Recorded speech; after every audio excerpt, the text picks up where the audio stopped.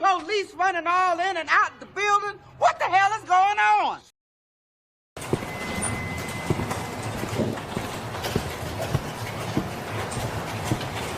Welcome to the dark side.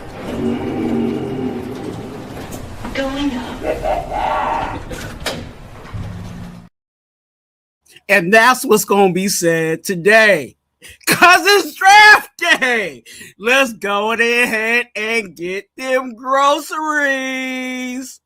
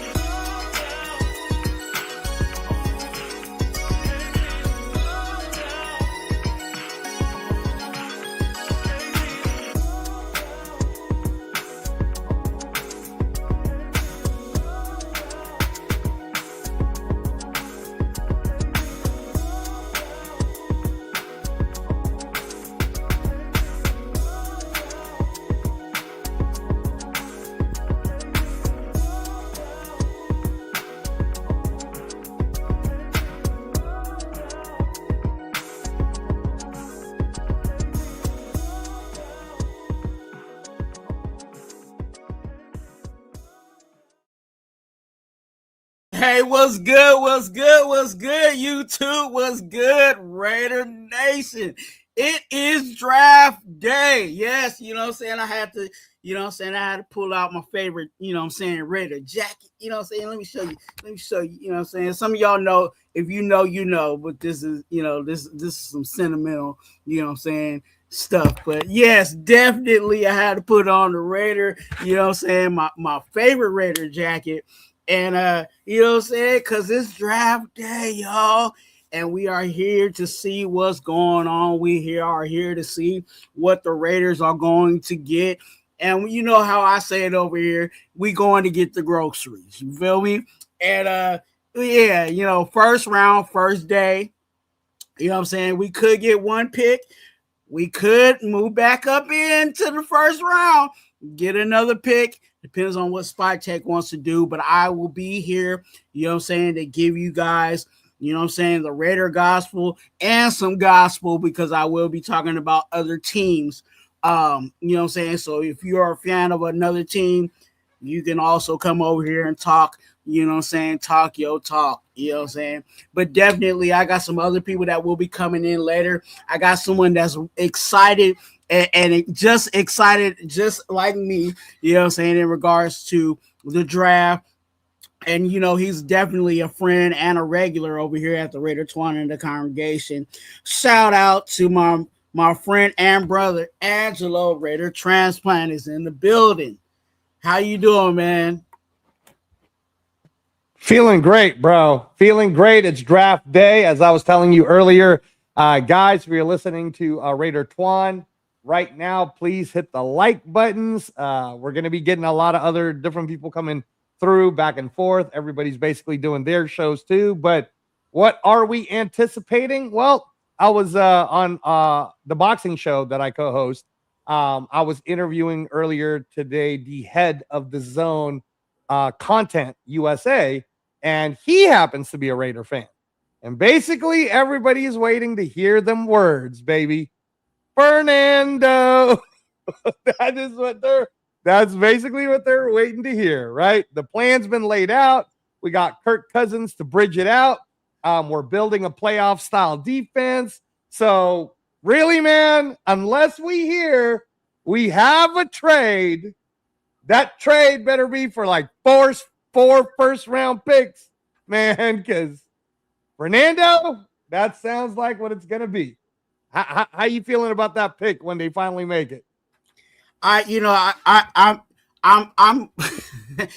I'm excited about where we are in regards to having the pick. Mendoza, yes, I believe he is a quality quarterback in regards to who's in this class. if that's exactly where we are deciding to go.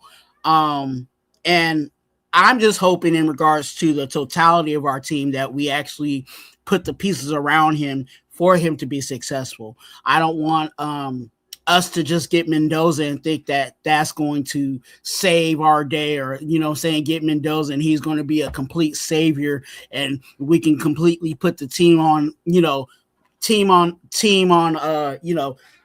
his back, to get us to win games. I think with Mendoza, he's going to need those pieces around him to be successful. So hopefully, similar to like I said with Genty last year, we drafted Genty, but it's like, okay, what are we going to do with this O line to support Genty? So that's the same thing I'm feeling with Mendoza. Not only just the O line, but we need to upgrade weapons, right? We need wide receivers, right? We need a backup running back. There's a lot of things in regards to the success of Mendoza, that he's definitely going to need. Think about what he had when he was over at Indiana.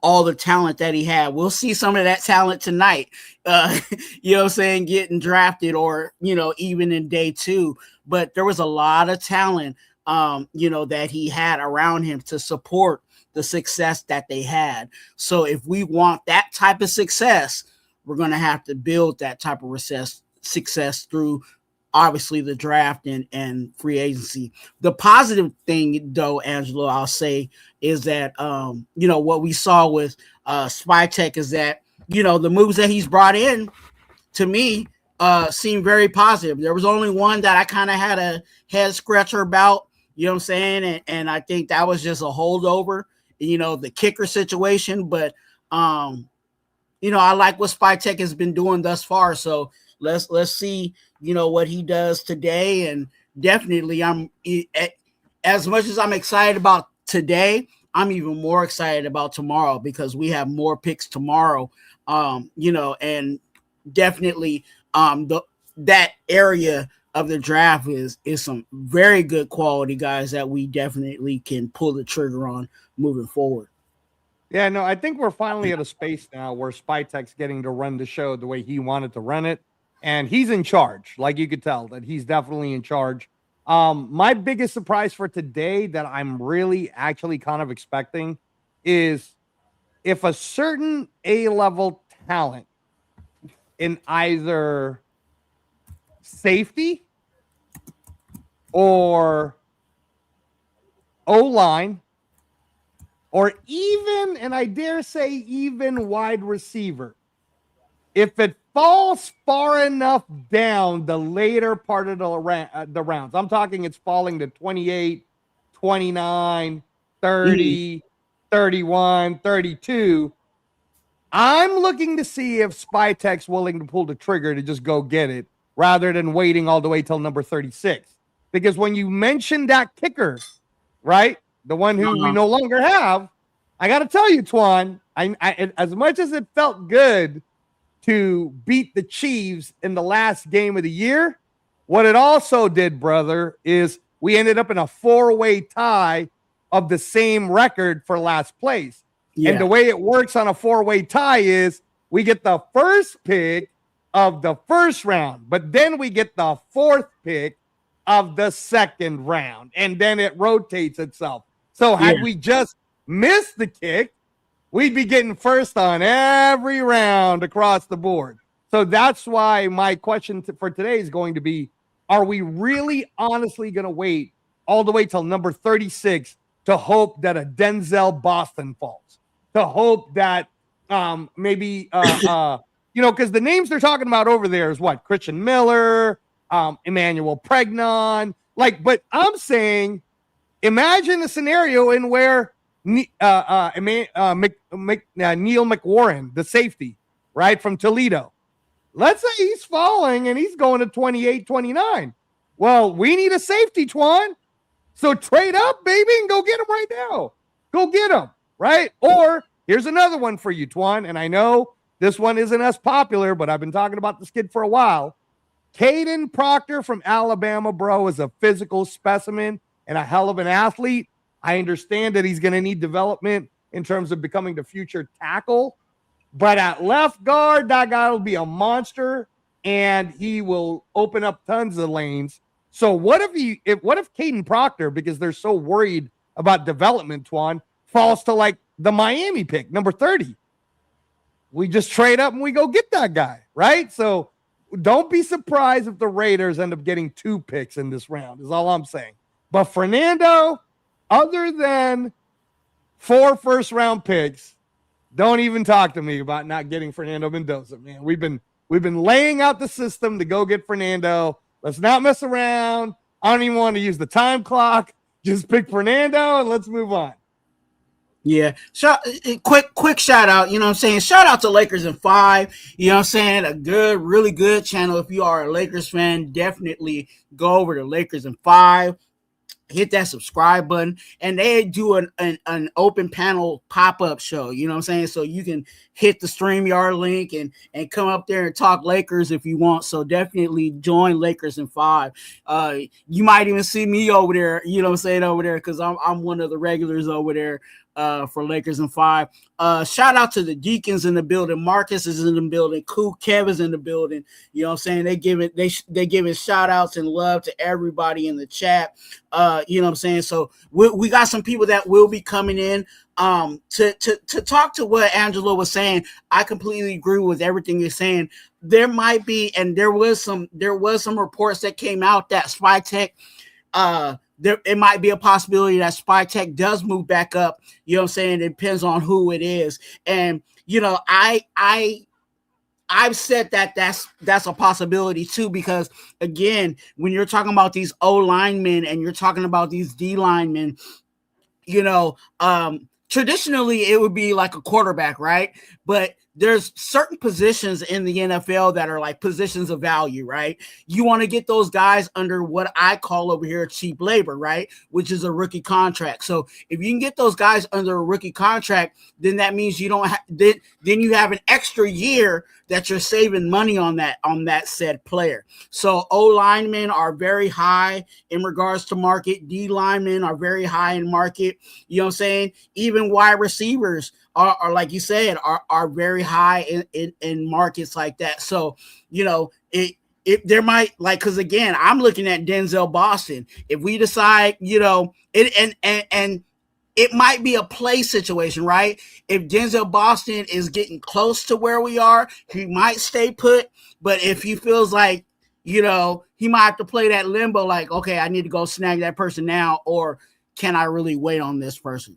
But if it's like an O lineman that we definitely, obviously we need help on the O line, or if it's, you know, that premier defensive tackle, you know what I'm saying, a position of value, then we might definitely, it might be one of those situations where we move up. And, you know, quiet as kept, well, not quiet as kept, but I've been saying for like the past 2 lives that when I looked at the totality of this draft, I looked at it in the situation of there's, you know, what we really need out of, you know, for our roster.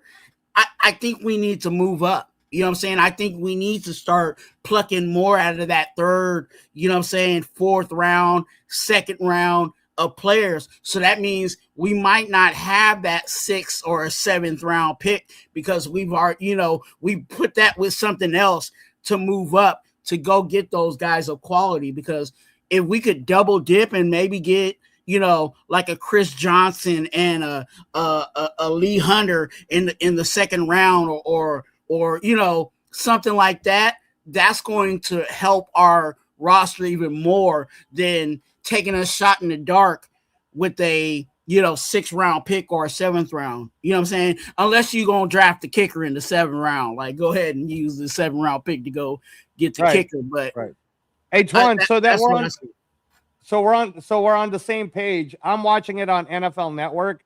I don't want to show reaction because I'm on the West Coast, because I might know the pick before you guys do. So I'm going to get myself off screen for a little bit, but I will come back. All right. Yeah. There's a, we've been talking and I forgot to get that queued up. Let me get it queued up for you guys. Uh,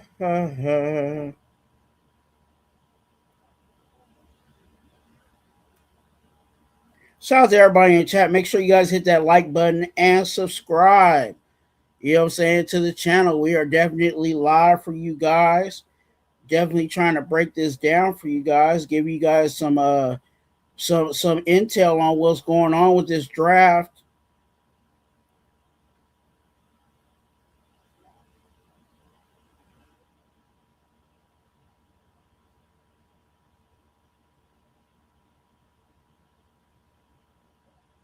For sure, for sure.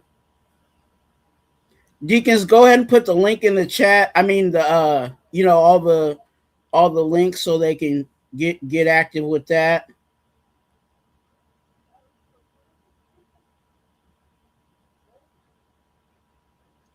As I find this here.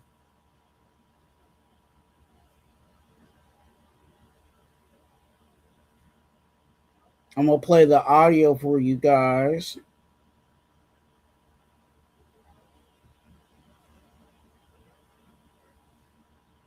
As soon as I find the channel.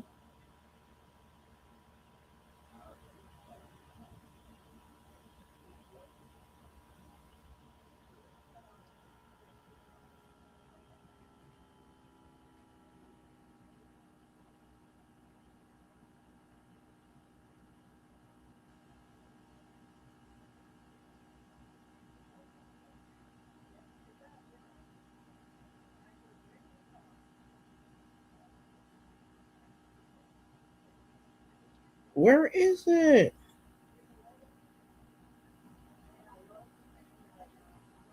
Hey, Angelo.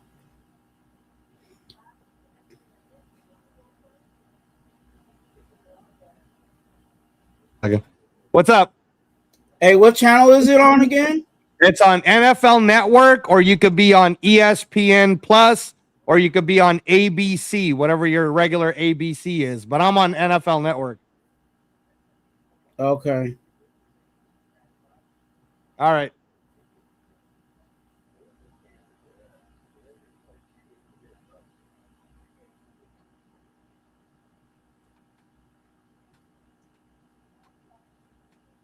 When you got all these channels, okay.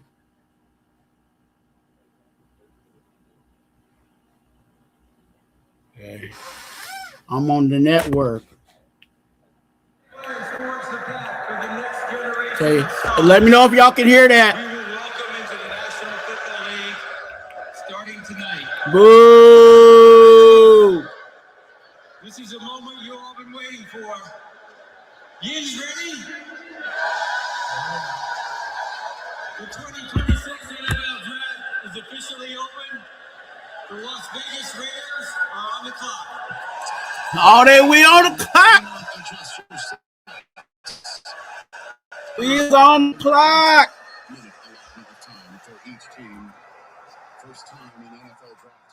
Terry Bradshaw out there, you know what I'm saying?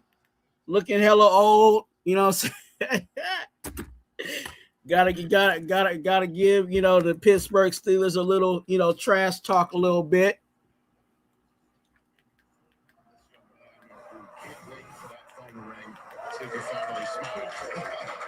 They show Mendoza in the living room, you know what I'm saying? It's transitionary colors nice. As he's getting ready to be the first overall pick, as we expect will happen. You know, when you watch this guy, looking kind of nervous, but hey, it is what it is. You say football players are tough, but then you see some guys, and it just looks different.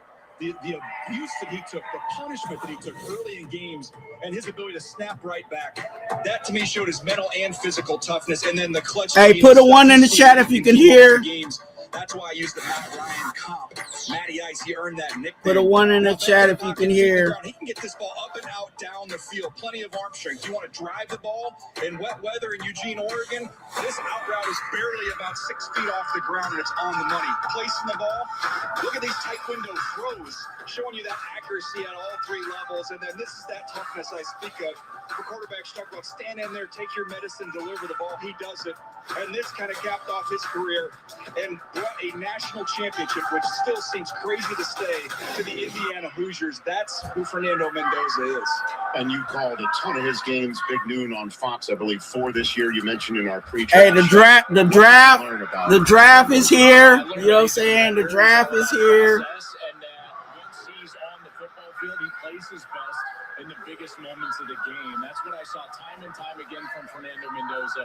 Is that when he needs get your food. You know what I'm saying? Get your wings and all that good stuff.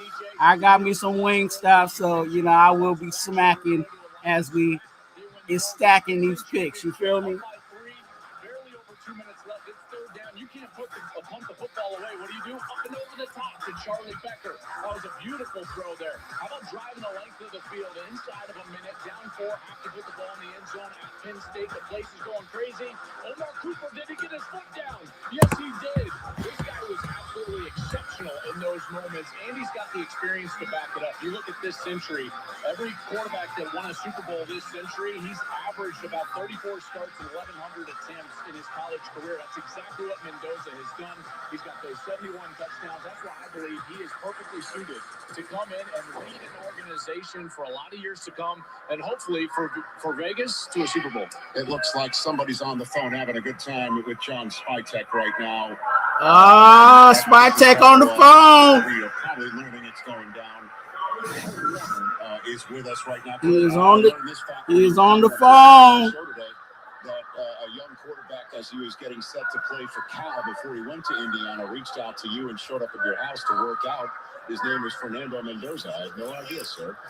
Yeah, he did. And the beautiful thing about him then is the same Fernando that you see now. Is a young man that's passionate about the game, that wants to learn, that wants to grow, and wants to be great. And the guys talked about all the traits. There's certain things that I look for that I think can transfer to the next level. And the first thing is accuracy. He stands out with his accuracy. A lot of times tall, lengthy guys struggle with that part of it. He's very compact. No matter where he's throwing the ball on the field, it is going to be accurate. I love decisive quarterbacks. If you watched him play as these guys did, the ball comes out. He knows where he wants to go with the football. He's got great control of it. And it comes they cut it to 8 minutes. The big game gene, the big moment gene. He's going to a place with the Raiders that have an owner that has the best big game gene that we've ever seen in Tom Brady. He's going to learn a lot from him, but if he can transfer that to the next level, he's got a chance to be a superstar. And all great points by all of you. We waiting to see if the pick is in. Okay, the pick is in. I was about to say they taking a while to say the pick is in. It might be a trade.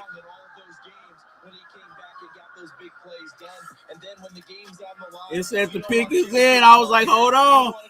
We got minutes on the clock. Why is it taking so long? He didn't just get a first down.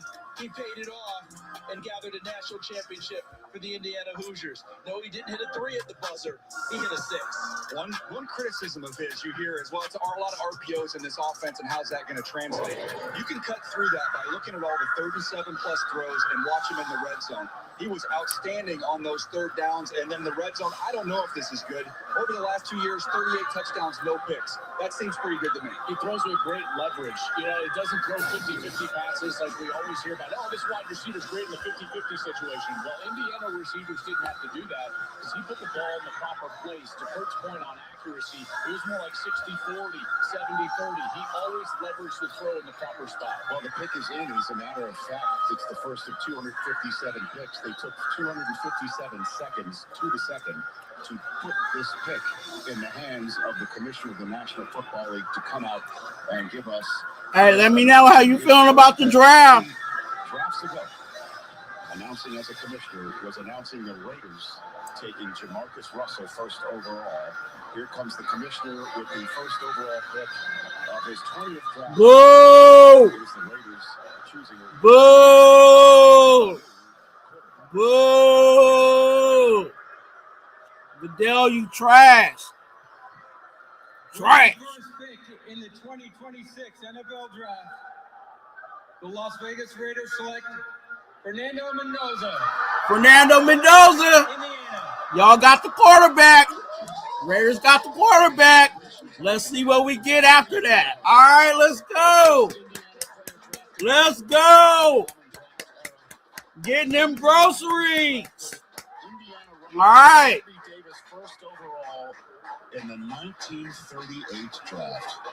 So a Hoosier is going first overall in this draft.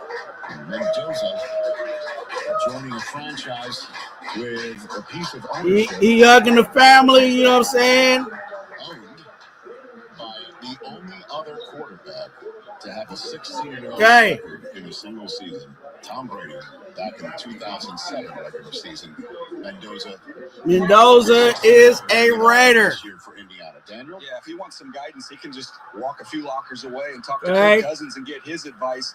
And if you want some more advice, why not take the stairs and go up there and talk to the greatest that's ever done it? He's also got a quarterback or a head coach who has a. Hey, the war. Hey, I'm just saying the Raiders' war room is looking nice. And Linderbaum was brought in free agency. He's not going to have to get on the field right away with Cousins there. They're in a good spot with Fernando Mendoza.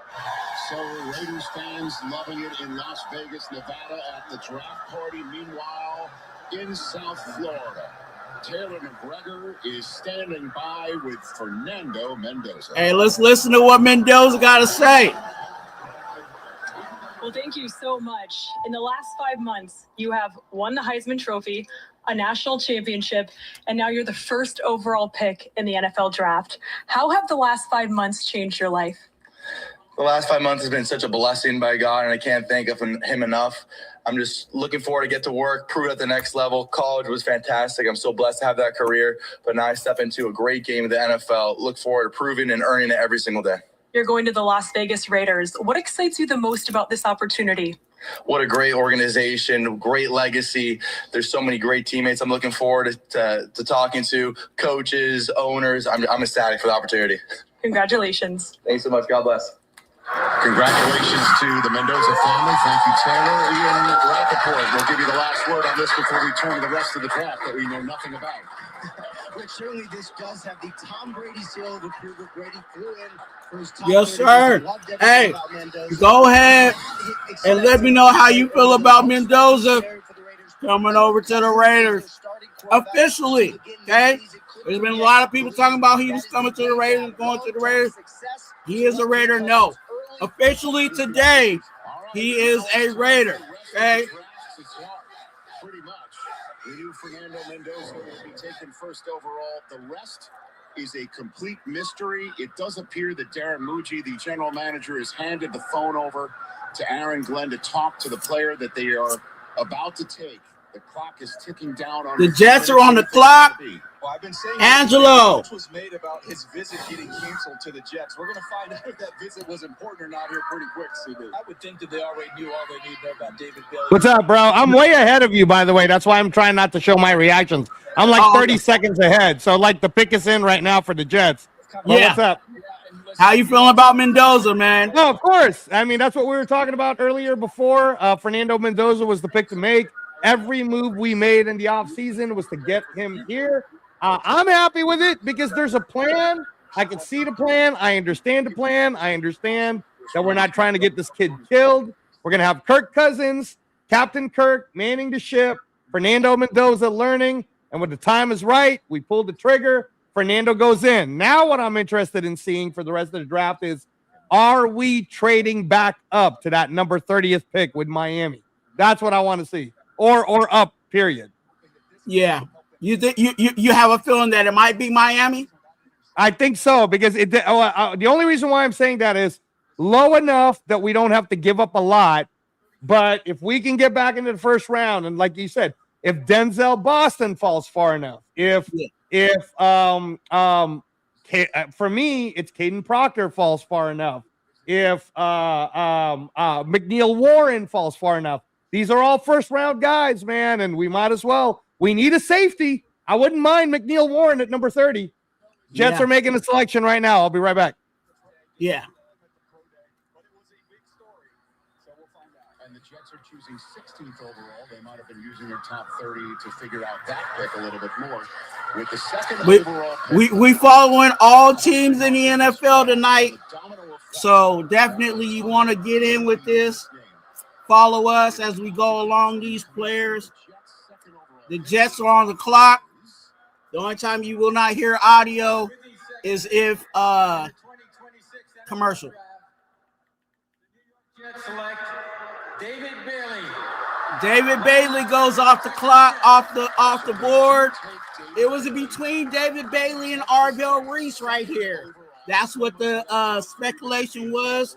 They decided to go David Bailey. Very good pass rusher for the New York Jets. They also are the team that has 2 first-round picks. They have a second round, well, not a second pick, and then also they have one in the 16th. This guy walking to the stage, trust me, he's going to be running to quarterbacks. He can get off the rock. What do you think about David Bailey? Are you drafting for September? Are you drafting for September's hits, right? Look, we all know that there's still upside for David Bailey, but this Jets team was so bad last year, they've got to start looking confident right from the word go.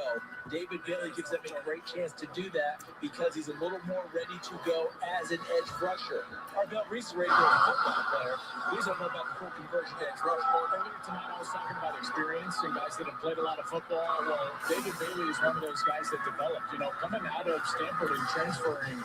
It's not like this guy was a surefire top 10 NFL draft pick, but he goes to Texas Tech. Hey, Angelo. His habits increased, and he got very good in terms of a worker. And because of that, he developed himself into this pick. What's up, bro? Did you get the pick already? Because they made it. Okay. Yeah.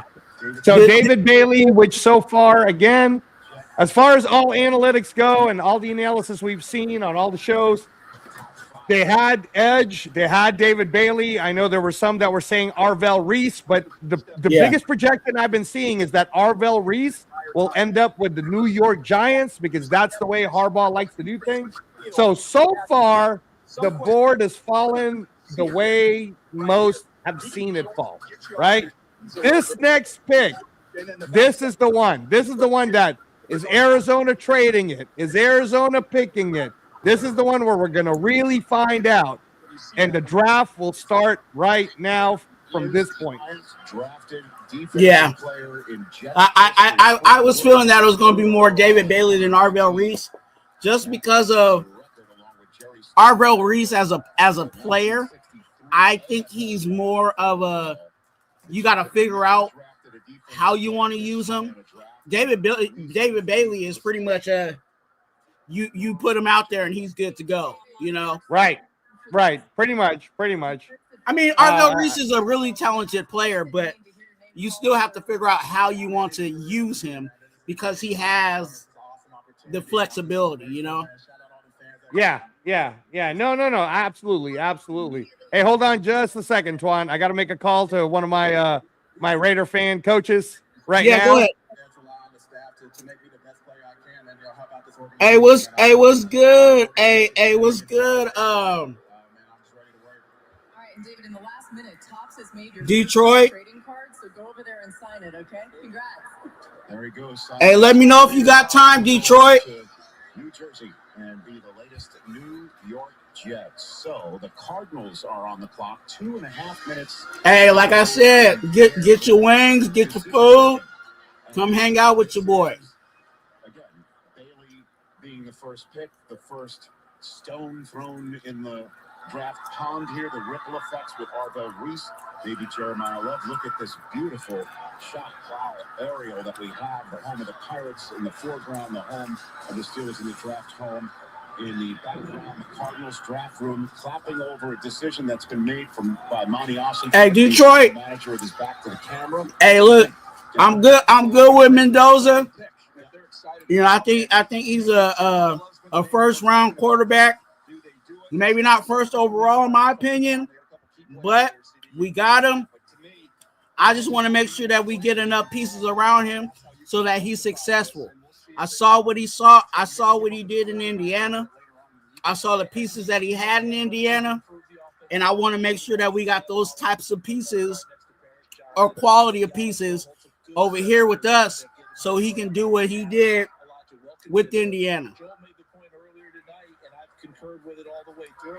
This is shades of Christian McCaffrey, that if we had put him at a slot receiver and just let him run routes, we would know exactly what we're getting in terms of a big-time wide receiver. That's going to be interesting. You said Point Blank? Yeah. Wait, let me click on it so people can see it. And sometimes you just don't turn down. Best player. Point Blank, end of the conversation. Use the Redskins for defense. Hey, this is the opportunity. I would say this too. This is a defensive draft. Okay. Yes, there is guys that are there for offensive side of the ball, but there's a lot of good quality talent. I think if you ask me the more talent wise, I think there's more talent on the defensive side than there is on the offensive side. So definitely we can get what we need to get, especially for this defense, because we know how many holes this defense has, and upgrading what we already have on the roster. And those are three franchises with dynamic offenses, right? So you might need Jeremiah Love to help keep up. So we're about to get the choice of the Arizona Cardinals. No trade. A lot of mocks had some teams moving up to take someone at 3. The Cardinals have stuck and picked, and here comes the commissioner to the stage right now with the 3rd overall pick, Fernando Mendoza. So the Cardinals decided not to trade, which was one of the things that a lot of people were saying was going to be the conversation of this 3rd pick, that the Cardinals was going to trade. Let's see what the Cardinals do.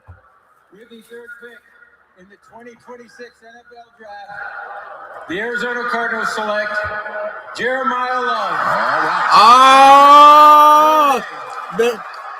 The Cardinals got love. You know what I'm saying? They got some love with love. You feel me? They got a running back.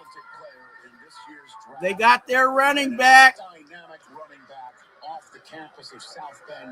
People were trying to compare, Jeremiah Love to Genty, in talent. And the Arizona Cardinals go with El Capitan. Hey, you got time, Capitan? Let me. There's still more work to do. We'll see what they do with the rest of this draft. Let me go ahead and get you squared away. You sit down and you notice Copy. his speed from the very first play. You talk about an athlete. How about how loose and explosive he is? He's able to make people miss at full speed. Watching this pit game, a spin, they don't even touch him. And then once you get out in the open field, just forget it. You're not going to be able to run him down. He is a home run hitter. He'll be able to make you miss. We can go laterally, or we can just go ahead and take the stairs and jump right over the top of a USC defender in a rivalry game. And then out of the backfield, he is a threat. Not just someone you're going to check the ball down to, someone you can get out into the route. And a lot of times with these explosive backs, maybe you sacrifice some. Well, that was a shocker. Jeremiah Love, bro. He went that high. Yeah. Oh my goodness. Yeah. What is going on now? Now we're about to see some movement, because the Titans was the one that was supposed to be projected to get him, and that would have been the highest he would have went. But brother. Wow. Yeah. And I thought it was going to be very interesting, because they didn't, this was also the point where they were talking about, trades, right? They were saying a whole lot of trades might have went right here with the Cardinals, but they were like, nah, we ain't going to let this running back go, are they really confident with a quarterback situation?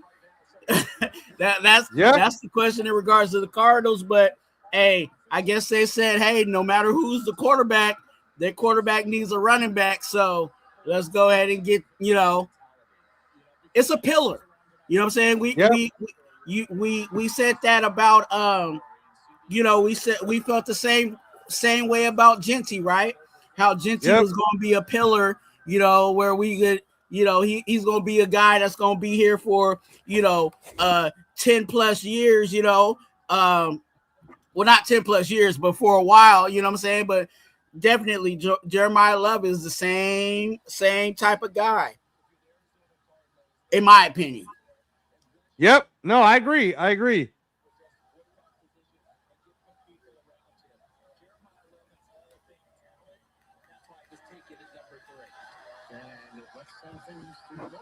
Hey, Deacon Marcus is excited about the Titans pick. We'll see what they decide to do.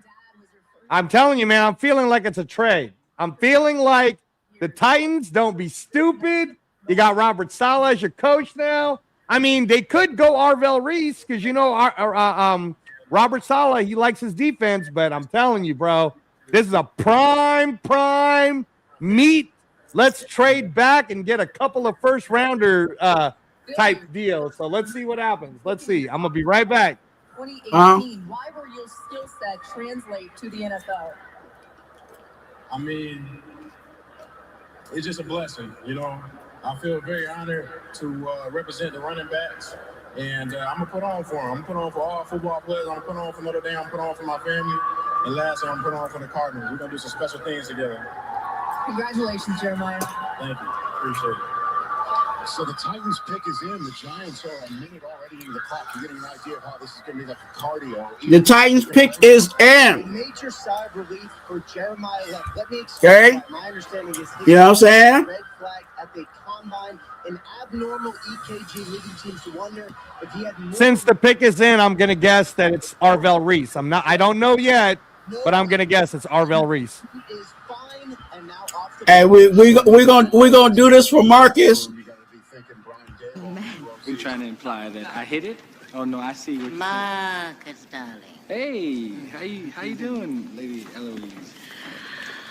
I don't have any panties on. Lady Eloise, please. Shout out to Deacon Marcus. You know what I'm saying? This pick is for you, Marcus. You know what I'm saying?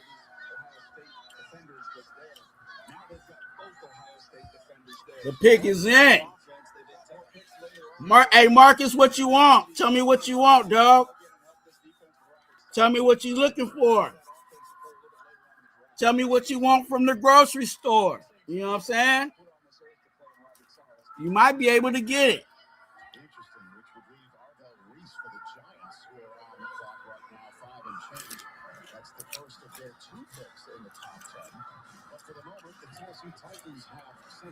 Arvell Reese is definitely on the board for y'all. So the commissioner's getting his steps in. I think his ring is probably already full, right? Boo! Boo that fool. With the fourth pick in the 2020 Come on, Marcus. draft, the Tennessee Titans select Carnell Tate. Oh, Carnell Tate! Come on! Come on! Come on, Marcus! Turn up! Turn up, Marcus! Hey, look, I'm excited for y'all. Carnell Tate matched up with Cam Ward. Man, that's gonna. Hey, Marcus, that's gonna be a problem. Woo! It is Carnell Tate. Hey, Marcus, that's gonna be a problem. That is going to be a problem. I can't wait till Angelo come back. That's going to be a Cam Ward. I can already see it happening now. Cam Ward drops back. Nobody's open yet. Cam Ward bootlegs out. Scrambles a little bit. He sees his buddy down the field. Woo!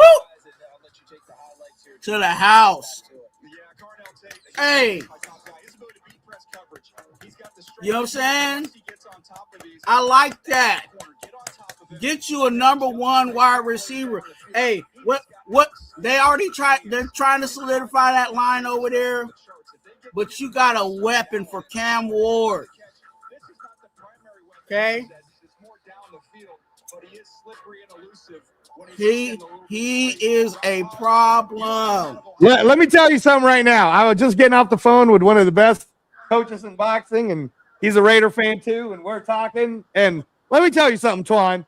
To us, that's crazy, bro. When's the last time a wide receiver got taken this high? That wasn't Megatron, bro. Like, I'm going to be honest with you guys. Maybe I'm wrong. Maybe.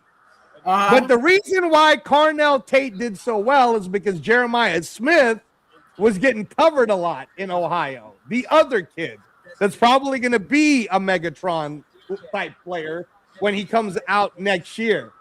So I don't know what Robert Saleh was thinking. I know maybe it's a Cam Ward thing. Hey, Cam Ward really needs his number one. Yeah. But number 4, bro, you couldn't trade down. Ain't no one else taking him at number 4. Hey, you could have just traded that pick down. Hey, we could have said the same thing about the Cardinals getting a That's running true, back. Though. That's true. But I guess they're like, hey, look, hey, if the Cardinals is getting that guy right now, let's go ahead and get our guy. And I as much as the value, like you said, there is a question mark in regards to that. I'm still liking the pick for Cam Ward because he needs a weapon. You know what I'm saying? But you understand what I'm trying to say, though, right? Number 4, bro. Absolutely. That's about to be the highest paid receiver. What number did Jamar Chase go? What number was he? Was he number 4? I don't think so. Marcus, bro, at number 4, though, you don't think you're going to trade it down, Marcus, to get him anyways? All right, the Giants pick is in. All right, the Giants pick is in, y'all. Your dreams that you wanted to achieve, but that were also her dreams. Yeah, that my mom, she know everything. Yeah, Marcus said, let me go ahead and get to, Deacon Marcus. He said we definitely need him. I know she'd be so proud tonight, Cornell. He said we definitely need him, Cam Ward. Yeah. Hey, get your guy. You know what I'm saying? Kansas City Chiefs. So that's the way we take our first commercial break. It's Giants Chiefs Commanders Saints for the moment. We'll be right back to Pittsburgh. Oh, I missed that. Hey, the Giants are the Giants pick is in. But I gotta put the commercials down because they ain't paying me. And you know what I'm saying? That's just the business. Hey, but yeah, hey Marcus, I'm with it.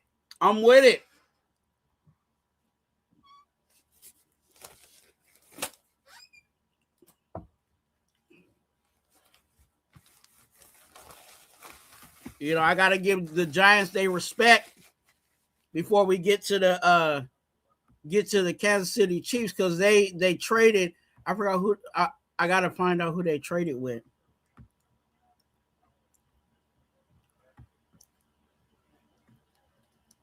But shout out to everybody in the chat. Make sure you guys double tap that screen. If you wondering what I'm eating, I got me some Wingstop. You feel me? And I got some Cajun and lemon pepper. Yes, sir. Hey, you know what I'm saying? This is a little cheat meal. You know what I'm saying? A little cheat meal. To celebrate the draft. I know some other people is partaking in other things. I partake in food. But yeah. Go ahead and get your food, you know what I'm saying?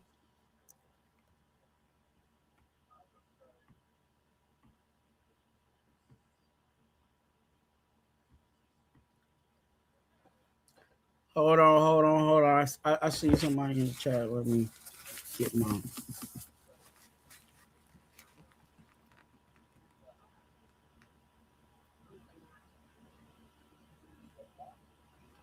Hey, look, this is your spot. You know what I'm saying? Marcus, this is your spot. You know what I'm saying? You a deacon over here. You know what I'm saying? You got the keys. You know what I'm saying? The deacon got the keys. You know what I'm saying? He can open up. He can lock the doors. You know what I'm saying? Turn off the lights. You know what I'm saying? All that stuff. You know what I'm saying? Make sure everybody in the building is straight. That's this is your spot, man. Appreciate you, man. Hey, look, over here, you guys know with Raider Twuan in the congregation. Yes, I am a Raider fan, but I do follow the NFL. And tonight, as much as we could talk Raiders all night, we're gonna talk the NFL. You know what I'm saying? We're gonna talk, what teams is getting. Does it make sense? Does it not make sense? You know what I'm saying? What moves is other teams making? What moves do the Raiders need to make in response to some of the moves that these are? We talking about all of it. You know what I'm saying? So definitely put your questions, put your comments down in the chat, because we are back on the clock with the New York Giants. After this pick, I need to get me something to drink. Again, they gave up a 3 and a 5 in this year's draft to do it. The Commanders are on the clock with 6 and change left, and the commissioner has. Hey, Mendoza, yeah. Hey, we got the quarterback. Now we got to get some other pieces. Shout out to you. One of the NFL Salute to Service partners. We are honored to recognize the surviving family of United States Army Major Paul C. Vokey. So do we go O-line? Now, me and Angelo was talking about that, because there might be a possibility that we might move back up in the first round just to get that O-lineman, so we can get that 5-year contract instead of the 4, right? Because it's cheaper. But it would have to be for somebody that they've been looking at and that they want at O-line specifically. It's not just gonna be like, oh yeah, let's go just get an O-lineman here. Like, it's gonna be a specific name that they know for sure that they want, if they're going to give up extra draft capital to move back up in the first round to get somebody. Now in the second, Arvell Reese, linebacker from the Ohio State University. Arvell Reese goes to the Giants, okay? I told you. What'd I tell you? I told you. For the second round, like, again, they can move back up. Maybe that person may land. So we'll see what they do tomorrow in the second round. Definitely. Yeah, no, well, the thing is, CeeLo, like, that's what me and Twuan were talking about earlier, that I have a sneaky suspicion, call it the Angelo Spider census, but if a Caden Proctor, a McNeil Warren for safety, Denzel Boston even falling down to that number 30 pick, that Miami's a rebuilding team.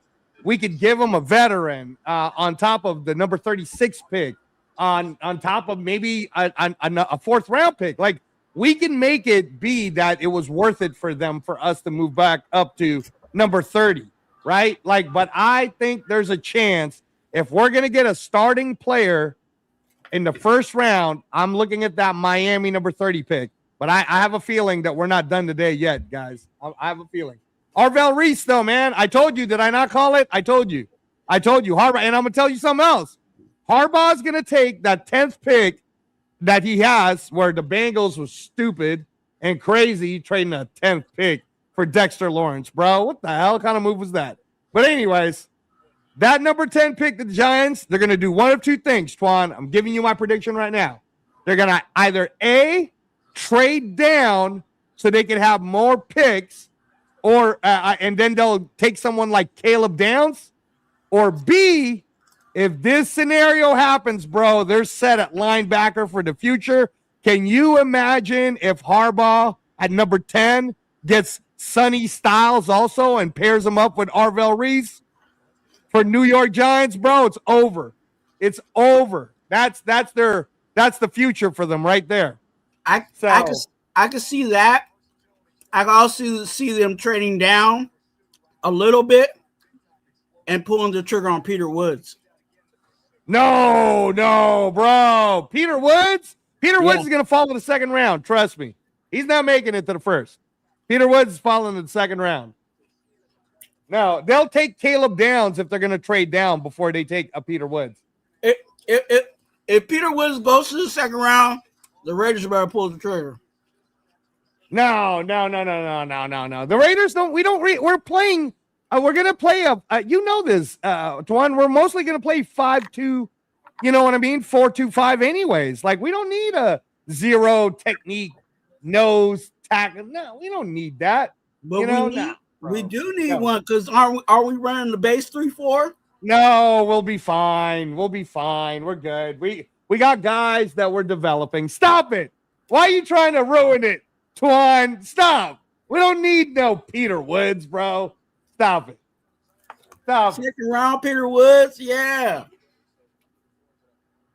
Oh, I told you a trade would happen. Guess who? I don't want to tell you what happened. So you find out for yourself. I seen the Kansas City Chiefs.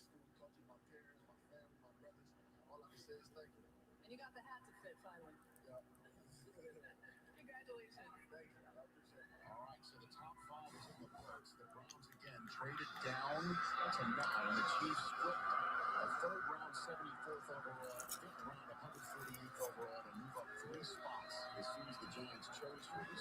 Kansas City made a trade with the Browns.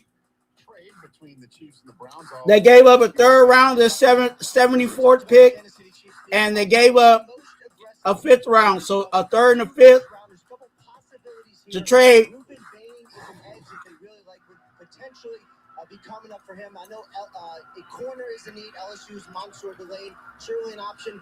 And an offensive tackle has not gone yet. They could get the first offensive tackle off the board. Some really good options for an aggressive Kansas City team. Meanwhile, the Washington Commanders took almost all 8 of their minutes to make the 7th overall selection as we're waiting for the 6th overall pick that belongs now to the Chiefs because, again, they traded up from 9.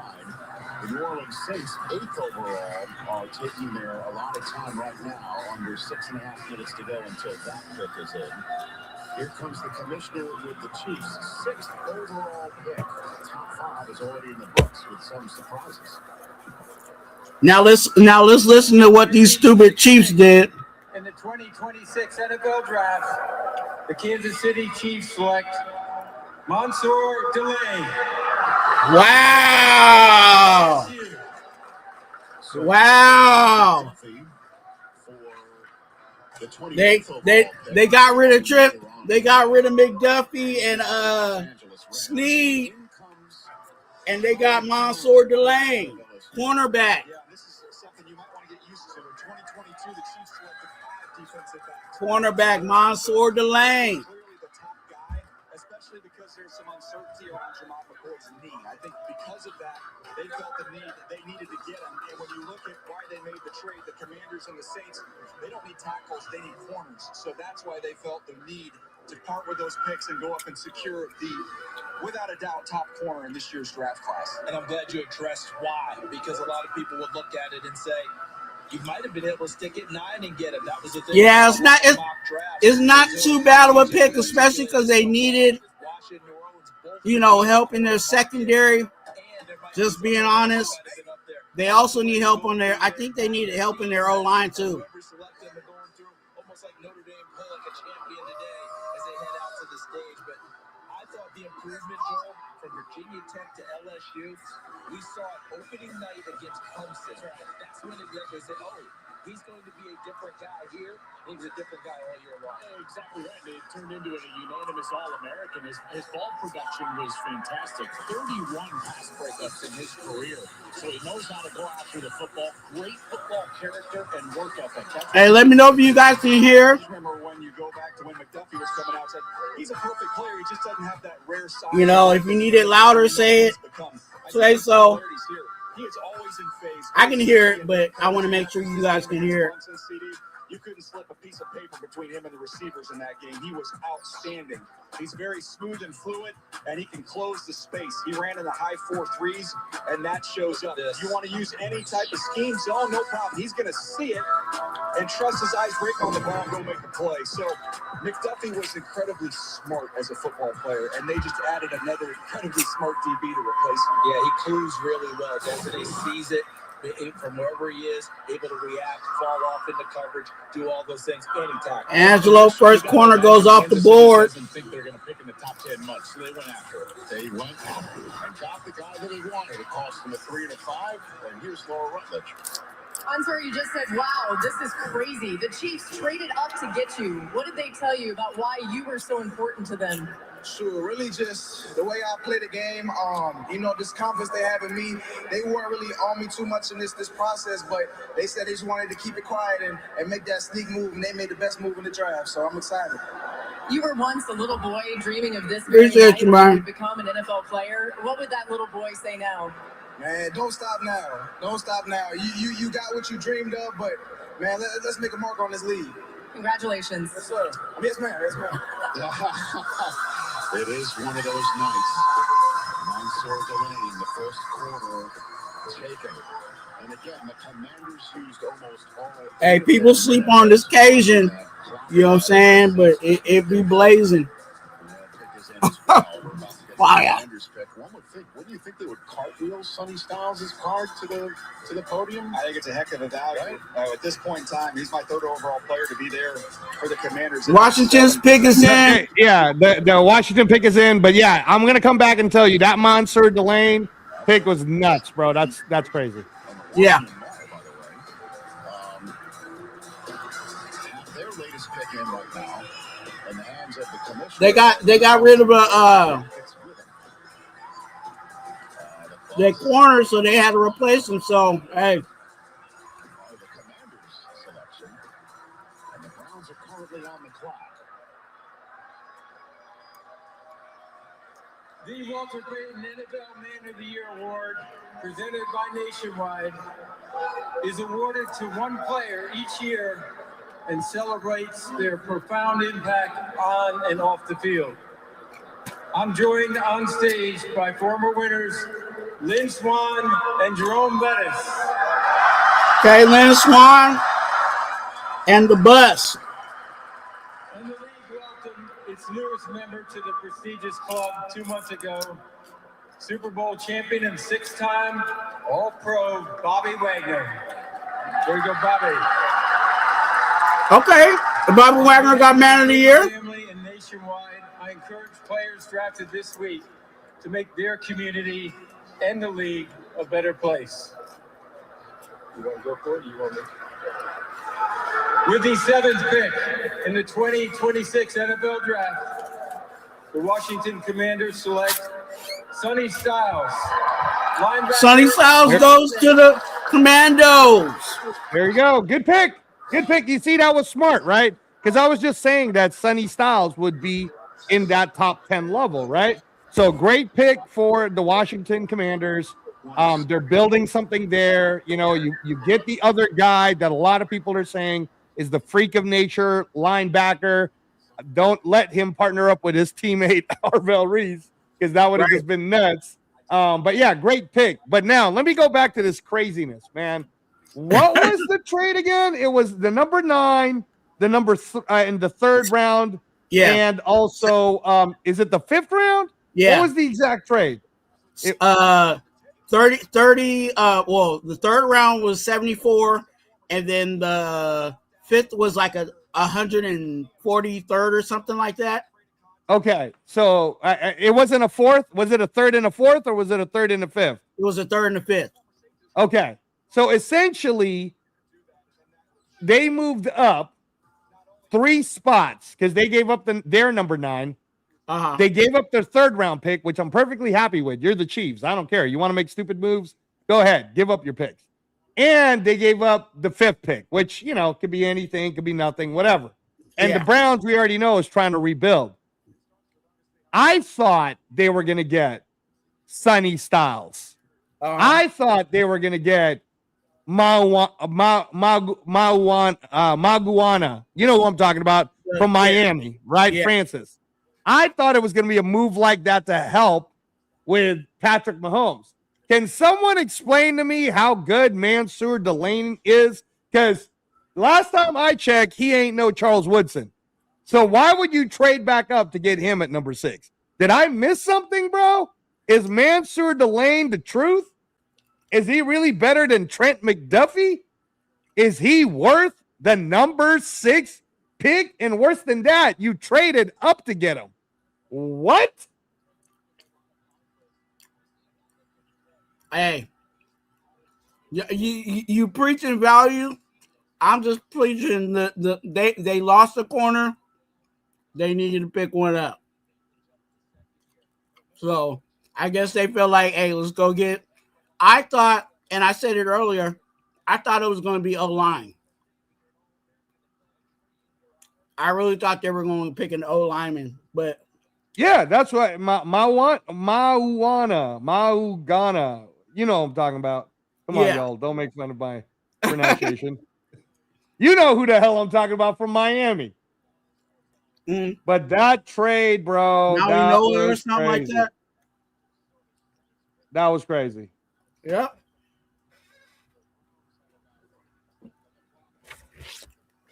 I can't believe that. I mean, I don't know, bro. I don't know. Again, I don't care. Y'all want Delane that bad? Go ahead, take him. Good job, Chiefs. Good job. I hope he can tackle. Go do you, y'all. Go do you. That to me, that was nuts. Get ready to get stiff armed by Genty. Yeah, pretty much. That's facts. That is facts. Mansour Delane. I don't know what to tell you, bro. I don't know, but apparently he's worth trading up. Yeah, I'm looking at the. So yeah, you're right. The number 9th, number 74th, and number 148. Yeah. It was their. I'm looking at the picture now. It is their first, their third, and their fifth. Yeah, that was stupid. The Saints the pick is in right now for the Saints. They're going to commercial. Saints, Browns, Giants, and Miami are next. No one would insure cars for military members, so they did it themselves. A group of 25 soldiers. Angela, I think they're on commercial. Later, we're still serving the military and their families, not just because it's the right thing to do. It's in our DNA. Those values our founders shared. Oh, I'm sorry. I'm supposed to turn the commercials down. Yep. Hey, make sure you guys hit that like and subscribe button.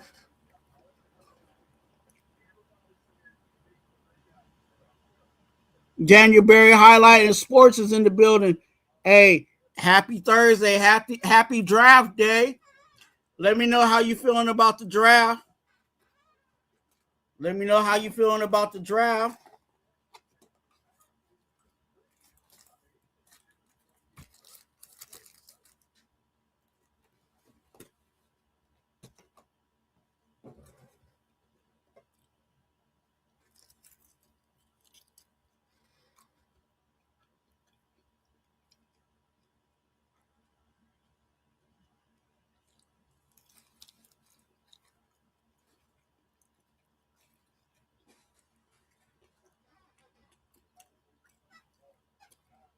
We're gonna see if these Saints march up with a pick.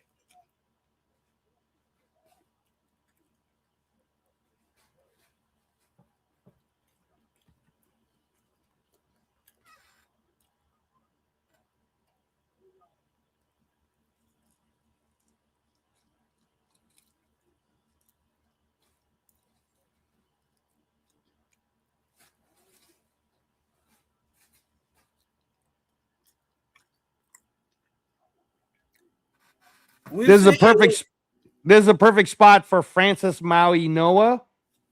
This is also a perfect spot for Caleb Downs. Honestly, the Saints right here.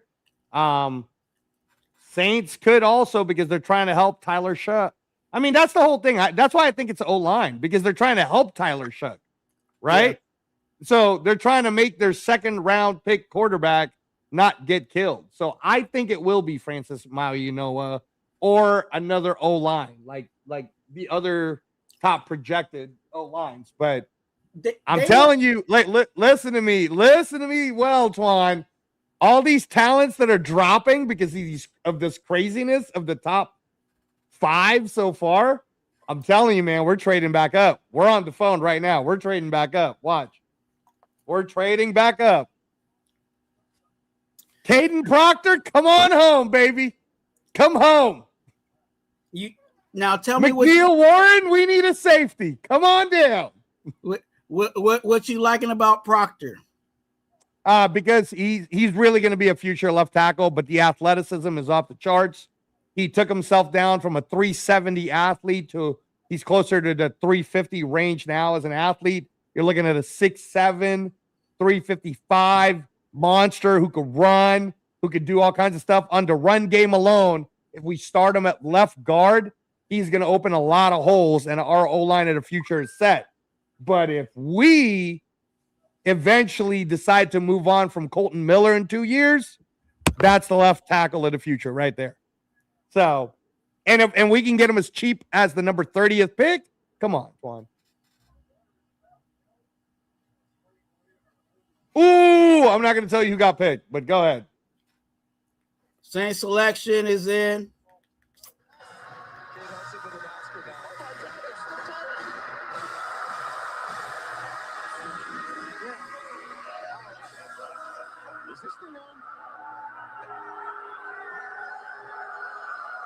We're the 8th pick in the 2026 NFL Draft.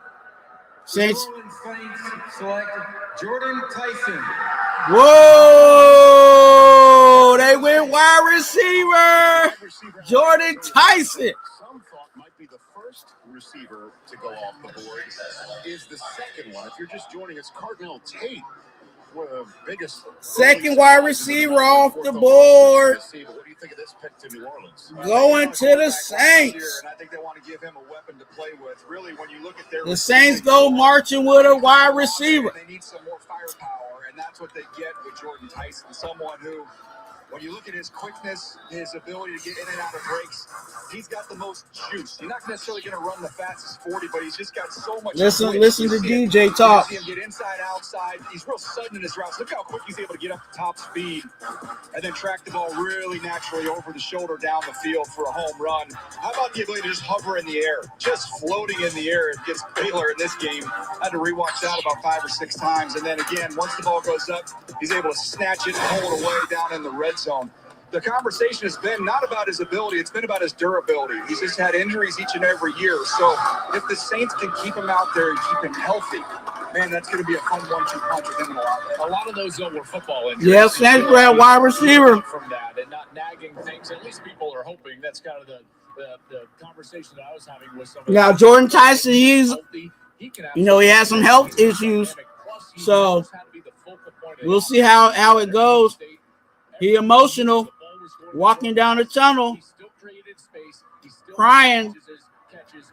He kneeled down for a little bit. Yeah, he takes a knee in the walk as he just You know, it says right when he saw the Saints logo. That's cool. And that's when it really hit him, I think, at that point. Here's the other part, too, Joel, to your point about him understanding being the focal point of the offense. Doesn't have to be. Chris Olave will be right away. He would find his way to fit in, and they have a very mature quarterback. This is not an age joke about Tyler Shuck, who came in and established himself the second half of last year. Well, and got a weapon. He was passing the time watching his brother Jalen take on the Toronto Raptors in Game 3 of their first round playoff series in the NBA playoffs. That's one way to pass the time. By the way, I don't know what the Browns would have done 9th overall, but he was one pick away from potentially. They playing some gospel in there. You know what I'm saying? For the Saints. Yes, sir. Jordan Tyson going to the Saints. Arizona State, 6'2" and 1/8, 203.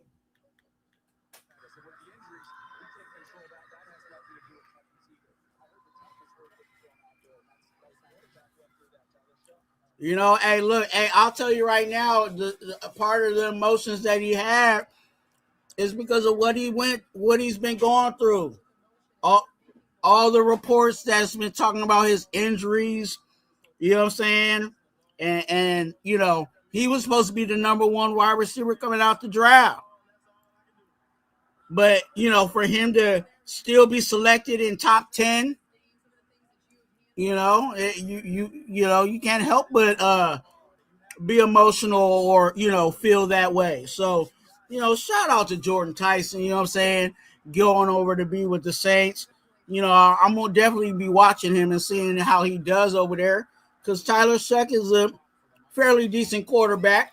And there's a few weapons over there in the passing room, but you know, hey, Jordan Tyson is now added to that room.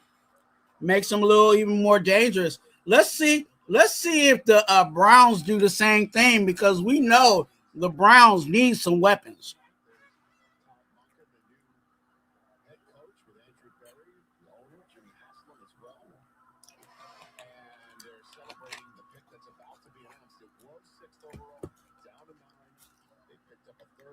To make this announcement, do you think it's the first tackle off? See now, let's see what the Browns do.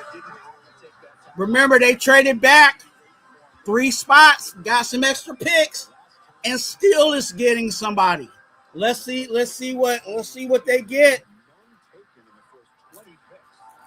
Let's see what they get. When you trade back, you get more shots at players, right? So let's see. Let's see if they make the right move in the first round. With the 9th pick in the 2026 NFL Draft, the Cleveland Browns select Spencer Fano, tackle, Utah. Spencer Fano, tackle. Hey, they do need some pass weapons, but they also need people to block over there. Because let's be honest, Shedeur was running for his life.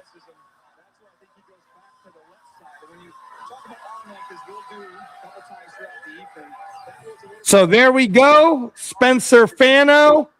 Great pick, by the way, for the Browns. Shout out to the Browns for actually doing something smart, which is trading down, getting more picks, and then starting with building the O-line. I am extremely surprised that Francis Maui-Noah has still not been picked up. I'm very surprised that Ioane has not been picked up, the guard. But I'm not surprised that Spencer Fano went that high.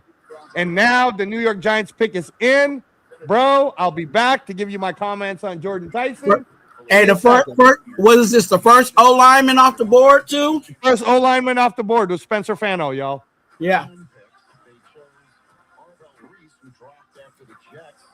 Chose David Bailey. The Cardinals took Jeremiah Love, and the Titans took Carnell Tate. Ruben Bain is sitting up there. What do you think the Giants are going to pair up with Arvell Reese? Will they go offense here now? I thought one of these 2 picks would be to help the quarterback. So those 2 receivers are gone. Does that change their thinking here and go back to defense? Let's check it out.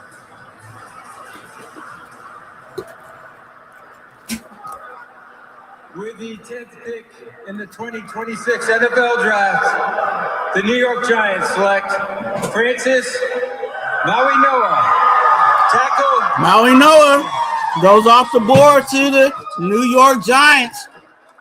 And so the Giants, with their 2 first-round picks, go defense, Arvell Reese, and Francis Maui-Noah out of Miami. And with no tackles going in the first 8 picks, we see 2 going around. I don't know that he's going to play tackle, though. That's exactly what I was thinking right there. I'm looking at Illuminor right tackle. Just paid Thomas at left tackle, who's an excellent player. I'm thinking he kicks in at guard to begin his career. But then you think about they want to run the ball there with John Harbaugh. This is a people mover. You can put him in there at that right guard spot, and then if you do have an injury, that's a hell of a pick. That's a hell of a pick. Where he ends up, Joel. Great job, John Harbaugh. Good job. Good job to the New York Giants for no longer screwing things up. Good defenses. Arvell Reese, solid pick. And then you go tackle. And like I told you, what did I tell you? What did I tell you, Twuan? I told you Francis Maui-Noah is the top 10 guy. And they're saying they might slide him to guard. Hey, man, it doesn't matter. For the Raiders, we would have slated him to guard until he becomes the future tackle. But this guy is going to be a killer. They're going to pair him up with Illuminor, who's going to be a great mentor for him. There's going to be a lot of holes open for the Giants. They need to protect the very concussion-prone Jackson Dart. So they already have their wide receiver of the future in Malik Neighbors. So, yeah, man, great pick. Great pick. Great job. Great job, New York Giants. You guys got your captain in the linebacker position, and now you got a day one guard, future tackle, future protecting Jackson Dart. This is fantastic. Good job, guys. Good job. Right, Marcus? Great pick. Great pick. So let me go back to the number 8 pick, Jordan Tyson. Twuan, look, man, I'm not going to shit on this kid because his talent is off the charts. It's off the charts. But the best type of ability, brother, is availability, and I'm just not sure he's going to be in the right team with the right people that can make sure that he won't be injury prone. Because let's really be honest, man. How many injured Saints has there been in the last few years? And I don't know how good their injury prevention team has been. You know what I mean? So, I don't know, man. You spent a pretty high capital on Jordan Tyson. So you're gambling. It's a gamble. It's a gamble. Well, But it is a gamble, but he is going over there to be. He doesn't have to go over there to be a number one. You know, I mean, I mean, at that high a pick though, at number 8. Oh shit! A trade just happened. The Dallas Cowboys moved up. Okay. Tell me what the pick is, because I missed it. They moved up to number 11, but they gave up a bunch of stuff. Yes, right now they're just showing Francis Noah's interview. Congratulations. Okay, so 11th pick, Miami. They moved up one spot. They gave up a 5th round and a 7th, I think. Oh, 2 5ths. They gave up 2 5ths. Gave up 2 5ths to go up to one spot. You need a card like no other.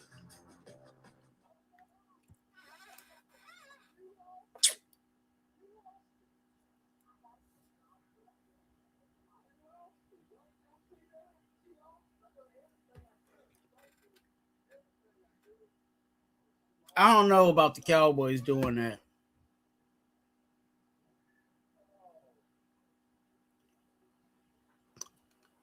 Does that make sense, Angelo? I like, and we don't fully know what the pick is yet, but does it make sense to move up one spot and give up 2 5th rounds? Do you have your mic on? Yeah, I'm trying to look for the exact compensation. Like, what is the exact compensation? It was 2 5ths. No, I know, but number what and number what? Like 172 and 180. So 2 5th round picks? Yeah. Okay. So maybe they're thinking the 2 5th round picks isn't that important, and they just want to make sure they get the guy that they want. So now we're wondering who is the guy that they want. And here at number 11, I mean, they just franchise tagged George Pickens, so it's not wide receiver. They were already at number 12, but maybe they were scared that Miami, who is on a rebuild, is willing to take whoever it is that's in front of them. So having said that, my best guess is defense. Maybe it's Caleb Downs. Maybe it's Caleb Downs, man. I would have sat there. I would have waited. I know, but what if Miami takes your pick? If you're the Cowboys, what if Miami took your pick? All you're doing is giving up 2 5th rounders anyways. Those are 2 day 3 guys. Like, you're like, whatever. I'll give you 2 day 3 guys. I want to move up one because I want to make sure I get this guy. Right? Like, you know. I guess it's going to be really predicated on this pick because I'm just like, I don't know if I would be giving up 2 5ths just to move up one spot. Like, I feel like sometimes these GMs should know, like, they should have a feeling on what the team ahead of them. Like, I understand if there was like a team 2 or 3 spots ahead of you. Like, okay, you may not necessarily know what they're going for, but the person that's right next to you, you should be able to know what they're going for.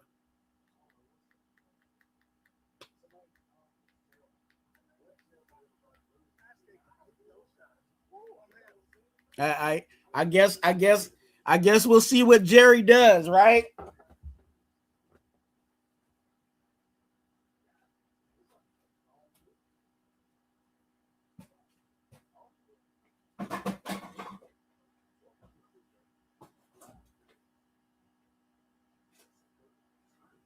Yeah, here we go. Hold on.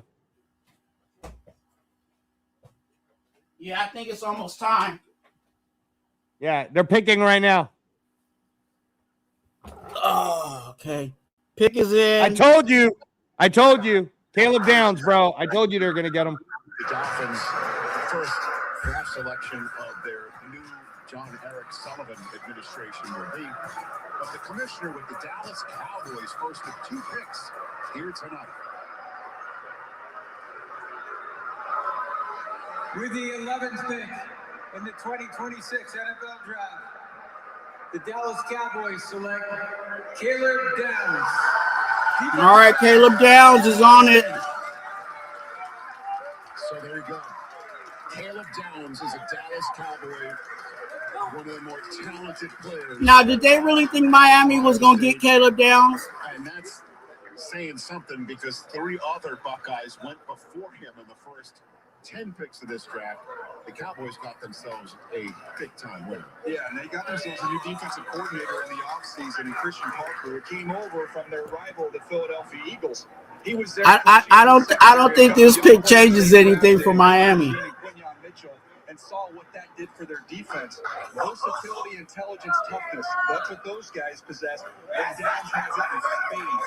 They're going to be able to deploy him in a lot of different areas. And CD, this defense last year, 32nd in third down, 32nd in points per game, 32nd in passing yards per game, 30th in turnovers. Those numbers are all going to get better as this guy gets to Dallas. Offensive coordinators love getting their new quarterback. Defensive coordinators, Joel Klatt, love getting their new quarterback. And they got one in Caleb Downs, who'll patrol the secondary, organize the secondary. Heck, he could wear the green dot and do the entire defense. So listen, the pick for Miami is already in. They're going to announce it right away next. And the person that was on the clock is the Rams. They probably already made their pick too. So we're about to see number 12 and number 13. Caleb Downs is a good pick. I told you that his talent is too good. We're looking at an Ed Reese type mind. The question really is the injuries about his knees and whatnot real, or can he be the next Ed Reed type? And the Cowboys, like I told you, yes, you're asking me, do I believe Miami would have taken him? Yeah, Miami would have taken him. They needed a safety captain. They traded away their people. So yeah, Miami got 2 free fifths just to move down 1, and then now they're gonna pick. My best guess right now for Miami, if I'm just guessing, they have so many needs, bro. But I think they're gonna go with they need to protect their new quarterback right now, so they're gonna go Ioane, in my opinion. I think they're picking the guard, Ioane. Now defense, though, it could be an edge. Now, do you think that Miami would have picked Caleb Downs? Absolutely. That's what I was saying, is I 100% believe they would have taken Caleb Downs because they gave up they don't have a captain. Caleb Downs is an Ed Reed type IQ player. The only real question about Caleb Downs is the knee reports real? Is he going to be someone that could at least play the 4, the 5, the 6? Could he be, so we don't know. But in terms of the IQ, bro, you're looking at the next Ed Reed type. So yes, I believe Miami would have taken him. First of all, I just want to say thank God. Without that, none of us would be here. I just thanks for my Savior, Jesus Christ. But it was a great conversation. I honestly couldn't hear it much. I was too excited to listen. So I'm just excited to do what I can do and be committed to the team. We'll ask Jerry later what he said. Now, your brother Josh is a wide receiver for the Colts. Your dad, Gary, a running back in the NFL. How special is it for your family that you now get to carry on this legacy? That's an awesome feeling. Honestly, God's blessed us with a lot of favor to be in this situation, and I'm so thankful to be here. And my family, I can't even say enough words about it. There's a lot of love there. Congratulations. Thank you. Appreciate you. And the Cowboys are slated to visit the Indianapolis Colts this year, so we could see Downs on Downs at any of for you. You know? So there's the Dallas Cowboys draft room in Frisco. Very excited about all that. And now the Miami Dolphins' new regime, new administration, about to announce their first pick. John Eric Sullivan, the new general manager, taken from the Packers organization. Jeff Hafley, their new head coach, also from the Packers. And this is the first of 2 picks for the Dolphins in the first round tonight. Miami has done some bonehead picks lately. So we'll see what they do with this new organization.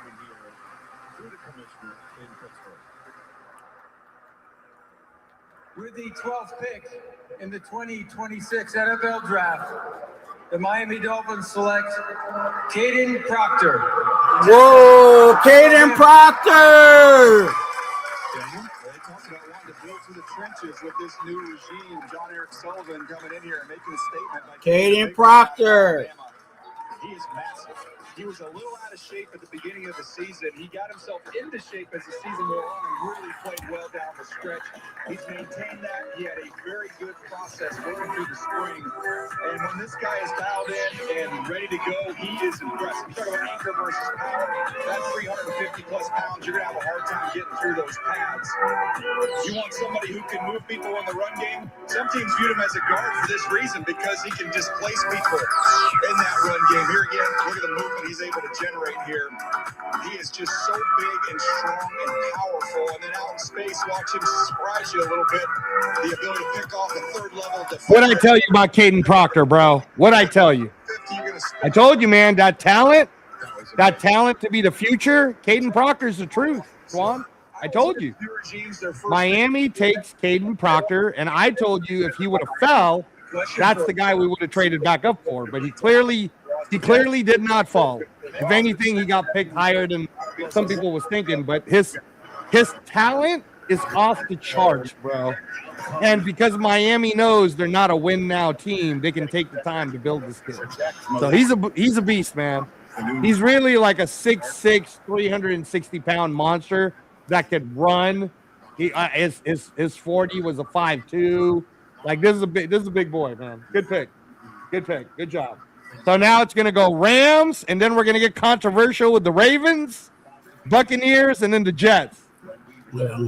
But that Ravens pick, y'all, we're gonna see. You gave us back Max Crosby for who? For who, Twuan? For who? Let's find out. They might rescind that. Let's find out who was so worth it that you guys got scared and gave us back Max Crosby. 100 years ago. Who could it be? You know what the Ravens need is wide receiver. Is this the Makai Lemon pick? Is this Makai Lemon? Later, we're still serving the military and their families. For the Rams? Number 14? No, because number 13 is the Rams. And the Rams, they're smart. You know who I think the Rams might take? And this is going to be a very, very hot take for everybody. Very hot. You know who I think the Rams will take, though? Maybe, possibly. Sadiq? Ty Simpson. Ty Simpson to kind of like Jordan Love behind Matthew Stafford. Yeah. So I think it's Ty Simpson. Possibly.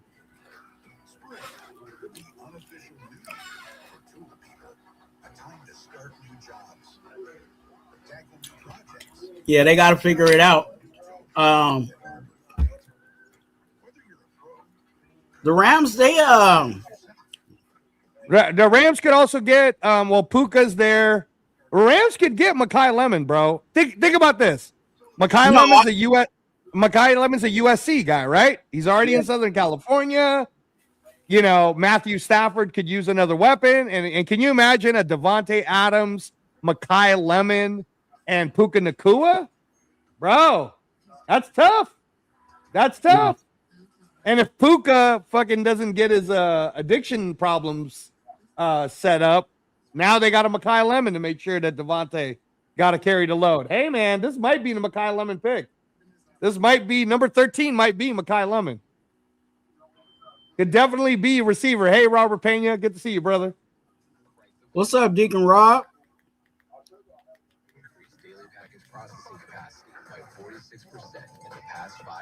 Oh, I'm gonna turn up the commercial. The pick us in, bro. All right. I'm gonna be back. I think this might be Mekhi Lemon. I'm feeling like this is a wide receiver pick, bro. They need to and my hot take would be what I told you. It could be Ty Simpson. And I know it's high, man, number 13, but Ty Simpson is a quarterback that would be ready to roll when Matthew Stafford says I'm done. And he's the type of quarterback that Sean McVay likes. So this could be Ty Simpson, bro. We'll see.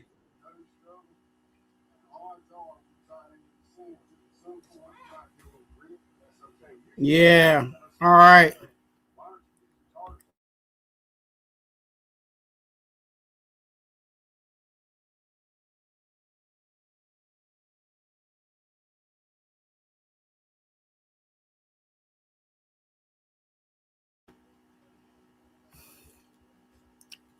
Yeah, they on these commercials though. Okay, we back in the green room. Waiting to hear his name being called from the U. A dozen picks in. The Rams pick has been in for a good 10 minutes. The Ravens have gone through their entire 8 minutes, and they have made their pick. The Tampa Bay Buccaneers are on the clock right now with pick 15. Ian Rappaport, let's get your thoughts right now. Rich, at number 13 for the Rams, this is where the window opens for Alabama quarterback Ty Simpson. It's early. Yes, it is early. But listen to this. When the Simpson family was trying to make the decision about whether or not he should enter the draft or stay in school, they consulted, among other people, Rams GM Les Snead, who told the family Simpson is for sure a first-rounder. Now actually has the opportunity to make it happen.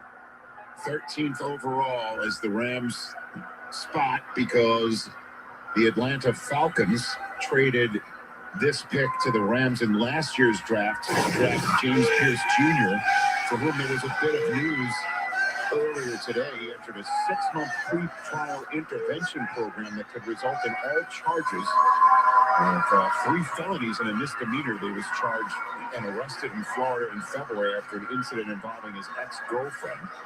If all his conditions are met and no jail time would come his way. But again, this is somebody that the Falcons traded a first-round pick last year to the Rams to choose, and they might not have him at all. But that's for another day. The Rams, 13th overall here, they had 29. That's what a lot of people thought they would take Ty Simpson, but this could be the spot. Yeah, once that trade happened and they didn't have 29, I thought this might be off the table. But hearing Ian talk about it, if you look at it from 2 perspectives, from Ty Simpson's perspective, this is where absolutely you would love to go. You get a chance to go learn under the reigning MVP in Matthew Stafford, play for the elite offensive mind in Sean McVay. They can develop you properly, and you'll be put on the field when you're ready to be put on the Deacon field. Rob with the brown cracker salute to you, man. From the Rams situation, this is a team that was We in here. Make sure you guys hit that like and subscribe if you guys have not. position right now. And oh, by the way, the Super Bowl this next year is in their own building. So I thought this would be an opportunity to try and get that extra piece to help nudge them over the team in their division that hoisted the trophy last year. Or do they think long-term vision, and that leads to Simpson? I know, CD, that they loved Caleb Downs. I think there was a lot of talk about Mekhi Lemon. Yes, Downs off the board, maybe Lemon here, but there seems to be some smoke around this Ty Simpson. A lot of smoke around that one. It's just very interesting to me in doing it. But this is going to be one of the few times that your quarterback taken 13th overall. We'll see what the Rams go. Goodell's out there. With the 13th pick in the 2026 NFL Draft, the Los Angeles Rams select Ty Simpson. Ty Simpson. Told you. Who's the draft genius? Twuan. I told you, bro. I told you guys. I told you. Ty Simpson, Matthew Stafford, they already talked to him like, hey, man, he's just going to be hanging out and learning from you. He's not taking your job when you're ready to retire. This is the Jordan Love scenario, bro. They didn't want to take no more. They want to make sure that they're not going to fuck around. They're going to keep rolling, you know, once Stafford goes. And can you imagine Ty Simpson learning behind Matthew Stafford, bro? Come on. I think this is the perfect fit for Ty Simpson. You have the questions about his experience here. You don't have to kind of like Mendoza. We ain't got to rush. They ain't got to rush him out there.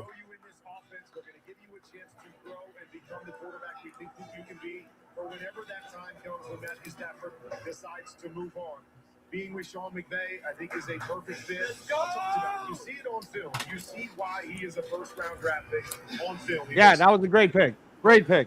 NFL type throw. I told you, though. That's why I called. So now check this out. Mekhi Lemon's still on the board, baby. So that's what I was saying. Did you guys give up Max Crosby to get Mekhi Lemon? Oh, boy. Here we go, Twuan.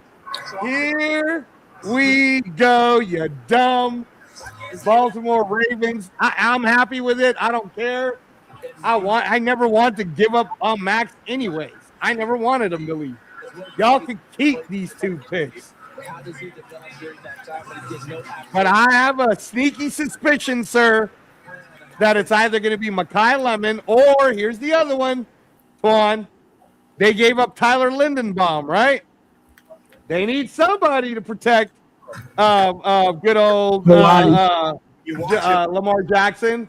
So it could be Ione right here. It could be Ione. I like this for Ty Simpson. Not just because of the weapons that he'll be around, but just because of McVay being a really good play caller. Yep. I think he really is good, man. Like Ty Simpson is closer to like a Brock Purdy, right? He is good. He knows how to run a pro offense. But more importantly, Matthew Stafford's not going anywhere. Yeah. Even Kurt Warner was talking about Ty Simpson, was like, hey, you know, as much as people are on Mendoza's, on the Mendoza bus, Ty Simpson, he made some NFL throws, you know what I'm saying, in the college, on the college level. There's some things definitely he has to work on, but there's something, he was telling him like, hey, there's something there with Ty Simpson. Don't think that Ty Simpson is just whatever. Let me drink it. Stage of the draft, I wouldn't be here for him. But, hold on, babe. He helped me along the way and everything possible, from sitting in meetings to quarterback drills. Shout out UT Martin and everything they've done for me as well. Now you're going to play in an offense with the Rams. It's similar to the offense that you ran at Alabama. What are you most excited about in learning from Sean McVay and quarterback Matthew Stafford? Yeah, I mean, 2 of the greatest minds in offense, especially with Coach McVay and the quarterback offensive standpoint, and then Matthew is one of the greatest of all time. So I'm looking forward to it. Congratulations, Ty. Thank you. All right, guys. Well, we know Les Snead liked Ty Simpson. He turned Sean McVay onto Ty Simpson a long time ago. And Sean started watching this film and fell in love. Baltimore's pick is in. Those throws that DJ was showing you, and he decided that he needed to go have a conversation with Matt Stafford. That conversation happened today, and Matt Stafford was told that Ty Simpson will be here and Matt can play for as long as he wants. So Ty's just there for whenever Matt wants to step away. This is not anything imminent, but that conversation has taken place. It happened today, so Matt was aware that this pick was going to happen tonight. Thank you, Joe Clark. So the boo was, in fact, expected, not for the Ty Simpson pick or your information. The Ravens are on the clock in Pittsburgh, and they don't like that. No, they don't like this at all. They don't like this. There's a reaction for Cleveland. Wait till now. All right, this is going down the pipe. It's the first pick of the Jesse Minter administration. Take it away, Commissioner. Boo! Boo! In the 2026 NFL Draft, the Baltimore Ravens select Olai Bavenga, Ioane, guard, Penn State. Well, how about that pick? Hey, man, we're going to Baltimore. Superb Penn State Nittany Lion. Venga Ioane is going to the offensive line in Baltimore. They go ahead and bolster protection for Lamar, and this guy is going to have Derrick Henry running behind him. Yeah, Tyler Linderbaum's gone. He's now a Raider, so they replace him with a guard who can do a lot of the things Linderbaum does, just a bigger, more powerful version. Reminded me of Brandon Scherf when he was coming out of college, just big and powerful. He's a tone setter. You want to watch guys get thrown to the ground, you're going to enjoy watching his tape. He does not stop, and once he gets his hands on you, it's not going to end well. Again, drive and finish. Look at the ability. He's always doing it. It's game after game after game. One of the more consistent players in the entire class. You can move him. They use him out in space. A lot of these creative formations that they utilize, CD. You can see him just clean people up. New coach, but an organization that knows who they are and lives up to who they are. Ioane is exactly what the Ravens like. So Bucks, Jets, Lions, and Vikings. They are next. I'm doing these things for the show because I want to feel like I'm a partner to the show, right? If these motherfuckers act like. Yes, sir. Yes, sir. Shout out to everybody. Make sure you hit that like button.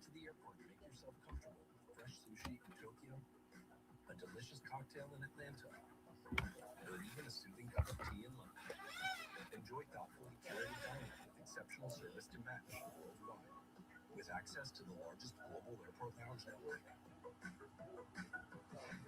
There's nothing like Platinum, official payments partner of the NFL. Your to-do list? Done by us. Introducing Home Care Plus subscription for $99 a year. Members get more at low. Confidence isn't given, it's built. One choice, one moment, one step at a time. How you feel is how you play. It starts. Yes, sir. We are in the building doing this NFL draft. You know what I'm saying? 1 through 32.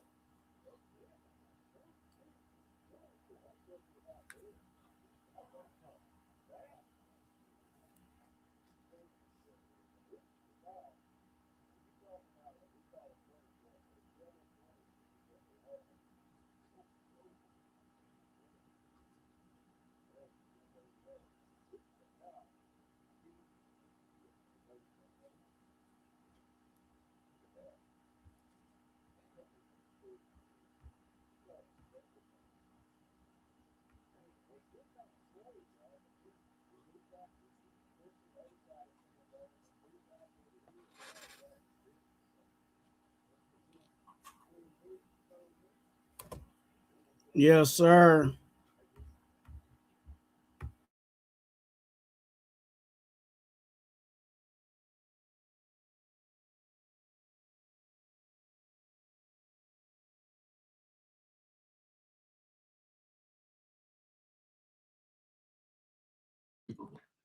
Yep, Twuan. So yeah, they can keep that. What did I tell you? Ioane, he's a good guard. But you guys gave us back Max Crosby for a guard? Y'all could keep that. Y'all could keep that. That's fine with me. I never want to let Max go anyway. So, but I told you it'd be the guard. How am I doing so far, Twuan? Didn't I tell you? I told you, bro. I told you. I can't say his first name. Oliviagiai Ioane, I think. But guard Penn State. Hey, man, y'all lost Tyler Linderbaum, and that's how you replace the O-line? Good luck. Good luck. Ruben Bain is still on the board. Mekhi Lemon is still out there. Sadiq's out there. Yeah, no, this is the Mekhi Lemon pick right here because they gave away Mike Evans. So imagine Mekhi Lemon partnered with what's the guy's name? Help me out, Twuan, the other wide receiver for Tampa. I use them for fantasy. Come on, man, you know what I'm talking about. It's Bucky Irving's the running back, and then the wide receiver is. Come on, man, the guy who can catch. Baker Mayfield's guy that he'd be throwing to a lot. You're killing me, Twan. Go look it up right now. Who's the wide receiver that was the rookie last year that's doing amazing for the Tampa Bay? Because they're going to partner up Mekhi Lemon with that kid. In the first round, 25th overall. San Diego State style. He sat 2 years and made 6 starts and Emeka Ibuka. Yes. So they're going to partner Egbuka with Mekhi Lemon. That's my guess right now. The pick is in. The pick is in, y'all. Number 15, Tampa Bay.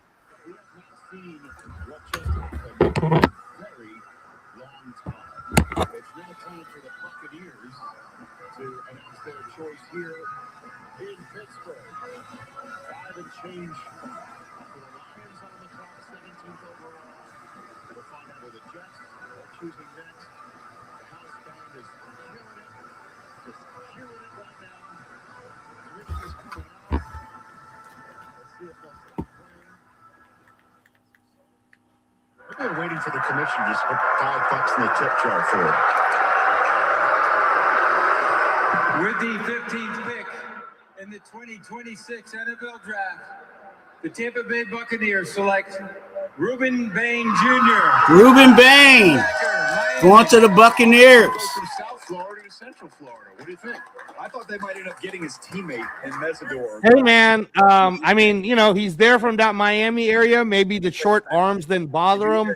Reuben Bain at one point was projected to be the number 2 overall pick. The fact that he dropped all the way to number 15 had a lot to do with he's got short arms. Can he really handle the big boys in the NFL? So yeah, man. I mean, we'll see. Tampa wanted to gamble. Me myself, I don't know. I mean, Egbuka, he lost Mike Evans. I don't know who their number 2 wide receiver is really going to be next year. Maybe they're banking on the second round to pick a wide receiver up.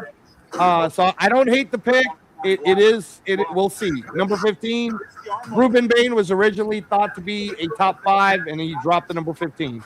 So, short, but CD, he's a leverage player. Yeah, I mean, maybe he'll have that chip on his shoulder, I think this is also BPA because I think Bain was a higher grade than Lemon. Yeah, no, that's what I was saying. He was originally projected to be in the top 5 for sure. And at one point he was number 2, but the short arms, man, the short arms, the combine, the whole bit. But Tampa's happy with it, so they went defense. 2019, the top most defense in Tampa Bay. He had 31.5-inch arms. Bain's at 30 and 7/8-inch arms. If you're going to go to a coach who understands. But yeah, no, all interesting stuff so far. I'm happy with the board, the way it's falling, and the only reason why is because there's so much talent that I thought this was going to get taken higher, and it's dropping, bro. So I'm just waiting for that opportune moment. Remember what I said. If it keeps dropping, look for that number 30th. Miami is totally willing to trade, as you just saw. They did it with the Cowboys. They were willing to take 2 number 5s. How many number 4s do we got? How many number 4s do we got? You see what I'm saying? We got 3 number 4s, bro. All right. I can see a whole, hey, we'll give you our number 36, our number 4, and our number 5, because I think we have 2 number 6s anyways, right? It could be something like that, a number 4 and a number 5. They could be, we're going to give you our number, to move up to number 30, we'll give you our number 4 and a number 6, right? It could be anyone along with number 36. It could be any combination of this, baby. But look for the Raiders to make a move back up in the first round. You're going to see a move. Looks like the Jets pick is in at number 16. I'm going to be right back. My mentality, I'm telling you, I can do anything I put my mind to because of my mindset. And I know when I get at this next level, it's on the popping. We believe you. Thanks. Thank you. On popping. He means business. You can see he's not terribly happy that he waited that long. But still, 15th overall to go to Tampa Bay Buccaneers is a great spot for him. The Jets are celebrating, and they have to be ecstatic if they're going to follow the game plan of taking their defensive player of choice, 2nd overall, and then taking whichever wide receiver might still be available. It's everybody not named Tate or Tyson. Yeah, Lemon and Cooper. Lemon and Cooper are the two names that jump out to me as guys that could get on the field and have an immediate impact. This feels like they're trying to build this thing up for their quarterback. I think that quarterback's coming in next year's draft with one of those 3 first-round picks, but they're trying to lay the See what the Jets do. This year's draft. I would also say if you just throw in pass catchers, Kimmy Sadiq starts entering the conversation at this point in the draft. He's an excellent tight end. So to everybody, make sure you guys hit that like button and subscribe to the channel. The Jets have a history of first-round tight ends. Well, Mason Taylor's there as well. You know, Jason's kid. Who's The Jets pick is in. on offense last year in an otherwise dreary campaign. But here comes the commissioner with the second first-round pick of the Jets tonight. With the 16th pick in the 2026 NFL Draft, the New York Jets select Kenyon Sadiq. There you go, Joe. Kenyon Sadiq, tight end. Going to the Jets. Can go get it on the outside. You know, that 40 he ran at the combine, DJ, blew everybody away. One of the fastest tight ends that we've seen in history at the combine. But he's not just a flex player. I was more impressed with what he did at the line of scrimmage. You don't get the nickname Sadiq the Freak for being slow. He is a very twitched up, explosive athlete. How about my comparison, Jets fans? I don't know if they're going to like it or not, but he reminded me of Dustin Keller when I watched him. He was undersized, was real physical and tough, and could absolutely run. Here he is after the catch. You better bring your legs when you go to tackle him, or you're not going to get him on the ground. Here he is again, showing you the ability, the athleticism to hurdle down the field. After the catch, he's going to make so many things happen. And you think about Garrett Wilson taking coverage away, he's going to have room to operate. Yeah, that's a talented tight end, Kenyon Sadiq. First tight end off the board. He does run his feet, and I don't think the Jets fans are going to like the Dustin Keller would because of what happened there. I thought about Eric Ebron as well with that body type. So the Jets fans are happy. Maybe this is a message to the quarterback in Oregon saying, hey, you sure you don't want to play for us? You know, maybe next year. We just took your tight end. Rich advocate to 27. Rich advocate for a supplemental draft. Sometimes messages get sent is all I'm saying. Yeah, Sadiq is in the building. Going to the Jets. Still to come on a wild first half of a first round here in Pittsburgh. After the expected came a ton of unexpected.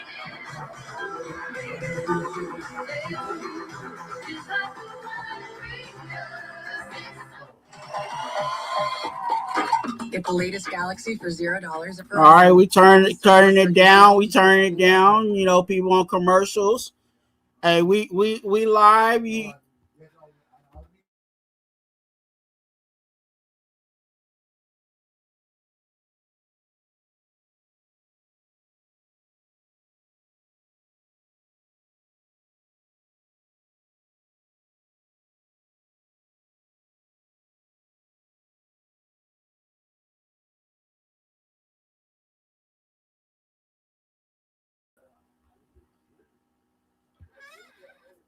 Yeah, hey, Sadiq is a good player. They you know, he was holding it down for Dante over in Oregon. One of the required guys over there.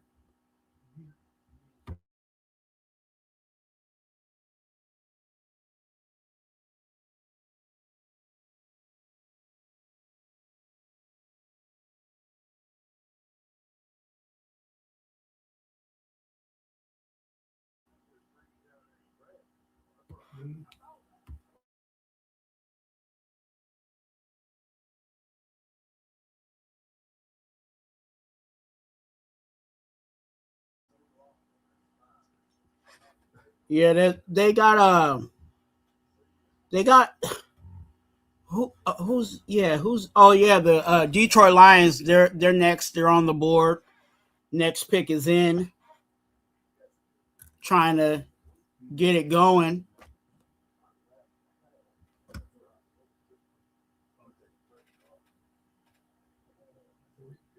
Well,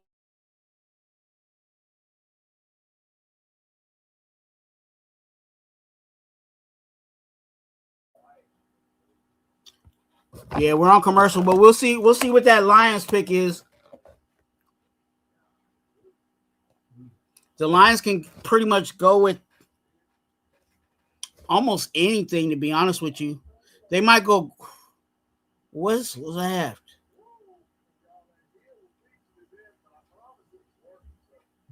I don't know. I want to say Lemon might go here, but they could also go defense, like a corner or something.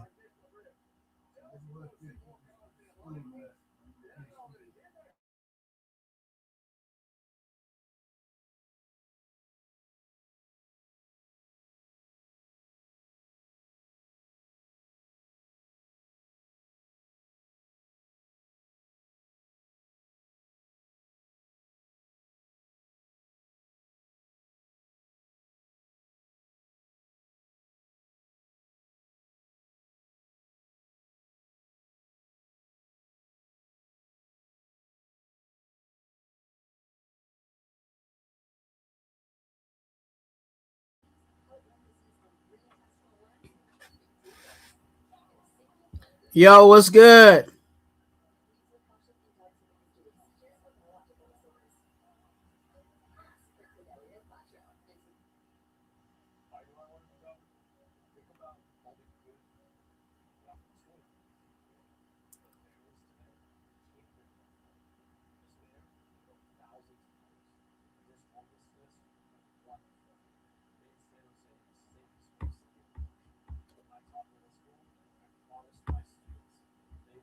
Hey, appreciate you, fam.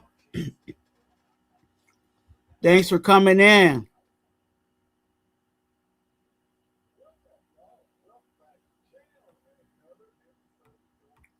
Appreciate you. Hey, we the Lion selection is in. Community of wish makers taking action to support Make-A-Wish during They got a Make-A-Wish person up there. You all have the opportunity to help grant an unforgettable wish. I'm joined here by Easton. I think that's cool that they do that. You know what I'm saying? Some of these kids, you know, they got struggles and things like that. But definitely he's coming up here to make the pick for the Detroit Lions. I'd like to ask all of you to join me in cheering on Easton as he makes his wish come true. I'll tell you guys something after the pick.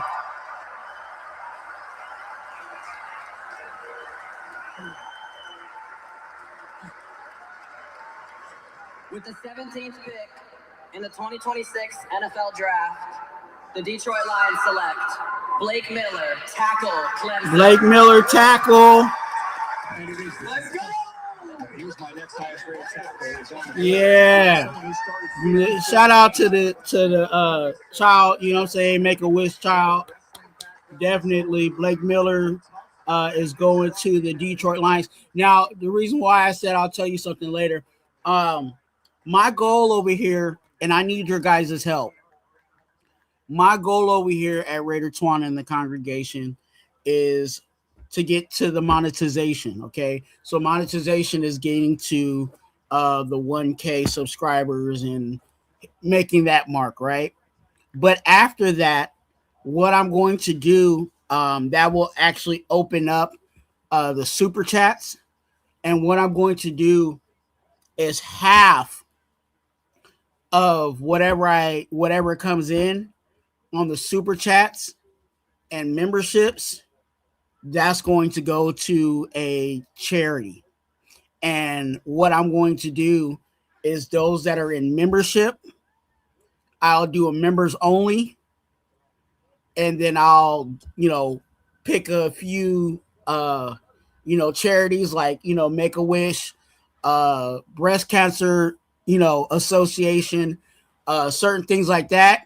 And then the members will vote on where that money goes.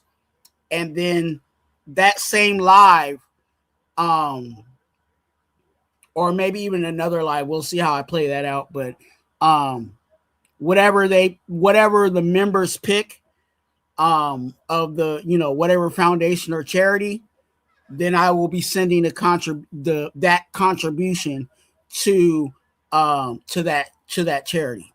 So, for an example, if you send me, or if you do a $10 membership, right, $5 of that $10 will go to charity every month.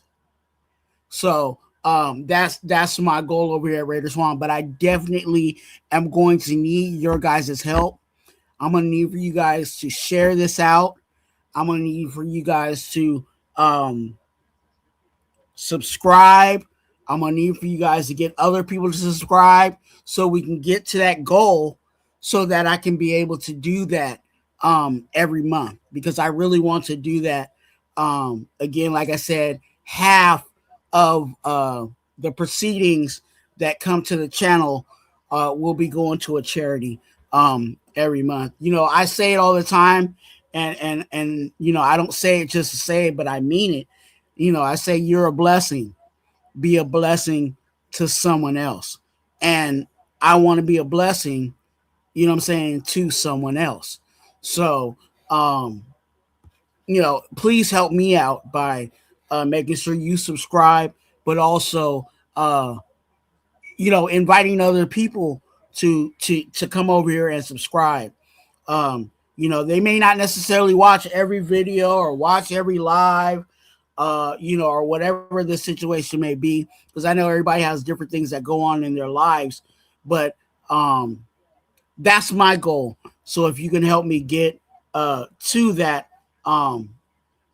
definitely would be a blessing to me, and obviously it'd be a blessing to everyone else involved.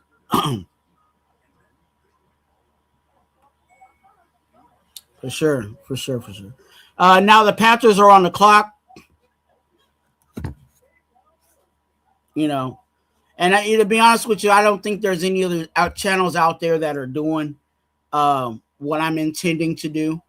Um, you know, and there's a lot of different things that I do over here, and I appreciate you guys for allowing me to be me. Even in that. So, yeah, definitely.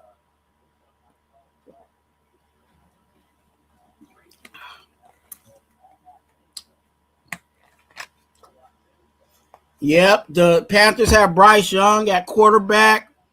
They got a lot of good young talent over there. They got Trayvon Merrick over there. Hunter Renfro still over there. There's a lot of good players on the board left. Let me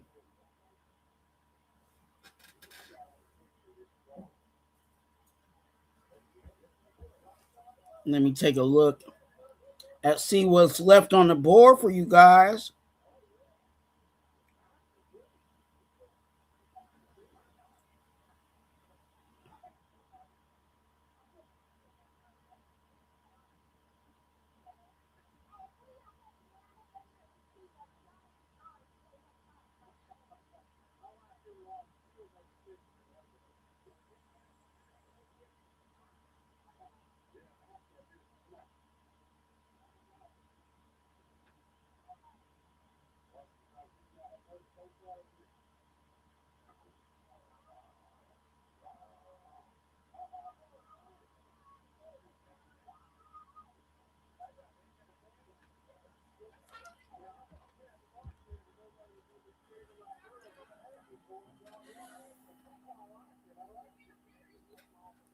Kyle Lemon is still out there on the board. We'll see if he goes here. It's interesting. It seems like every year is one player that takes a slide, and definitely there's been a few players that slid, but Makai Lemon was definitely one of those players that took a little slide.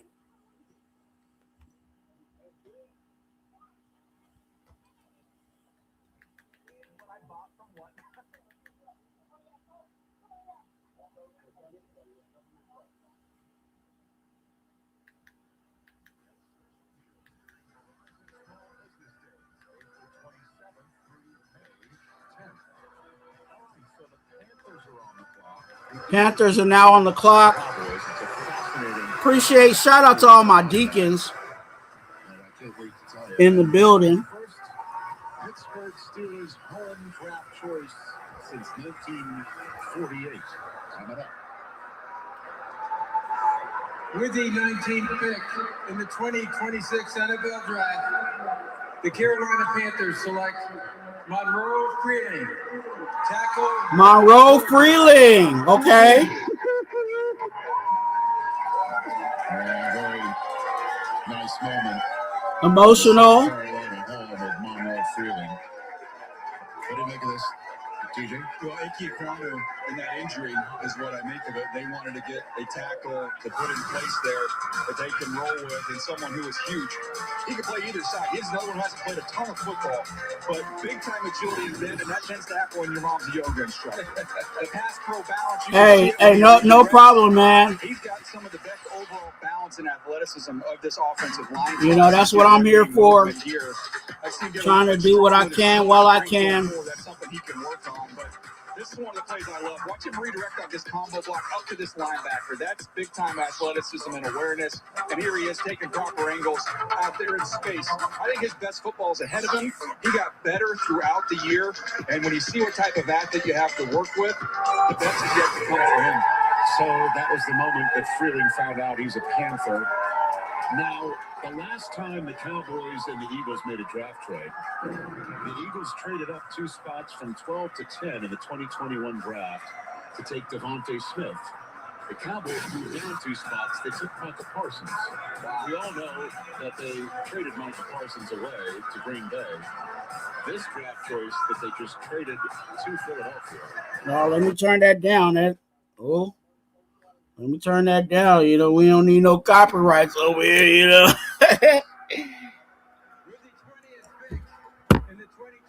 The Eagles are on the Philadelphia Eagles select Makai Lemon. They traded to get Makai Lemon.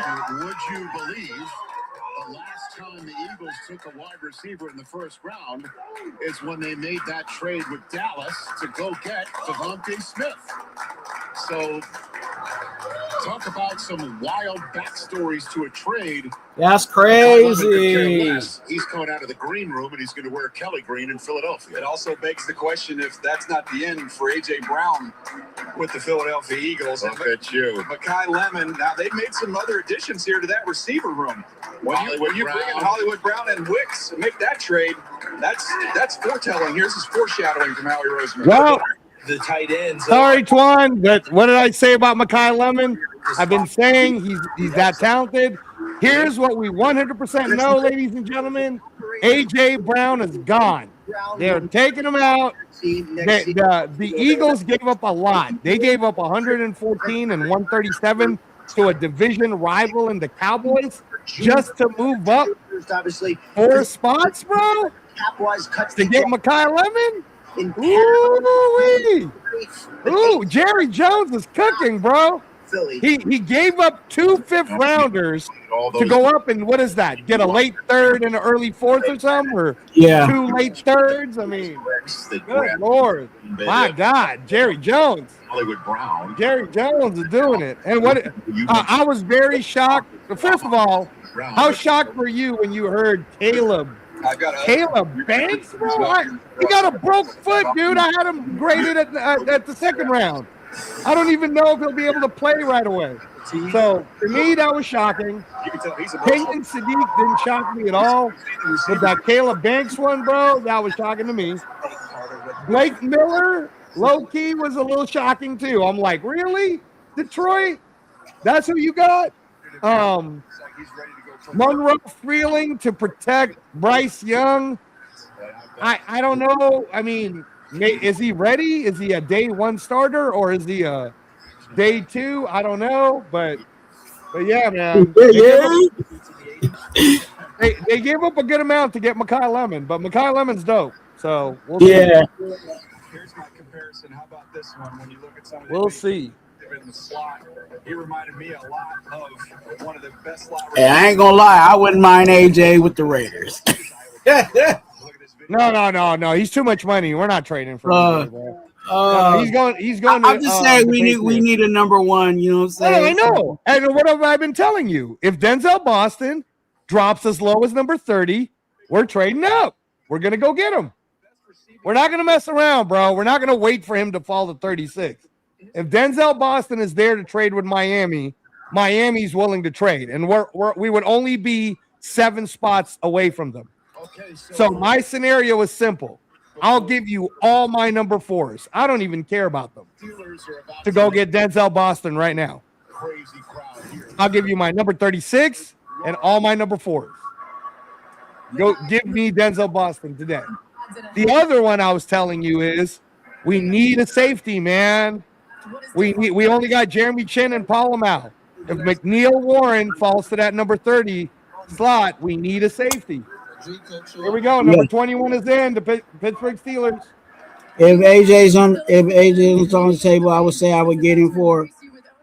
Yeah, you know. But yeah, there's some implications in regards to AJ, and you know, I think Spytek might be playing in the role of, you know, can we get something cheap? You know, I call it cheap labor. Obviously, getting someone on a rookie contract. I'm telling you, Twuan. Afakasi. Salute, bro. Salute. He can join us, Twuan. I don't know if Afakasi, you want me to give Afakasi the link? The link is in the chat, but I'll send it again just in case. Send it to Afakasi. Yeah. But yeah, number 21. But this draft's been crazy, man. Draft's been crazy, Afakasi. But I've been telling Twuan since the beginning, I think we're trading back up. I think we're trading up to Miami, bro. We're going to get either McNeil Warren or Denzel Boston right there. There you go. There he is. You asked it, and he delivered. Hello, gang. Happy draft day. Happy draft day, sir. Very happy so far. I bet the biggest news again for me is I was shocked that Caleb Banks with a broken foot went that high. Really surprised at the Blake Miller one. But bro, if McNeil Warren, because we need a safety, or Denzel Boston falls to number 30, my draft trade scenario that I believe Spytek would be willing to do, because we don't want to mess around. We don't want to mess around, Afakasi, is I'll give you our number 36 pick now, and at most, I'll give you all 3 of my 4th round picks. I don't care about the 4th round picks. Take them all. But if you give me a chance to have McNeil Warren from Toledo to be our safety right now, or Denzel Boston to be our X, I'm in. What do you think, Afakasi? I don't know. Oh, come on, bro. 3 number 4s. 3 number 4s is fair to move up. And our second. And our second. Well, no, but we have to give that up because we're doing a swap. Yeah, that's what I'm saying. So our second and all our 4s. 36.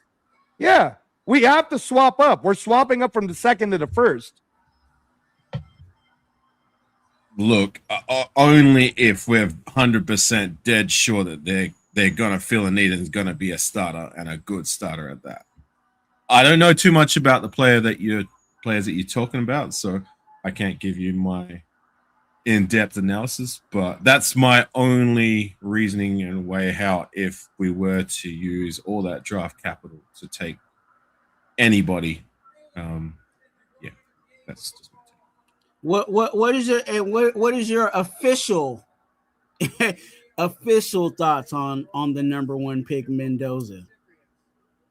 Well, look, it was a foregone conclusion. I mean, you know, it was always going to be the pick. I mean, the talks about trading the pick to me was all absurd, you know. So, just yeah. I mean, I'm happy, of course, but the job's just begun. It's not done by any stretch of the imagination. So. You know, it doesn't stop with drafting Mendoza. We need to find 2-3 other guys that can help change the trajectory of this franchise, right? Yes, sir.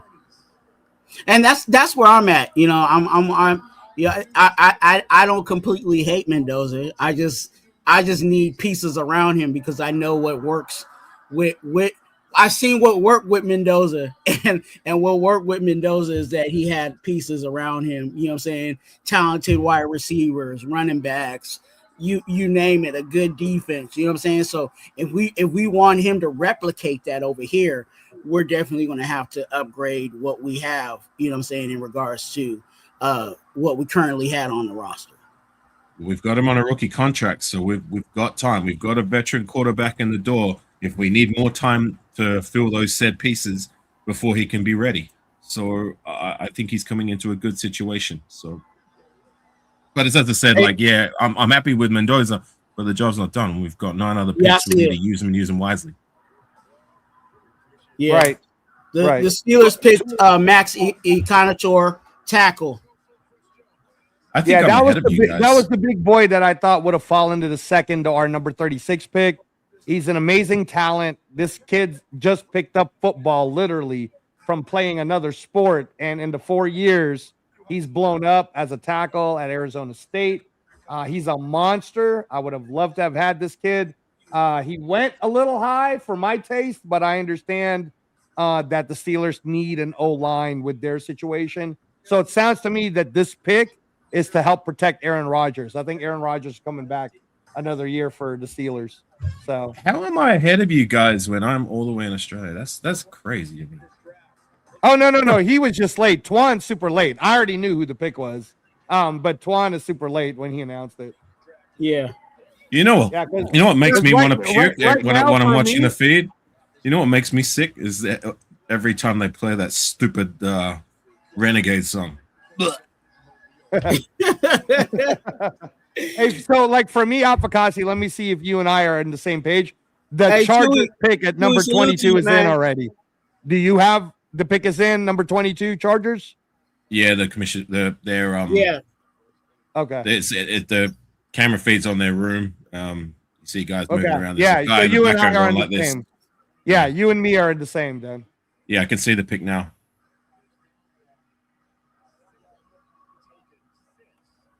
Yeah, Chewy, good to see you, man. Appreciate you stopping by, man. You already know. Hey, Alfakasi, so the Chargers, man. A lot of the O-lines already went, so I don't see this as an O-line pick. This could be a defensive pick. My best guess is going to be somebody like TJ Parker. You know, somebody who's like a nasty edge. Because, you know, that's what the Chargers are going to do. They're going to try to get – I think TJ Parker might be the pick here at 22. A little high, but we'll see. I was going to say this. Please don't let it be McNeil Warren. Please don't let it be the safety. They already got Derwin, right?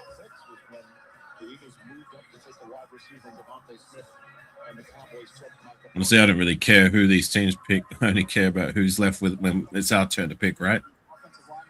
Yeah, no. The reason why I scout the other team is it's like scouting the opponent, right? So, for example, yeah. Look, I get it. I get it. Yeah. No, the chart, like for example, the Chiefs, bro. I don't know why they moved up that much to get Monsieur Delaney, but I don't care. That's fine with me. You guys want to give up picks for that guy? Go ahead. I don't care. I don't think he was that good at LSU. Not number 6 good. He's not Charles Woodson, but whatever. I don't care. So looks like they took the pick. Let me know, Twuan, when you have it. Good deals out there. With the 22nd pick in the 2026 NFL Draft, the Los Angeles Chargers select Akeem. You're way behind me. Linebacker, Miami. How about Akeem Mesidor? He was an outstanding player with Ruben Bain for the Hurricanes. I saw that announcement like a good 10, 15 seconds ago. He's going to join his teammate, Tuli Tuipulotu, who's 23 years old.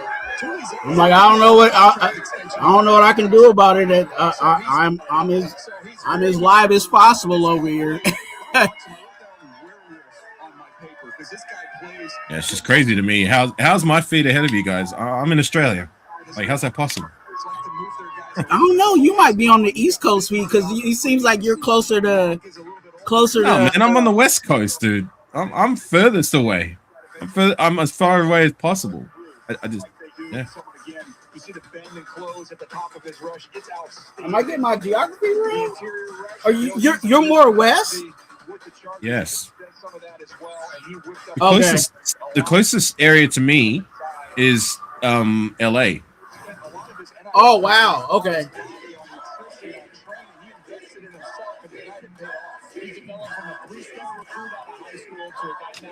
Yeah, they got Mesidor. They gotta replace Khalil Mack, right? Yeah, that's what I said. But check this out. Now I think the Cowboys are going to take TJ Parker because that's who I thought they would have taken. I knew they would go edge. I didn't think it'd be Mesidor though. I mean, haven't the Cowboys already chosen? Hasn't the Cowboys already picked, or are they? No. The Cowboys pick hasn't been chosen yet. For me, it says that there's 3 minutes and 30 seconds left until they make it. Are you worried about them taking a safety, Angela? They could take McNeil Warren. Didn't they take Caleb Downs? Oh, you're right. They did. Yes, they traded up to Miami to take Caleb Downs. So technically, unless they're trying to double up and go free safety, strong safety, this could be. I'm still thinking it's TJ Parker. TJ Parker, Clemson edge is who I'm thinking the Cowboys are going to. Yeah, I think they might go that way. Because who else? I mean, corner. What corner's still out there? Chris Johnson's still there. He's a guy that I've seen a lot of people talking about. That's in a reasonable range that we did visit and could be interested in. I'm just gonna have a look on the website. You're looking at corner. McCoy, Terrell, Colton Hood, and Chris Johnson. He top 4. Yeah, they might go corner. And who's that safety you wanted, Angela? Who did you say? I wanted McNeil Warren from Toledo. He's a badass, bro. That's other than Caleb Downs, that's the best safety. And I'm willing to trade to go up to number 30 with Miami to get that guy. Yeah, they've been having troubles with their corners. Tell me he's a center fielder. Yes. Safety. Okay. Yes. That's what we need. And he's a big kid. He hits hard. He's a Raider, man. But listen, so Afakasi, the whole thing with me is all we got right now is Jeremy Chin and Palomau. What are we doing? Like, we need somebody to, we need to fatten it up. What are we going to do? Get try out some other people that we can hope falls to the day 2, day 3. Like, let's go get someone. Let's go get a starter. Let's go get somebody. I don't mind that guy Halsey. He's a guy. If we wait, Halsey's great. Halsey's great. He would be possibly a little high for number 36. But what about round 3? Round 3, he would be a perfect pick. I also like Wheatley from Penn State, right? Like, but Afakasi, listen, on our current roster right now, here's my idea. Let's say we get McNeil Warren. Let's just pretend for 1 second that because Denzel Boston's gone, wide receiver Huskies, we get McNeil Warren at number 30 because we traded up. For our third pick, we could still get Zach Wheatley. And now we doubled up on 2 big boy safeties that are perfect for our style. We're going to need more than one safety. Because look at our. You want to double up back to back when we have other areas like defensive tackle and. Yeah, I know, man. But I just feel like no. I hear you though. I hear you. I just feel like the number 36 pick isn't worth giving up. My first guy that I really want is going to be Denzel Boston. Because if I'm being honest, I think McNeil Warren's getting taken in the next 3 picks. He's too good. But Denzel Boston, bro, he was maybe falling to number 33 anyways. And I'm kind of like, why let somebody steal an X receiver from us? I watched this guy play personally because I got to go to Washington to watch the opener. This kid is a beast, man. He's a monster. Wait, Cowboys making a pick, Twuan. Yeah, the frustration with Angelo is that Angelo's saying pretty much what I've been telling people is that the second, third round, that's when some of this real, like, we can get starter, you know what I'm saying, quality guys right there. And if we can be able to kind of maybe double dip or trade back and get something, you know what I'm saying, to stay in that area, I think it might work out. Right. Wow. Malachi Lawrence. So two defenders. That's pretty much what everybody thought the Cowboys would call. Malachi Lawrence, defensive edge. 6'4", 3/8", 253. You know, I'm looking at NFLDraft.com, their draft tracker, and it's got the Browns on the clock, and it says their number one need is still quarterback, even though they took 2 last year. Huh. Shows what they think of Shador. Well, NFL.com anyway. Well, yeah, that's what I've been seeing that too. So I was correct that they were going to take an edge. I'm very surprised that TJ Parker is dropping. That's why I told you, Twuan, that Peter Woods would drop too. Them 2 Clemson boys are dropping.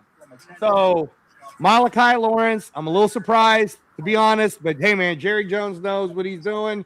I knew they would want to get an edge to pair with Quinnen Williams.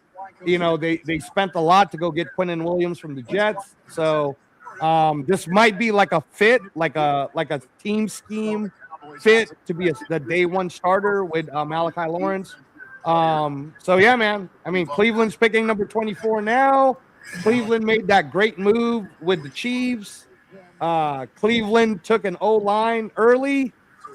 This could be safety. Who's the hey Alfakasi, since you have it in front of your screen, who's the best available corner right now? Cornerback. Give me 2 seconds and I'll tell you. I just told you before, didn't? Yeah, I missed it. You want him? You want him again? What do Yeah, you mean you missed please. it? You were right there. No, I know I missed it, man, because you know I'm like That's all right. texting I people. get you. Yeah, I'm sorry, Alfakasi. I'm sorry. You just don't want to listen. Fine. Why do I bother? All right, I'll humor you. It's Jamard McCoy, Avion Terrell, Colton Hood, and Chris Johnson. That's your top 4. Okay. Chris Johnson's the only one that I've knowingly seen some tape of, and I like him. You like him? Okay. McCoy was supposed to be the number 1 corner, but he has injury concerns. So yeah, we'll see who believes in, you know what I'm saying, who's willing to take that, injury concern for obviously the talent. Right. Who's the top available for Cleveland at number 24? Who's the top available center, Alfakasi? There's no center that came out. No. There's a center that's like a high grade center. I saw one that was like a second round. Connor Lou? What's his name? Connor Lou from Auburn. Connor Lou and Sam Heck are your 2. Sam Heck. Okay, hosts. Sam Heck. All right. I was just thinking, like, what does Cleveland need, right? Like, what would Cleveland want to do here? They need O-line. They need O-line for sure. But didn't they pick O-line already? They did. They remember I told you they took Spencer Fano. That he was the first one. Yeah. And then after that was Francis Maui Noah. They really need some weapons over there. I'm tired of seeing Shador. What's his name again? Don't say that, man. They're gonna take Denzel Boston if you say weapons, bro. Don't say that. Or Amari Cooper. I mean, I said. That's true. Cooper. Hey, man, that's fine. They could take Cooper. Who was that offensive tackle that the Giants took again, Angela? Oh, it was Francis Maui Noah. Samoa. Francis Maui Noah. You know I rock with the Samoans, Alfakasi. I just wanted to hear you say the name. I just wanted to hear you say the name. I know a lot of people butcher Islander names. You did all right. Yeah. You did all right. You know what I'm having a hard time with is the first name of Ioane from Penn State. Olivia. Well, I'll see what. So the guy from the Giants' name is Francis Mauigoa, and the next guy, who is he been drafted yet or not? Yeah, Ioane. Yeah, Ioane. Ioane. Ioane. Okay. So how do you pronounce the first name? Ioane. Well, what's the long one though? Because they have the Which one? Yeah, Ioane, but he has Ioane. a first name. Olivigaye. Has he been taken yet, or is he still on? Yeah, he's already been taken. He was taken. Where did he go? I'm trying to look for him. I can't see him. He is. He was early. See? Number. I want to say like number 15 or something. I don't see him. Are you sure? Yeah, he is totally taken. I don't. I mean, the only. Hey, they did go wide receiver, Twuan, but it wasn't our guy. So thank you very much. Wait, they haven't said it yet over here, but.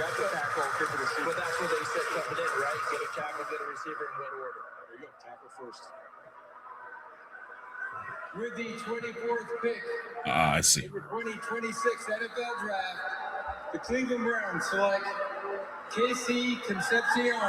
Oh, wow. Concepcion. Okay. He's good, bro. I had him as a round 2 grade, though. But his yak is awesome. I see the name you're talking about. I'll how do you say pronounce that when first Twan's name? finished. The Baltimore Ravens one pick. Do you want me to say it, or do you want to talk about? Go ahead. Okay. Go ahead. Just let me read it. So, Alive Avenga Ioane. Okay.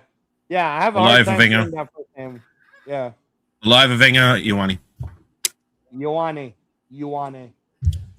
Ioane or Ioane. Yeah, Ioane. Alive Avenga Ioane. Yeah, that's why I was saying to Twuan is I was like, y'all gave us back Max Crosby for that. You keep him. I never wanted Max to leave in the first place. So, and they actually gonna move that tackle to a guard. No, he's a guard. Ioane is a guard from Penn State. He's a guard. He played guard. Who was the one that I said they were gonna move to tackle?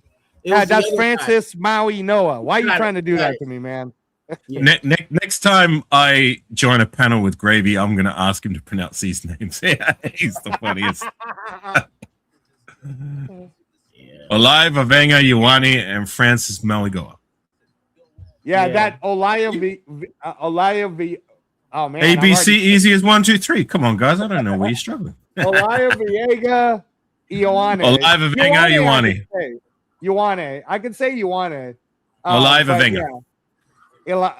Just think when you think Alive Avenga, just think you know Scarface. Ravenga from a friend you fuck.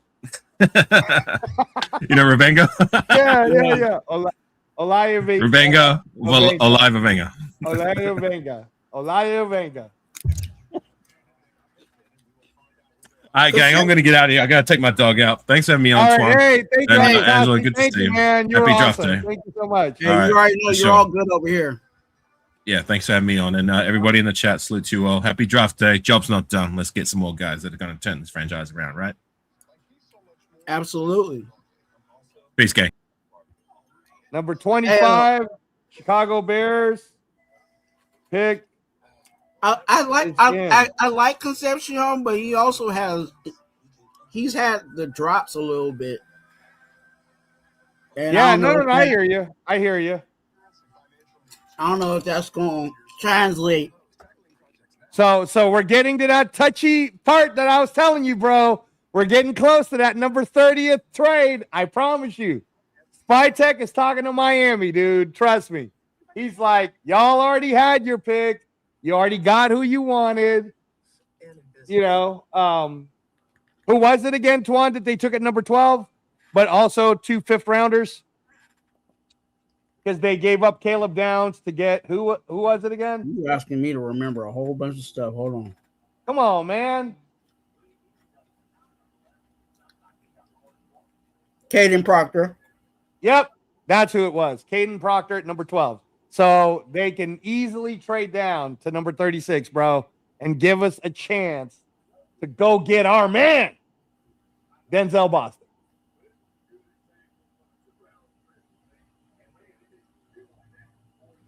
Oh, I need an update. I thought Chewy was coming, bro.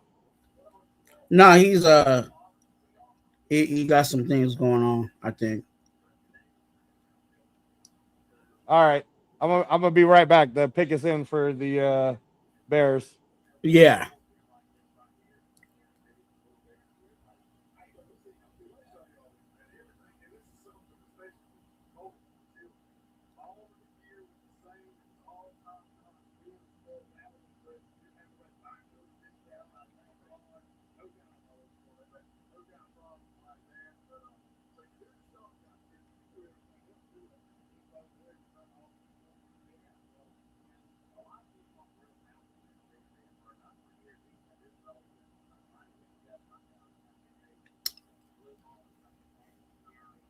Hey, salute to everybody in the chat. Make sure you guys hit that like button.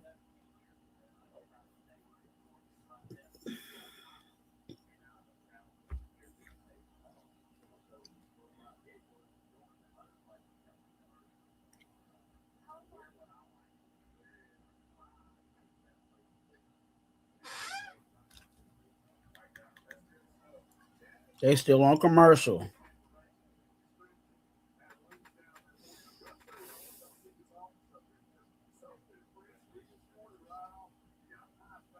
Yeah, they might go. Hey, to be honest with you, I think the Bears, they might go corner.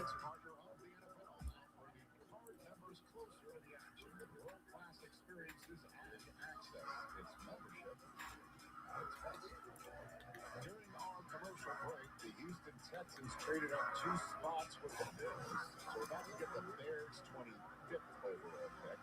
The Bills were 26th, traded down to 28. Houston trades up from 28 to 26.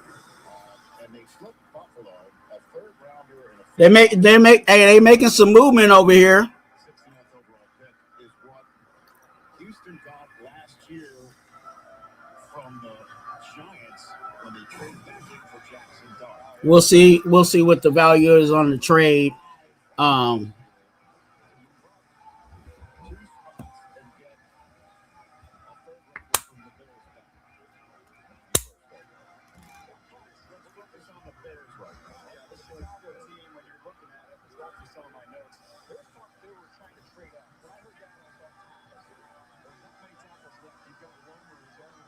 Yes, sir. Hey, thank you guys for definitely rocking with us. Make sure you double tap that screen.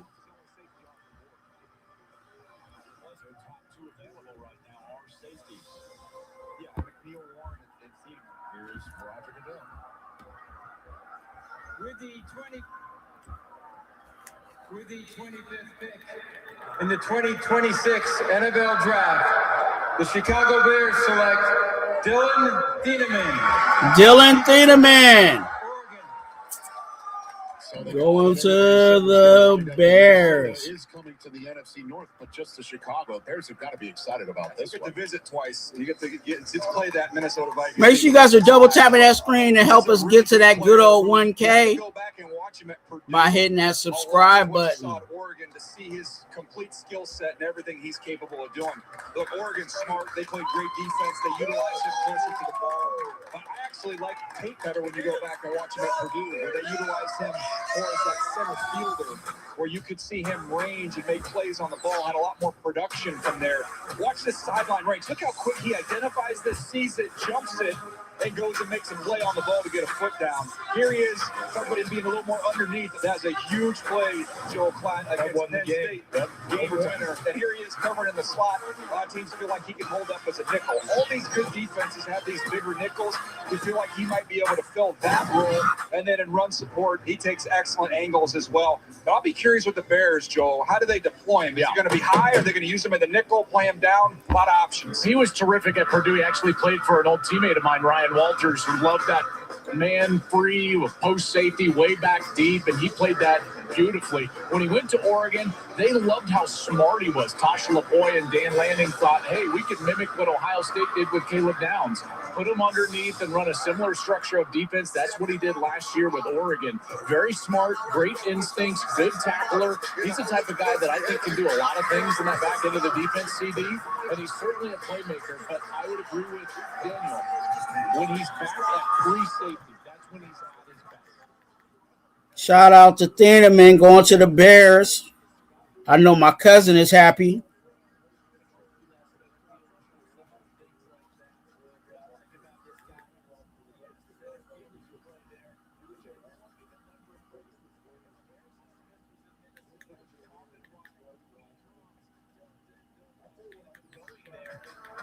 I told Harrison Smith the fixer. You needed something fixed, especially during a time in Minnesota where they needed him in multiple spots. I think Thieneman does the same thing, although I think you're right, Joel. His range back in the middle is the best part.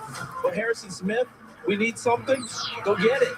Right now. Go get it. And that's what he did for so long in Minnesota. Whether it's on the back end, near the line of scrimmage, as a tackler, as a blitzer, Thieneman can do all those things as well. I just love his instincts for the football. Miami just traded up from 30 to 27. The Niners traded back down, so Miami's on the clock, 27th overall. Houston, which just traded up from 28 to 26, their pick is in. We're waiting on that. As Dylan Thieneman is making his way to Laura Rutledge out on the stage. The latest Chicago Bear introduced here at the draft. Dylan, you're a Chicago Bear. What stands out most to you about your journey to becoming a first-round draft pick? Never knew what kind of path I was going to take. I mean, it started at Purdue, ended at Oregon, but just extremely thankful to everyone that's been with me throughout the way and the journey I've gone on. You grew up idolizing his safety and studying him a ton that people here know well in Troy Polamalu. What traits do you bring to the table that can make you the next best one for the Bears? I think I'm very versatile, and I'm able to use my speed and play recognition to play fast and play aggressive. All right, congratulations. Thank you. And the best available presented by American Express, Daniel. We have a beautiful city all lit up, man. Trade. Houston is on the clock. We're looking at three bridges, and we got three names at the top. Emmanuel McNeil Warren. Pick is in. Wide receiver out of IU. And then McCoy is a wild card. I mean, if he's fully got a clean bill of health, fully healthy, he's not on the board right now, CD. Yeah, absolutely. And the nearest bridge to us, that's the Roberto Pavete Bridge. I've walked all three since I've been here. That's awesome, isn't it? It's a neat walking city. The one next to that is the Andy Warhol Bridge. I just found the Pirates were in town. I would love to. I went in the park today, though, Rich. I got into the yard. That's great. The Houston Texans' first choice tonight. They've signed Willie Anderson to a massive deal. Let's see what they do now. With the 26th pick in the 2026 NFL Draft, the Houston Texans select Keelan Rutledge, guard. Wow. He went up. They went up high on Keelan Rutledge. So we're singing the same song here because of how this dude finishes. Just watch the strain to finish. That's a scouting term we like to throw out there. I just want to show that aspect of this guy's game. You see the size, you see his ability to anchor, all those things. Let's just watch this dude finish. Look at him just keep going, driving. We're 20 yards down the field. We're not stopping until you're on your back, and that's what he does. And it's every single time you get to watch him. These are all finishes. You want to set a tone with your offensive line, this guy is going to be very popular with his running backs because of what he does in the run game. Brent Key, very tough coach, right? Down at Georgia Tech, said this guy is the toughest player he's ever coached. Keelan Rutledge. Okay, so the Dolphins are on. The Bills are next. Chiefs and Niners.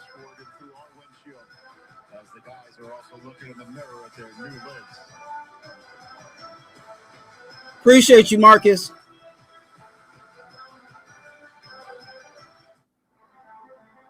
You've always been ahead of the game. Excellence. Yes, sir. Hey, Marcus, you what else do you think the Titans need? I know they aren't on the clock, but what do you think the Titans need?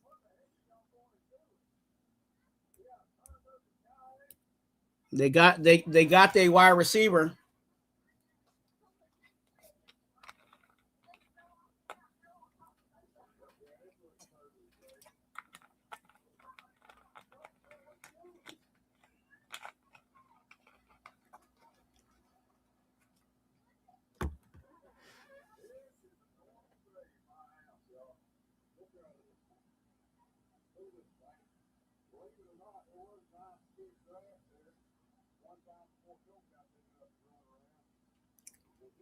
What are they gonna get next?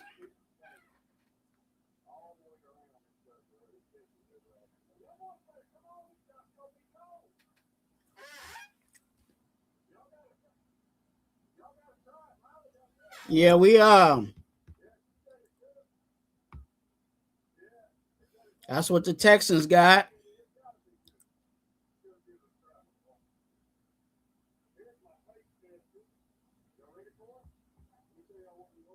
Stay tuned. We're gonna be at day 2 tomorrow. Make sure you guys hit that notification bell, because I will be hopefully collabing with some other people tomorrow, and we'll be going at it then.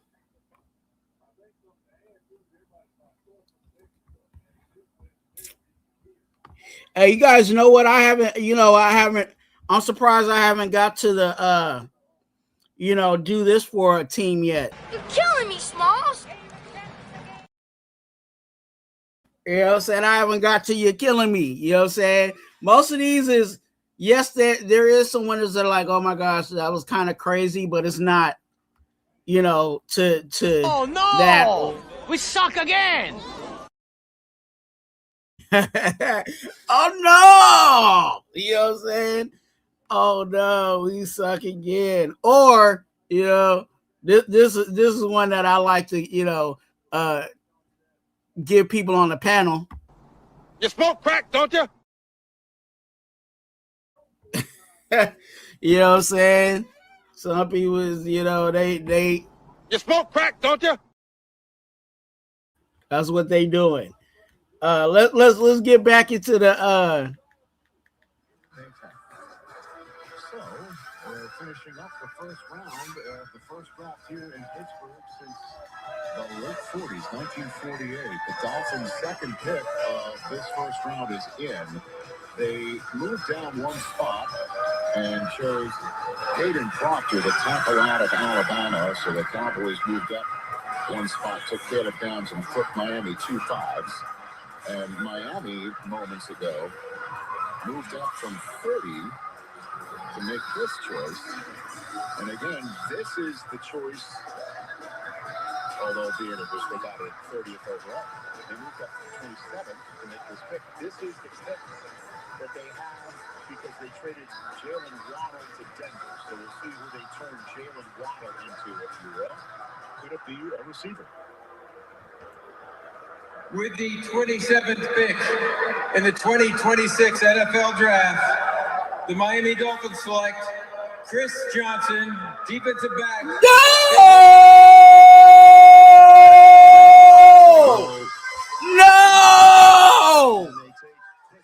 That was one that the Raiders wanted.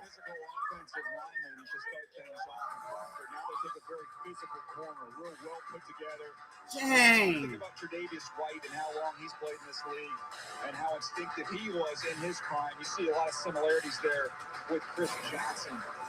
The ball skills are excellent. He can find and play the football, and he's not a knock-it-away corner. He's someone who's going to catch it and take it the other way, as he did on this pick 6 when they blew the doors off the Cal Bears. Sorry, Mike Silver. Physical presence when he's coming in. They're going to love that, and that defense, Coach Hafley's going to appreciate it. This Senior Bowl where we were there, thought it was a little bit up and down, CD. But Killing me, Smalls. You're killing me, Dolphins! You're killing me! Going to be able to force the run. Some people think he even plays safety. Dang. There's Dan Marino in the back there. There goes the top. There goes another top 30. Top 30 gone. Pittsburgh Steelers get on the phone with Makai Lemon, planning to select him next at 21. Except what they didn't know is the Eagles had actually traded up over them. We're trying to get in touch with Lemon, but he wasn't answering because he was already on the phone with the Steelers. In the end, the Eagles do the trade. They get Makai Lemon, and the Steelers grab a tackle right at. Wow. So for 19 picks, he's on his phone just trying to pass the time. And then he's on the phone with the Eagles and the Steelers. It's not opposed to Steelers. With the Steelers and the Eagles couldn't get hold of them, but the call of a lifetime is what the Eagles are tweeting out right now. What happened to the party line, Rich? Said he could have got the call. I guess he could have got it back in the old days. So his phone's not ringing, and all of a sudden it's just like he's looking down like, how many people are blowing me up from the Commonwealth here? Hey, can you hold on for a second? I got another call. Good to talk with you. Oh, you got the call from the Eagles, and that's the one that matters because they made the trade with the Cowboys of all teams.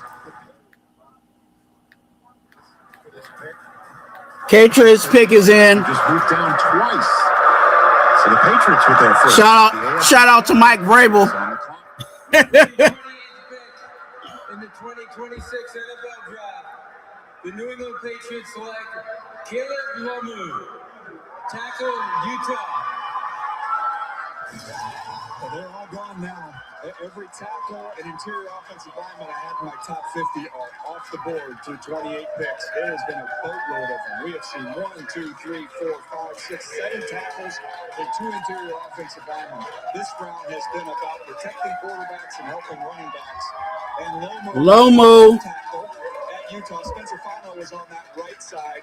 The Patriots, this is going to be fascinating now. As you go over to the right side, yes, but also could be some insurance there. We'll see what happens with Will Campbell going forward as well. But those will be the 2 tackles for them in the future.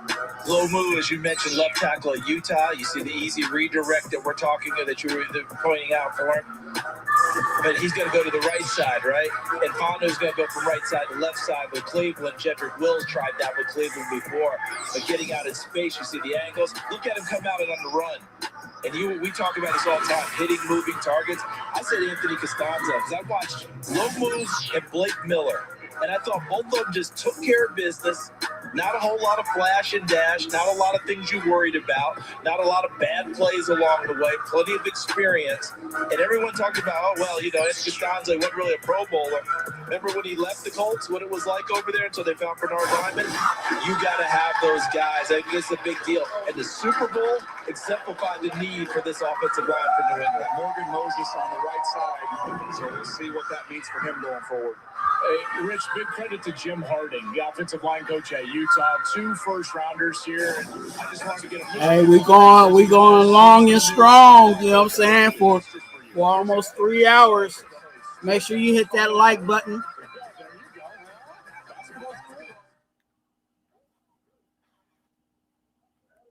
Kansas City 49ers, Bills are coming up.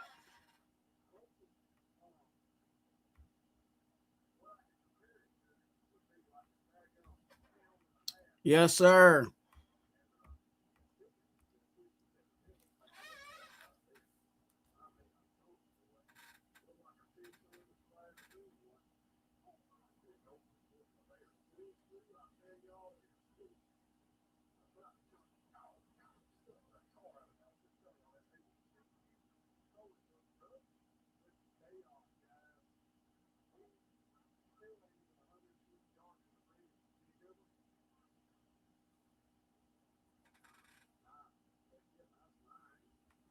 Yes, sir.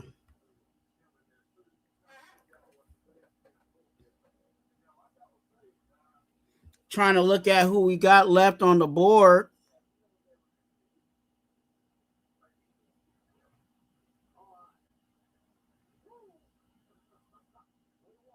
Keldrick Crock, McCoy, Peter Woods is still on the board.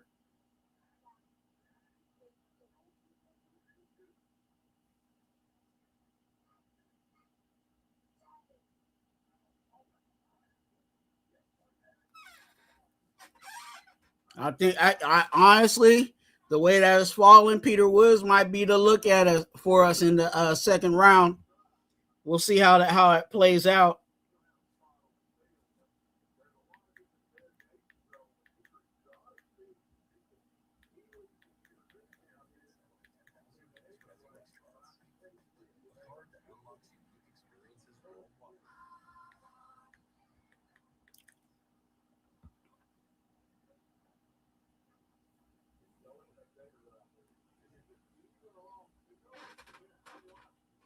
We'll see what these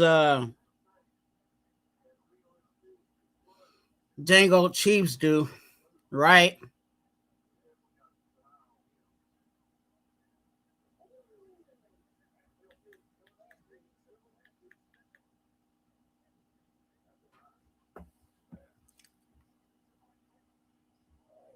Yeah, buddy. Hey,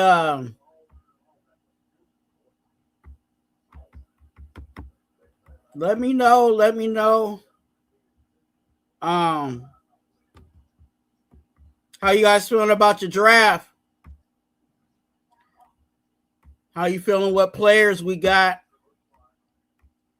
or players you got? Right? You know what I'm saying? You might be from a different team. Let me know how you feeling about who you got.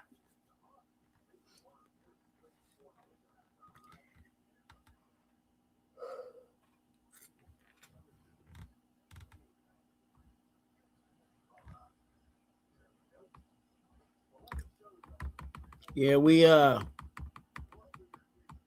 I'm excited about what we may do tomorrow.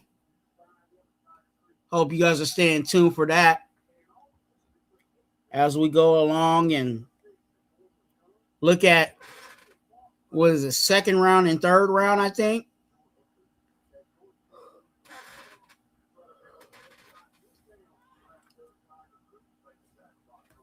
All right, we back. Pick is in for the Chiefs. Who sent this to Kansas City when the Rams. Oh, they playing music. The ins and the outs here, but here's the Chiefs' second pick of the night to go with Mansour Delay. With the 29th pick in the 2026 NFL Draft, the Kansas City Chiefs select Peter Woods. Oh, man. Peter Woods. This is a team in Kansas City last year defensively that was not good on third down. They were 29th in the league. They go out and get a corner to replace some of the guys they lost, including McDuffie, with their first pick in Delane. Now they come back with Woods, try and get some more of that pass rush. And he's never going to see a double team so long as Chris Jones is out there on the field for that front. The quickness is what you're buying here. Some of the comparisons were to Byron Murphy. I think Byron Murphy's a little stronger, stouter. But the similarity in that quickness, their ability to get up the field, he's got tons of range. You saw a little bit better version of him at 24 than you saw in 25. This is the stuff you want to see more of. He's got it to be able to stack and shed. Just want to see him be a little more consistent playing with that type of violence. But the pass rush, the ability to get up the field, that's what you're buying more so than the run defense. Run defense is going to be about penetration, but this is the athlete here. He carries a lot. Put him on offense and get him to rock. Dabo having some fun with him. And you knew he was confident he was going to score because there's predetermined celebrations there for the big man. I think he had 5 carries last year, Joel. One of them he actually got clocked in the backfield. Yes. Didn't get anywhere on it, but for the most part, I think overall, though, Joel, when you look at this, DJ made the point about Chris Jones and helping him out. There are other defensive. Peter Woods going to. Early in his career, his job, take care of Chris Jones. Later on, you might be able to get your own, but right now, take on some people, take on some blockers, and give Chris Jones some space. What I loved about him is that he played with tremendous effort in both. Peter Woods, Karlaftis, Jones. DJ, a couple of years ago, his better film. But what's the case with most of the players that comes in? They all took a little bit of a step back. The Jets made a trade. I think they traded with the Niners.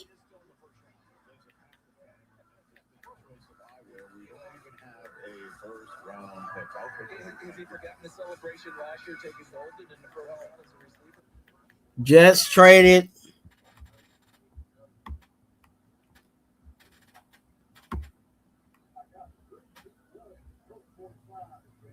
Peter Woods, defensive tackle,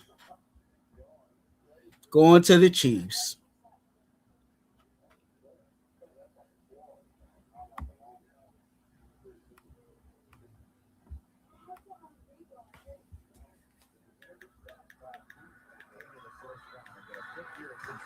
Control on a third player in this first round. They no longer hold the first pick. Now belongs to San Francisco. Nobody ties a bow like Rich Eisen. You were able to pull all this stuff. Prediction The Jets are making their selection, traded from the Niners. With the 30th pick in the 2026 NFL Draft, the New York Jets select Omar Cooper Jr., wide receiver. Omar Cooper Jr. is going to the Jets. Right? You were right. You had him taking him 16. Now they're taking him 30th. And there he goes, putting his jet hat on. He's going to New York. They just waited in this, and they got him on sale to get him there at the bottom of the first round. You got Sadiq, and now you've got Cooper. We talked about it, Joel. This is, again, building this foundation, building this apparatus for their quarterback of the future. We think that's coming next year. In the meantime, good night for Geno.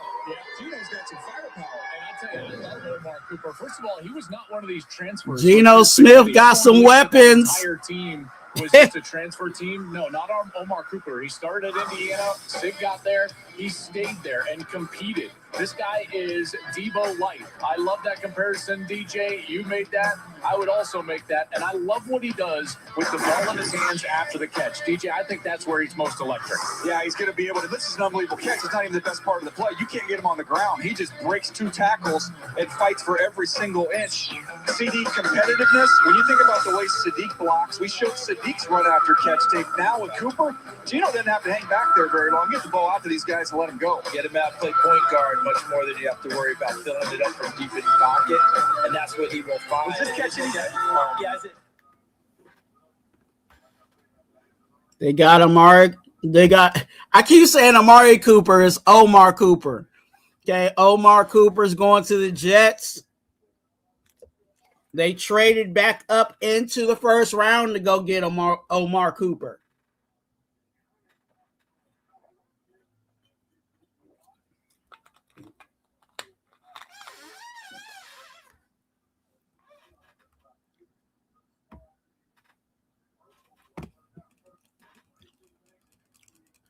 Titans make a trade. Hey, here we go. Here we go. Here we go, Marcus. Let me cue the Marcus, you know. They got fast. They got real fast. Cue the Marcus. You know what I'm saying? You're trying to imply that I hit it? Oh no, I see what you're Marcus, darling. saying. Hey, how you doing, Lady Eloise? I don't have any panties on. Lady Eloise, please. All right, Marcus, here we go. Titans back on the board with the pick in. They doubled up today. Let me know how you feeling, Marcus. We'll see you tomorrow night, as Jack Park famously said. The Titans have moved back in as the Bills have moved down 3 times in the last hour.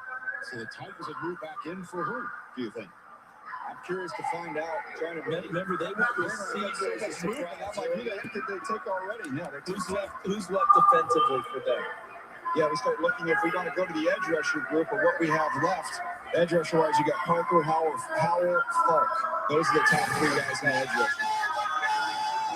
They might go Falk. Which we'd heard was eager to trade out. They'd be happy to trade out. They're one of the few, like, honestly, like, the Bills didn't stick and pick. The last team to stick and pick was Kansas City, but that was with a pick they acquired from the Rams before. The last team to just have their pick and stick with it was the Bears' 25th. We'll see if Seattle's going to be the first one since then, but we'll see who the Titans have traded back in. Long time ago, the biggest eyebrow raise of the draft, one would say. You know, obviously Jeremiah Love going 3. That wasn't terribly of a surprise. I mean, there was something that was bandied about the Cornell Tate 4th overall. We'll see how it goes, Marcus. Oh, here go Goodell. And the Seahawks are on the clock, and then we'll be wrapping up our first night here from Pittsburgh, PA. Here's the commission. Let me turn it up for Marcus. Before the Titans pick, congratulations, you set a record for the first night of the draft. 320,000 people here tonight. Congratulations, Pittsburgh. Awesome. With the 31st pick in the 2026 NFL Draft, the Tennessee Titans select Keldrick Falk. Keldrick Falk, I said it. I called it. Said it might be Falk. Thinking about pass rushers. To me, that's right about where I thought he belonged to. He's my 29th. Shout out to Marcus. They got him at what, here at 31? Yep. You got Tate and Falk. Right in the wheelhouse for getting him. And I'll be curious to see how they deploy him. That's going to be the thing because for me, guys, remember when Trayvon Walker went at the top of the draft and people were questioning, could he rush the pass because we didn't see much of it at Georgia? It was a bit of a projection. Gambled on the traits. Well, what's he gone? 3 straight years with double-digit sacks. They've developed that. It's worked. Falk will be similar because his sack numbers took a step back, but they used him a lot inside, holding on the base. And, by the way, he's 21 years old. I was going to say, that was one of the great debates in draft rooms and talking to teams was Mesidor, who's more productive but is 25 years old, versus Falk, who doesn't have those numbers, but is just a kid at 21 years old. It was where are they now or where are they going to be? A fascinating discussion around the league. Saleh loves to develop people, doesn't he? Well, and listen, how would you like to be able to develop 6'6", 270 and move as smooth as Keldrick Falk moves? Yes. Listen, he never led Auburn in TFLs. He never led Auburn in sacks, but you're betting on the upside. Keldrick Falk. Into that Trayvon Walker like you're talking about. Because you can see it. There are plays out there on tape where you're like, okay, that's what it's supposed to look like. Hey, look. Hey, I'm saying, Marcus, you should be happy with your team. Carnell Tate, you got a wide receiver for Cam Ward, and you got a good pass rusher. Ain't too bad for the Titans. You know what I'm saying? That's building, got a young squad. They cannot say enough good things about him. They love the kid. Yes, sir. He's about, and that's something Tennessee definitely needs. And by the way, Jeffrey Simmons endorses this pick. I bet he does. I just love seeing the ecstatic look of relief, right? He's been waiting 30 picks to hear his name. He's wondering, am I gonna hear my name tonight? And I want it.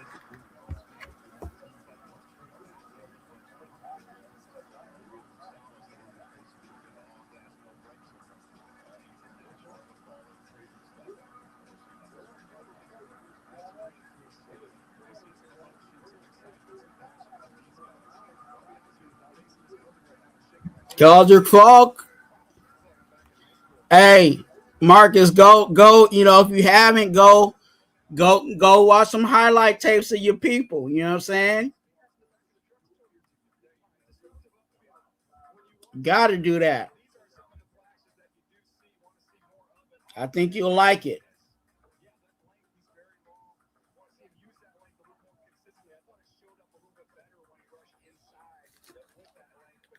Again, wrapping around blocks and making plays, and then the effort is always there. You see it with his ability to chase and make plays. Here he is against Mendoza, back in the old Cal days for Mendoza. He got hit a bunch in that ball game. Well, Mendoza didn't have Omar Cooper on the outside back in those days. It's a little bit different back then. Yeah, Keldrick Falk was killing Mendoza. Hey, they were showing him at Cal. He was getting killed. Coming up. You said in kindergarten that you wanted to play in the NFL. Tonight, that dream becomes a reality. How would you describe it? I don't even know how to feel right now. I'm like, I don't even know. I'm happy. You should be happy, and your versatility is a defining feature of your game, your ability to line up inside and outside along the D-line. How do you think Robert Saleh can get the best out of you?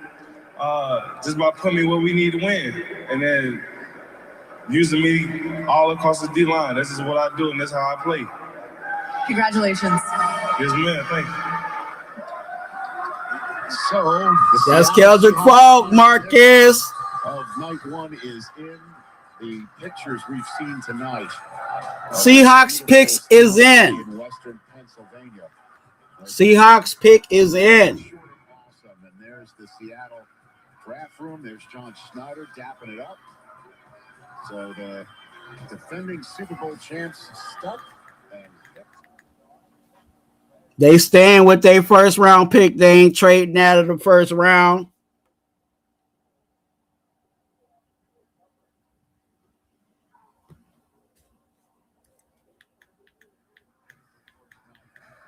Nice weather night and a Thursday night in Pittsburgh, PA.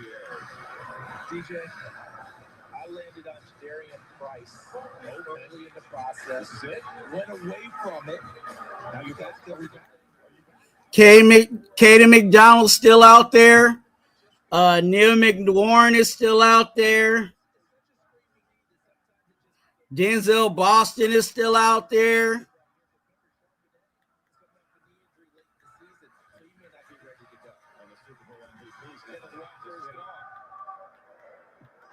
As we conclude round one of the 2026 NFL Draft, we're proud to continue recognizing our long-standing partnership with Make-A-Wish this World Wish Month.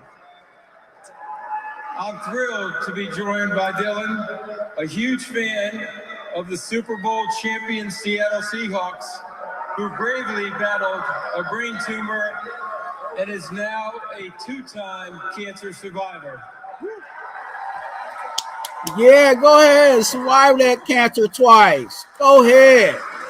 This is a wish come true for Dylan and a chance to take part in one of the most exciting moments in our league. Dylan, when you're ready, stage is yours. What's going on, Pittsburgh? I'm so excited to be here to represent the 12s. Oh, and the reigning Super Bowl champion,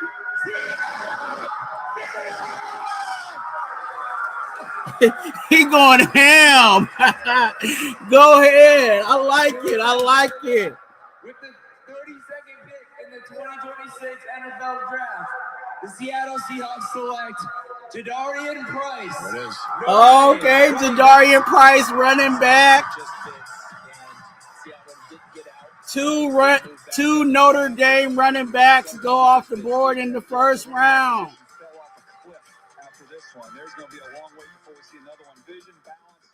You saw the kickoff return value there at Notre Dame. I like the Make-A-Wish guy, Dylan. He was going ham for his team.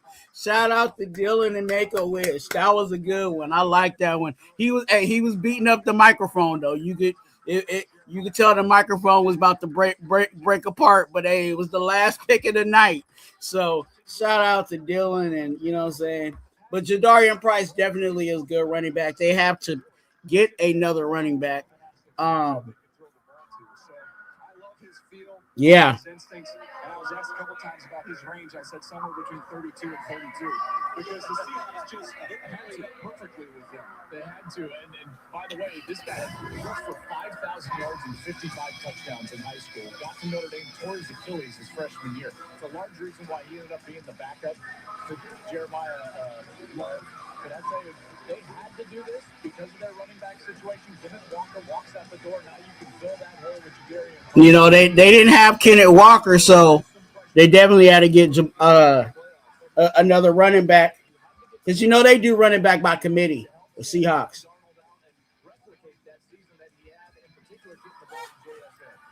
first pair of teammate running backs to be drafted in the same first round since 2008 when Felix Jones and Darren McFadden came out of Arkansas.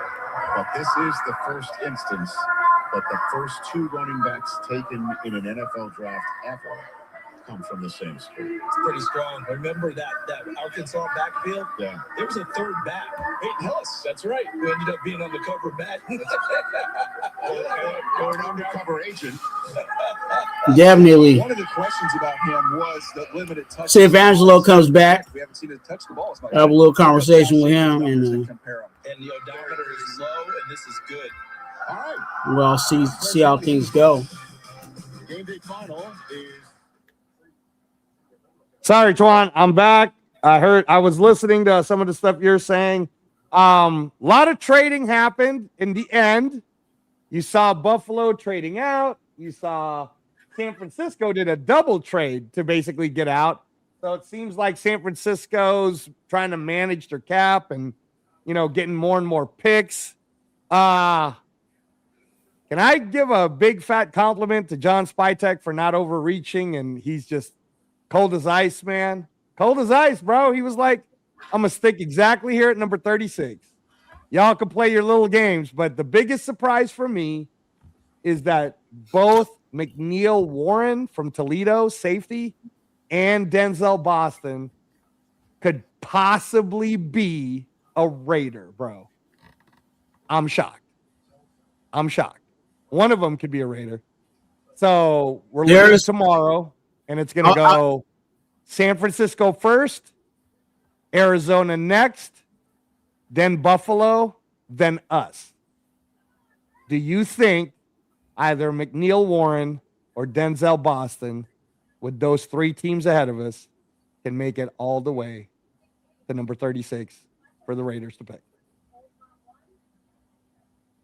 So what's currently on the board? Gerard McCoy, Chase Wisantis, which is a guard. Let me look at offense. Denzel Boston.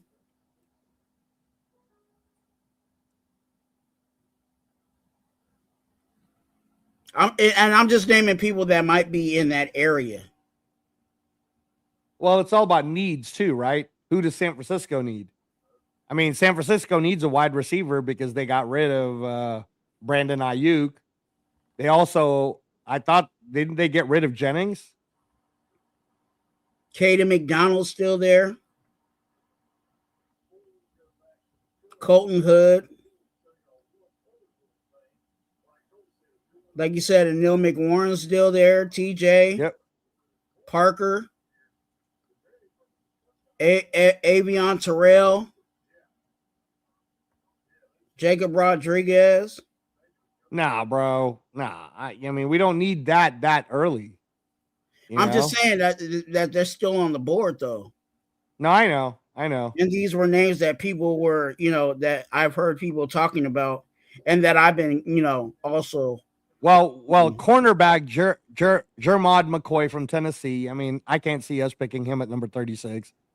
Anthony Hill is supposed to be the best linebacker available in day 2 from Texas. I know that we like Jacob Rodriguez. I mean, I don't know, man. I mean, Thieneman went, so I was just like, whoa. So over Warren, that was kind of. Yeah, I mean, like I said, Emmanuel. Okay, look, man. Emmanuel McNeil Warren is 6'4", 201. He's the perfect style safety that we would want. But keep in mind that San Francisco, then Arizona, then Buffalo. I mean, all three of them spots, man, could take them. Right? We don't need Avion Terrell, cornerback. Now, there's Denzel Boston. The problem is, on the clock is San Francisco. Then, I mean, San Francisco, then it's Arizona. So, I don't know, man.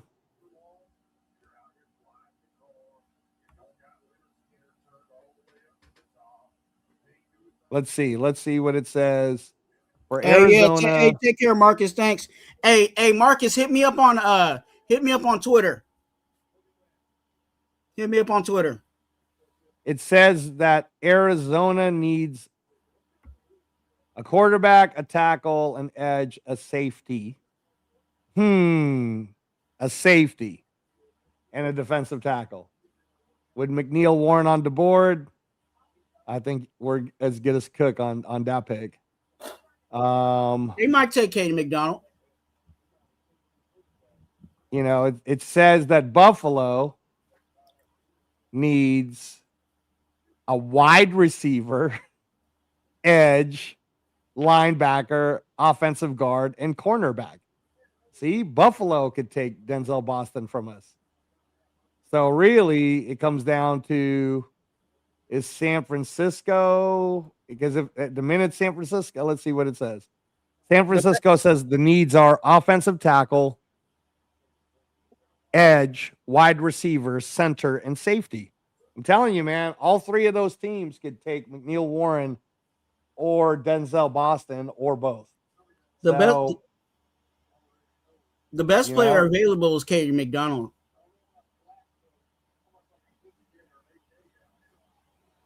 You're saying best available is him? Yeah. I mean, not according to ESPN. Says, according to ESPN, the best available is Emmanuel McNeil Warren. The next best available is Avion Terrell. The next best available is Denzel Boston. And then it's Caden McDonald. Okay. Caden McDonald isn't, I mean, and then what? We're going to take Caden McDonald, bro? Come on, man. I told you, we don't really need that player. I mean, I'm not saying I don't like him. I'm just saying at number 36, we could have gotten McNeil, we could have just traded up to get McNeil Warren or Denzel Boston. They're right there for us. Right there. Right there for us to have, man. I don't know. According to, Caden McDonald. Okay, defensive tackle. San Francisco doesn't need a defensive tackle. So if Caden McDonald, let's say, is there for Arizona, nope, Arizona doesn't need a defensive tackle either. They need a safety. They need a safety and a wide receiver. And Buffalo, he's wide receiver. Yeah, Buffalo.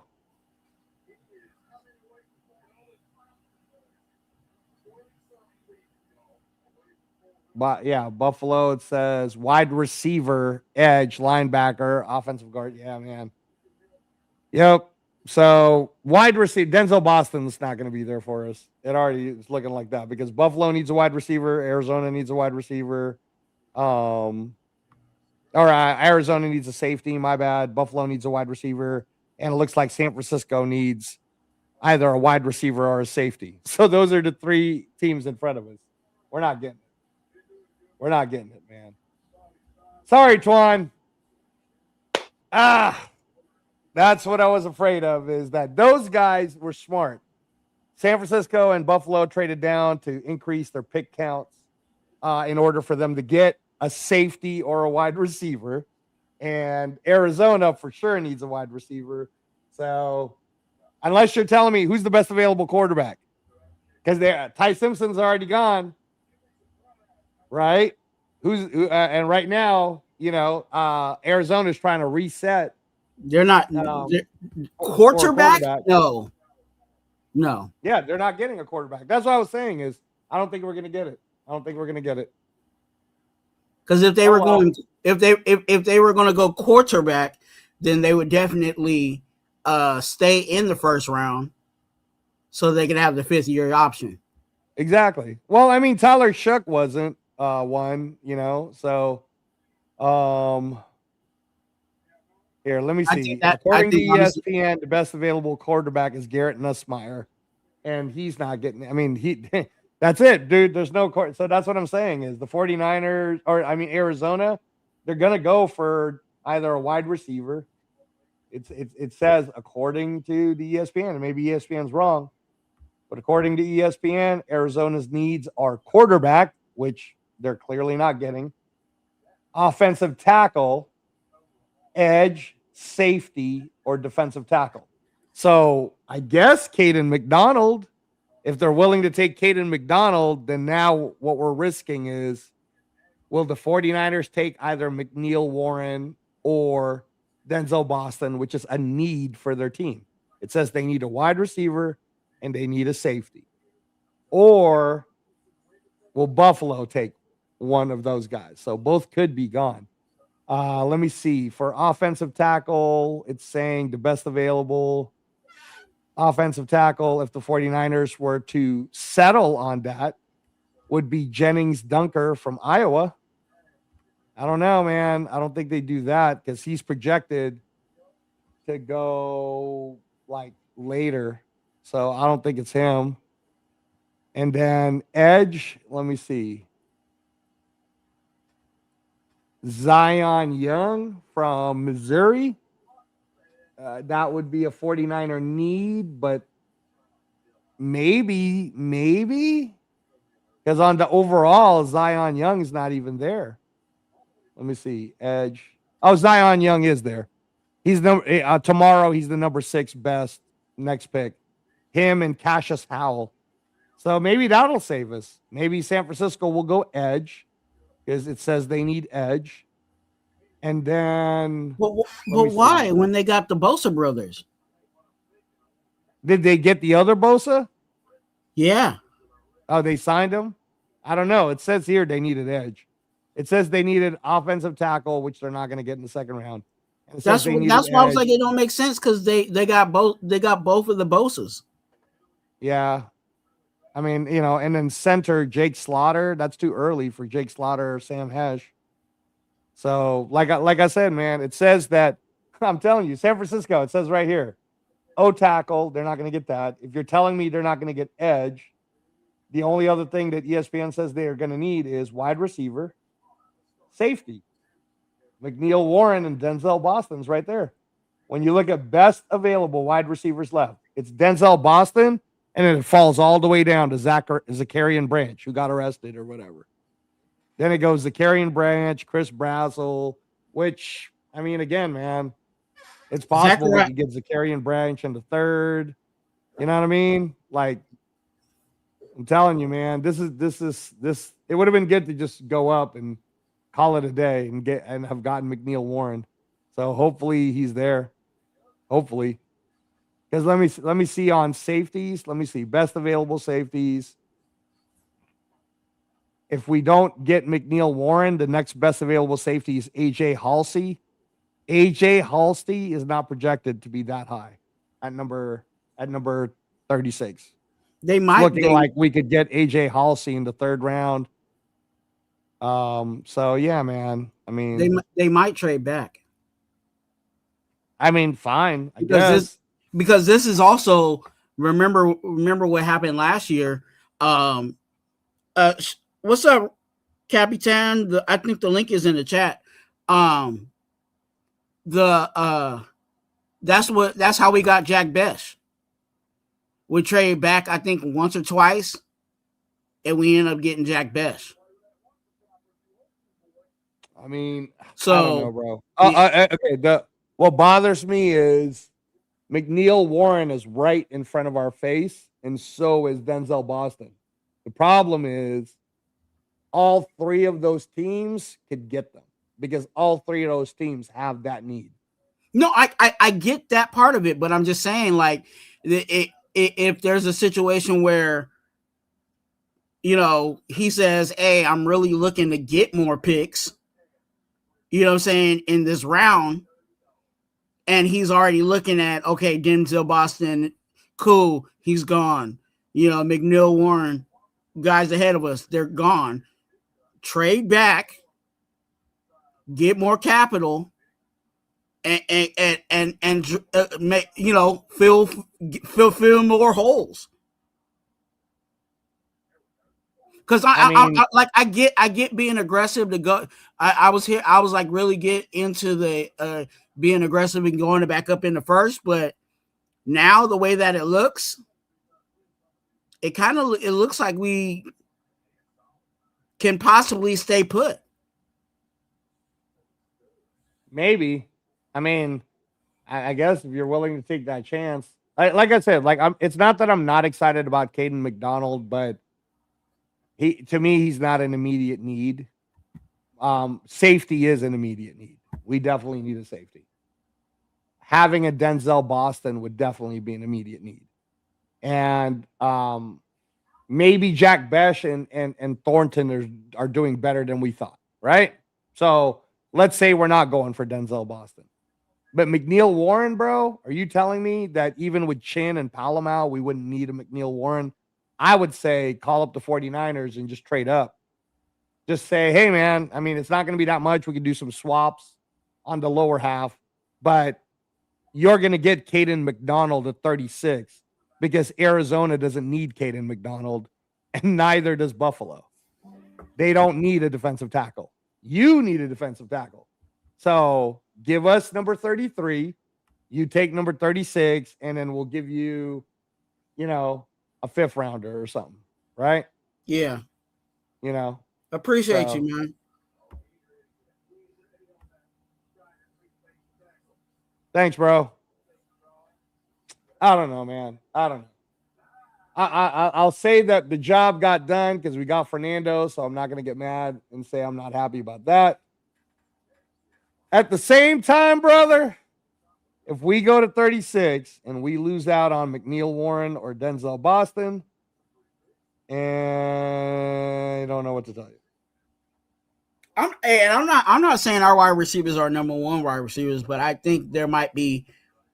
We also have to trust that Kubiak has looked at the tape, whatever tape, you know what I'm saying, whether it was their college tape or the very minimal tape that he saw, in the NFL, and was like, okay, I think I can pull more out of this than what was actually, because both of those guys, to be honest with you, they were low usage. Right. You know what I'm saying? Right. Jack Best was a little more than Dante Thornton, but they were both low usage. So we really don't fully know what,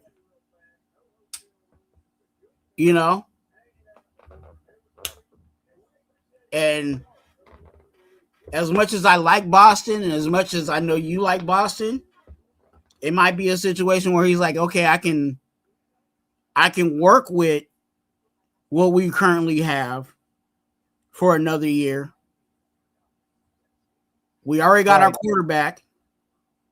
Let's see if we can address some other things and maybe possibly make a play for Smith.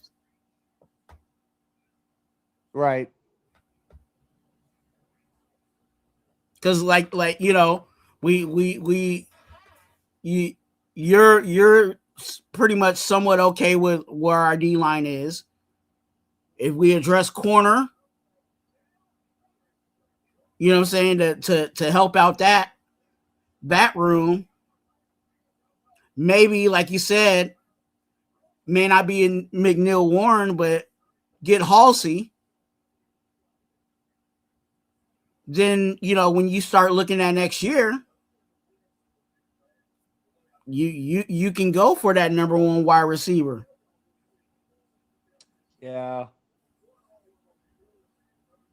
Man, I don't know, bro. I feel like the 49er call is worth a call.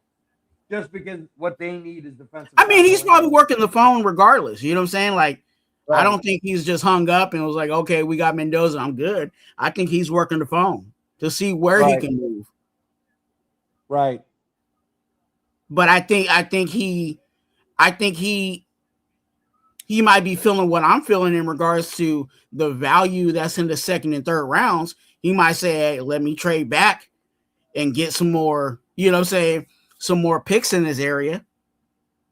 Well, so the only reason why my whole thing about the picks in that area is keep in mind that our budget is very limited. So you know how we are starting with 10 picks, right? We got 9 left. We honestly so we're going to make picks that we're going to end up not keeping because we got to cut it down to a 53-man roster anyway. And then what happens? We put them on a practice squad. Then because they were actually good picks, because maybe we took them into 4th, into 5th round, now someone else is taking our good pick that we scouted. Or, like I said, what's it matter? We trade up to get the people we want. I mean, if anything, I'll be honest with you, right? I kind of want both those guys.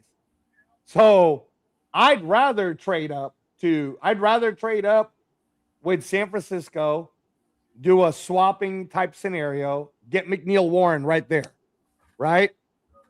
Then make a make another trade with Arizona, who's a rebuilding team anyways. And Arizona needs a quarterback. So I would honestly trade, like, I don't know. I don't know if Arizona, because they took Jeremiah Love, is willing to possibly trade out of the second and wait until their third pick or something. And we could give them like all three of our fourth round picks or something. I don't know, man. Because let me see, how many picks has Arizona got left? Arizona Cardinals remaining picks. Arizona Cardinals has number 34, number 65, number 104, number 143, number 183, and number 217. So that means they're only picking once in each round. So imagine this. The Raiders go, hey, man, you don't need number 34 that bad. So we'll trade you 3 fourth-round picks to get your number 2, to get number 34 right now. Right? You know, and then you do the same thing with the 49ers, and then you go back to back. You get McNeil Warren, you get Denzel Boston, call it a day. And then now we're still picking in the third round. And then now if you really want to stretch it, you know, I mean, I get what you're saying. I'm just saying that we don't have that much money unless Max and Colton Miller decide to restructure. We don't have that much money left to be able to keep all the rookies. I think we do have enough money in regards to the rookie contracts, but you know we'll definitely hold on. Shout out to Furpo in the building. He shout out Furpo. He gave a Raider, so I got to hit him with this one. Yeah, no, I can definitely help you out with that. Anything else? No. Just always remember, go Raiders. Shout out to Furpo in the building. Good to see you. There's how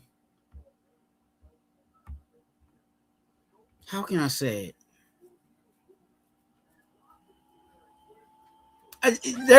I like your moves on it. But I think Spytek has something cooking.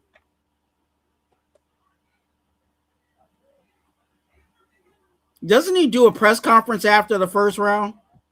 I'm on the NFL Network, so they're not doing a press conference. Oh, maybe go to the Raiders YouTube. Maybe. Yeah, because I think normally they do a press conference after the.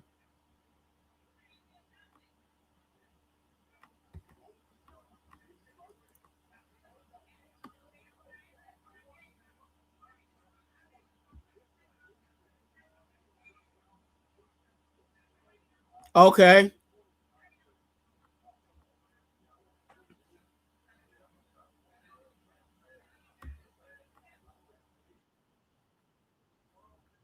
me see. Hey, make sure you guys hit that like button.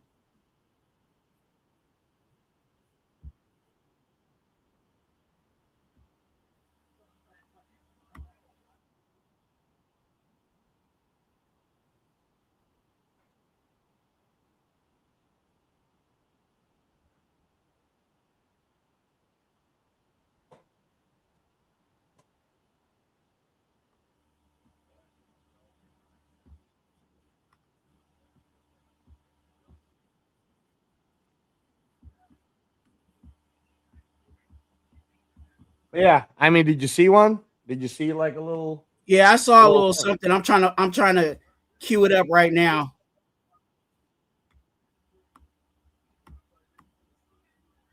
Trying to cue it up right now. We got a guest in the building. El Capitan is in the building. Good to see you, man.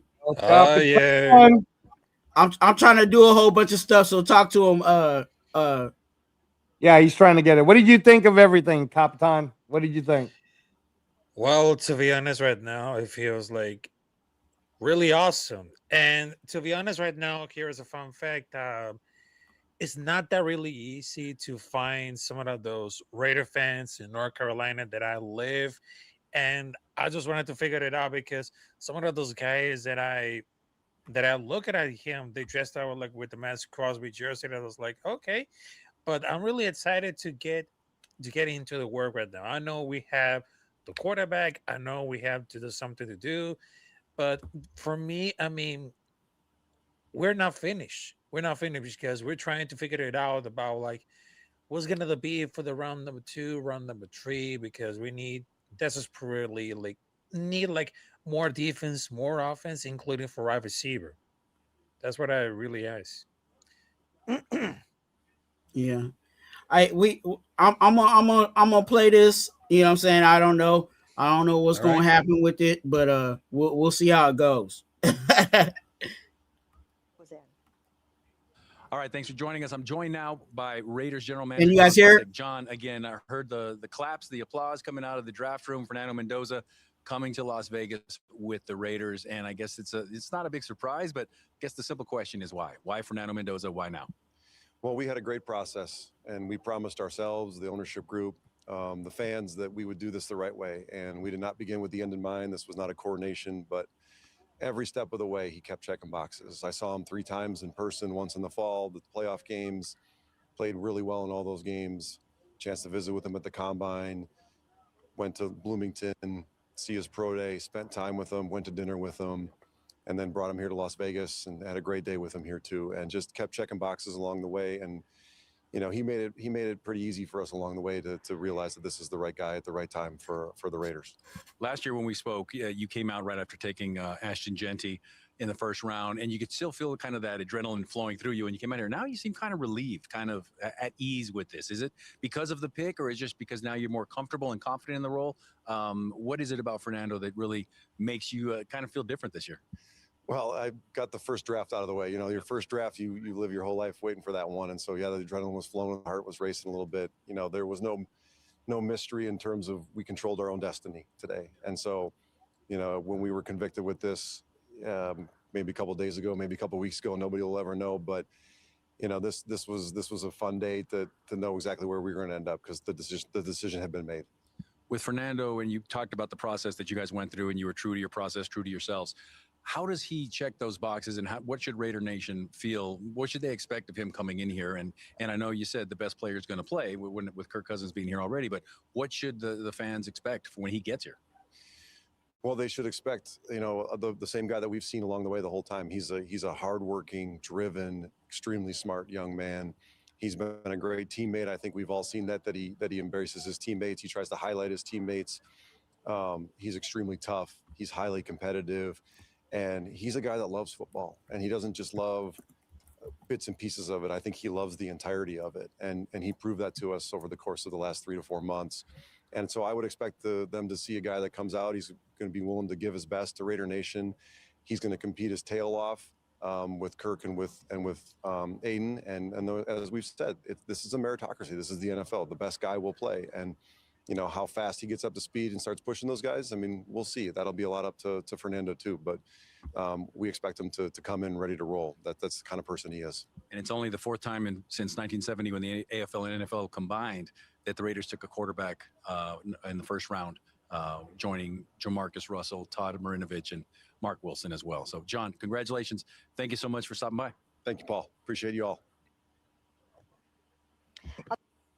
All right. That is you know what I'm saying, Spike Tech. I don't want to go all the way through all that because you know sometimes they be trying to, you know, take people's $2.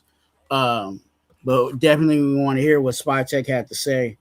How you feeling about Mendoza? Rap? I mean, what can I tell about this, folks? After a whole years of failure, after all these years of disappointment, right now we just hit the jackpot. Now we got to do right now is focusing on about for the season, build our defense and offense. I mean, I'm very glad that we just have Fernando Mendoza as a quarterback, and of course, along with Kirk Cousins, about something incredible that's gonna be really happen. But we need to figure it out about like the other things that we need to worry about it. I mean, who's gonna be the right receiver? Who's gonna take for safety, defensive tackle, right tackle, left tackle? I mean, it's gonna be like the cleaning up of the house because we need something to prove about for like those positions that we need to fill it for. And I'm very happy that we just have a first quarterback, which is Fernando Mendoza. I mean, all the people are just cheering up. All the people is gonna be like very predictable. But I'm very glad that we see like the history coming out there for the organization. Yeah. Were you able to follow the draft all day, or were you busy today, Raph? Well, I wasn't very busy today because I was hanging out with some Raider fans in North Carolina. So it wasn't that easy at all. So shout out to Crown Town Raiders. I mean, they have their own chapter in North Carolina. And nice. yeah, because I just saw some of those fans doing like a tailgate before the draft, and I was just like, wait a minute. I mean, they're dressed up like with the Mass Crosby, also with Brock Bowers t-shirt. I was like, okay, so I mean, it's not that really easy to find like a chapter in North Carolina because I know that I lived since 2018, but it was just like really amazing because we're talking about like the quarterback. Also, we need to figure it out to say, and that was like very special. I mean, those guys, one of the Raider fans in North Carolina, they've treated like there's anything better. Yeah, that's good. Yeah. Which I know we talk about the Raider Nation being worldwide and being everywhere, and definitely you see, every time I've traveled, it always seemed like I ran into someone that had, either a Raider shirt on, a Raider hat, or something on. So yeah, that's great. Hey, Angelo, was there anything else draft? Did you cut out? Hey, did Twuan just freeze on us, Ref? Well, I think there's still frozen coming up there. I think the internet. I'm sorry. Was there anything draft wise that popped up, Angelo? I mean, no. The craziest thing to me is like a Caleb Banks going that early because of the broken foot. Wow. I didn't think he was going to go until the second round, right? And we were calling it as it was happening. I was like, oh, that's crazy. Or even when I was saying like, oh, they're going to go take an edge. And instead of a TJ Parker, I'm really surprised that TJ Parker fell so far. I thought Peter Woods might have made it to the second round, but he got picked up in the first round. So we'll see what happens there. But that last run of Buffalo Bills trading out, Miami, I mean, really, the 49ers, man, they made their move. They were like, hey, Miami, you want to go up? All right, cool. And then they traded down, got more picks. And then they're like, hey, yeah, we don't really need to pick in the first round. They traded out again. So the 49ers are doing their thing. Buffalo traded out of the first round. That was very interesting. Let me see. Hold on. Let me see what else is it.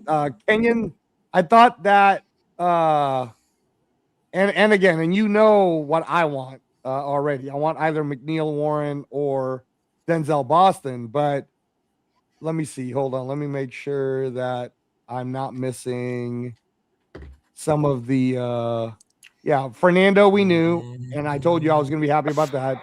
David Bailey, I knew. Oh, I was shocked. Jeremiah Love, number 3. The last time I remember somebody going that high was Saquon Barkley. Oh, yeah, so, that was really shocked. Are we really saying Jeremiah Love is Saquon Barkley? I mean, maybe, but Arizona doesn't have a quarterback.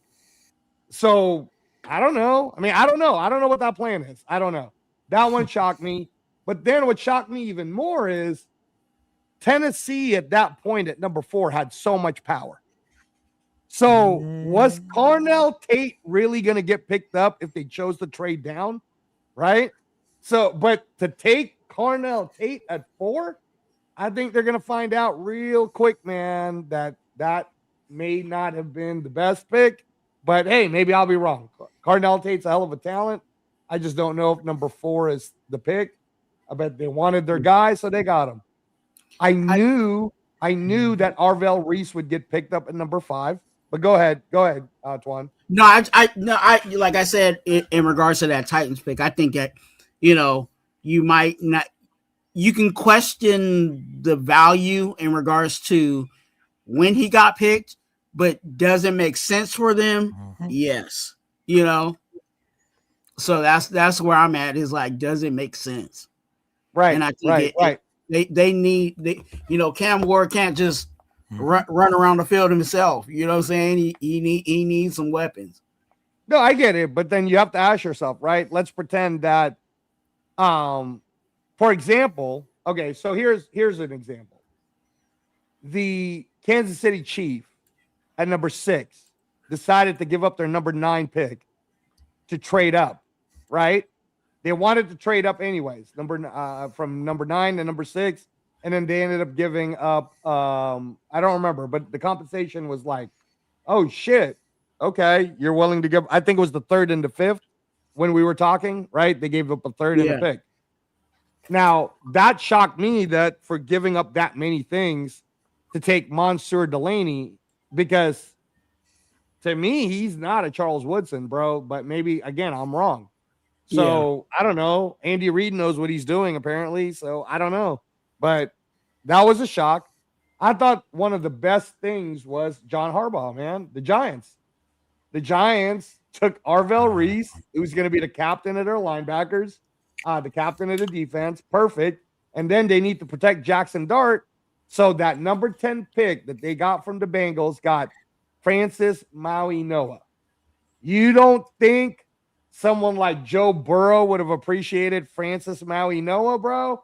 You know what I'm trying to say, right? Like, what are you doing here? You gave up the number 10 pick because Dexter Lawrence is going to be your guy? All right. Hey, man, you guys know more than me. I don't do that job. Washington did a hell of a job taking up Sonny Styles because Sonny Styles was the combine hero. He did great. Sonny Styles was awesome at the combine. And I thought there might have been a chance for Sonny Styles to get taken up by the Giants again at number 10, but he didn't fall. Jordan Tyson, hell of a talent at wide receiver. You and I were talking, Twuan, and we were saying that Tyler Shuck was going to need some help. But I always say, man, the best ability is availability. And let's see how Jordan Tyson's body holds up year 1 in the NFL. That hamstring, whatever else. I don't know. I thought Cleveland did amazing. Cleveland traded down, got an extra 3rd, got an extra 5th, and took arguably the best lineman in Spencer Fano, right? That's a hell of a move. And then Francis Maui Noah went right after that, right? Yeah. I didn't think it was a shocker for me that Jerry Jones wanted to get the guy that he wanted. You and I were kind of going back and forth on this one. I remember how they were going to pick 12. Number 11 was Miami, and you were looking at me and you were like, well, Angelo, or would they have really taken Caleb Downs? And I said, yes, they would have taken Caleb Downs. Yes. So Jerry, it looked like, does Jerry know what he's doing? Right. But Jerry only gave up, what was it? 2/5? 2/5 to move up 1. So who cares? Right. But what Jerry did do that we saw that was a great move is he takes this guy. He's like, hey, I'm getting Caleb Downs. But then what does he do again, bro? He had the number 20th pick. Philadelphia called and he was like, yeah, I'll give you number 20. I want your number 23, but now I want 2 high 4th round picks. High 4th round. I think one was a back end 3rd and the other one was a very high 4th. Bro. That was crazy to me. That was crazy. There was a lot of movement in regards, a lot of movement in the draft. So but yeah, there was some. I don't, and maybe I'm maybe I'm a little different, but I don't think there was anything that was like stupid. You know what I'm saying? Like you might have been Okay. like, what were you kind of Oh, thinking? what was like a crazy pick? I mean, okay, like, can we be honest? Did you think that Monsieur Delaney was worth the number 6 pick? Yeah, well, when you look at, I mean, I guess he was the top available corner, right? Because But number obviously 6, bro, number 6. Hey, they needed to find. They needed to have a corner. All right. I mean, I don't care, bro. Like, to me, because didn't they lose McDuffie? Yeah, no, they traded. That reason why the Rams, they traded Trent McDuffie to the Rams to get that number that last pick where they picked up Peter Woods. Yeah. Right? So that's how they got it. That's how they got the number 29 pick. The Peter Woods one, I understand. I'm like, yeah, Peter Woods is hella talented. Maybe under the Andy Reid system, that's going to be a problem for us. They're pairing him with Chris Jones. I get it. I get the move. I'm like, cool. Yeah. So you basically traded away Trent McDuffie to get Peter Woods. And the Monsieur Delaney one is the one that I was kind of like, could you have gotten Monsieur Delaney at number 9? That's the question. Could you have just waited and gotten him at 9? They reached and gave up an entire third, an entire fifth, just to go get Monsieur Delaney. I don't know, man. Maybe Andy Reid knows more than me, bro. So I don't know. Yeah. KC Concept Sean shocked me. I know he's good, but playing in Cleveland, the number 24th pick, I knew they'd go wide receiver, but I didn't know it'd be him as wide receiver. Again, I'm very shocked that TJ Parker fell to the second round because do you think, in your opinion, Twuan or Capitan, if you watched them, do you think Malachi Lawrence from UCF is a better edge than TJ Parker for the Dallas Cowboys at number 23? That was just very tricky. I think they're, I don't want to say one and the same, but I think they're one of, I think it was more scheme fit than anything. Okay. So that's the only way that I think that makes sense. Is that it was more of a scheme fit, because when I look at Malachi Lawrence's body type, he kind of reminds me of Michael Parsons. Okay, man. Hey, you know what? 6'4", 250. No, I hear you. Look, maybe that's what it is then.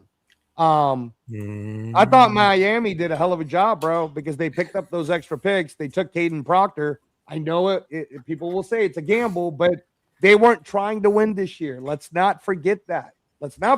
Everyone. Okay? Miami is trying to lose because who do they want? They want Arch Manning. So picking up Caden Proctor now and letting him learn, that's a hell of a pick. And they got extra 2 extra fifths for doing that. And then what else did they do? Right? You take a look at what Miami did. They were at number 30. And remember, I kept saying, Twuan, I think that's where the Raiders could trade up, right? Because they want more picks. Bro, instead of that, they said, nah, let me trade up with San Francisco. They did their trade. I think they gave up number 90, but they went after the guy they wanted, and they wanted Chris Johnson. And you, Twuan, were the one that mentioned Chris Johnson, San Diego State cornerback. So I thought Miami made some great moves. I mean, what do you think? I think they actually, their organization has a I've been saying that they've been making some bad picks in the last couple of years, but this one, it made sense. What did you think, Raph? About Malachi Lawrence for Dallas? I mean, it might be like really tricky, but he's not like a complete athlete. I mean, power is like his best weapon, but is not that really solid. I mean, it's gonna be like a great situational pass rusher early, but it's gonna be like at a high upside long starter. But I know there was like a roster gap after losing key dash production, including like DeMarcus Lawrence in recent years when he was on Cowboys. But they have some caveats coming up there. But I know they're really needing like pass rush help, but it's just like they have sort of high motor closing burst, but they don't have like a fit enough with the production and of course inconsistently. And he was really dominated at UCF, but NFL tackles are a different tire because can lose discipline and miss assignments because he has inconsistently in run defense, but still they're about to be enter a trade down defender. But it's not gonna be like an instant start. He might be like a pass rush specialist, but he's not a complete athlete. Yeah. I think definitely the Cowboys are going to use him more in a rotational situation. Because they do got a couple of guys over there pass rushing wise. They brought in when they made the trade for Micah Parsons, there was some guys. I think there was like a guy or two that they brought that came over, and then they made some moves. So I think they're really just trying to replace what they had, the production wise from Micah Parsons. But we'll see how that plays out for them. Definitely. Yeah. I mean, was there any other surprises that you thought in the draft, Ralph? Yeah, I was gonna say like the surprise because I didn't see like not a lot of the San Francisco 49ers put it on the first round. So I was really surprised that they took like some of the biggest athletes. I mean, case in conception for the Cleveland Browns, that was really shocking. Also, there's Omar Cooper Jr., which they projected for the second or third round, but it was at the first round coming up for the Jets. I mean, it might be the kind of something like really surprised me a lot, but it seems like they choose Los Angeles Rams. They just choose Ty Simpson, which is a quarterback. Now I just really get it, but it seems like there's favoritism, but also there's a, like kind of like the surprises coming up there. But the biggest one that I just really thought that I couldn't get it enough for this right now, seems like, well, could be like something really enough for this right now. But the biggest one, it was like Malachi Lawrence, which is like the biggest surprise because there's gonna be like an unexpected because I know the teams clearly had different internal grades than media scouts, but there's one team passing on bigger names instead of going the flasher pick. They choose upside over hype because that's surprisingly because some of those teams they lean toward high profile talent and they just choose it like, well, this is not gonna be like it happen. But how did it go to the scenes that it goes like the perfect example of that? Well, that's gonna be like an early that is expected, but they don't want to see like the vision coming on it. Yeah. Well, hey, I'm excited about what's going to happen tomorrow. I know Spytech is definitely working the phone and has a plan, and I can't wait to see it. Anything, Raph, we about to wrap this up. Anything you want to say, Raph, before we go?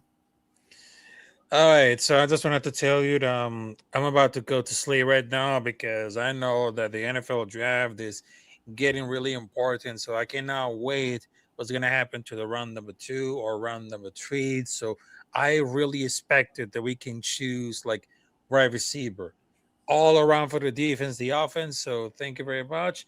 God bless you all. Salute to everybody else in the chat. Raider Twuan, Angelo, salute to you. So Capitana Fucha is always here to represent the Raider Nation worldwide. So salute to you all, and let's go.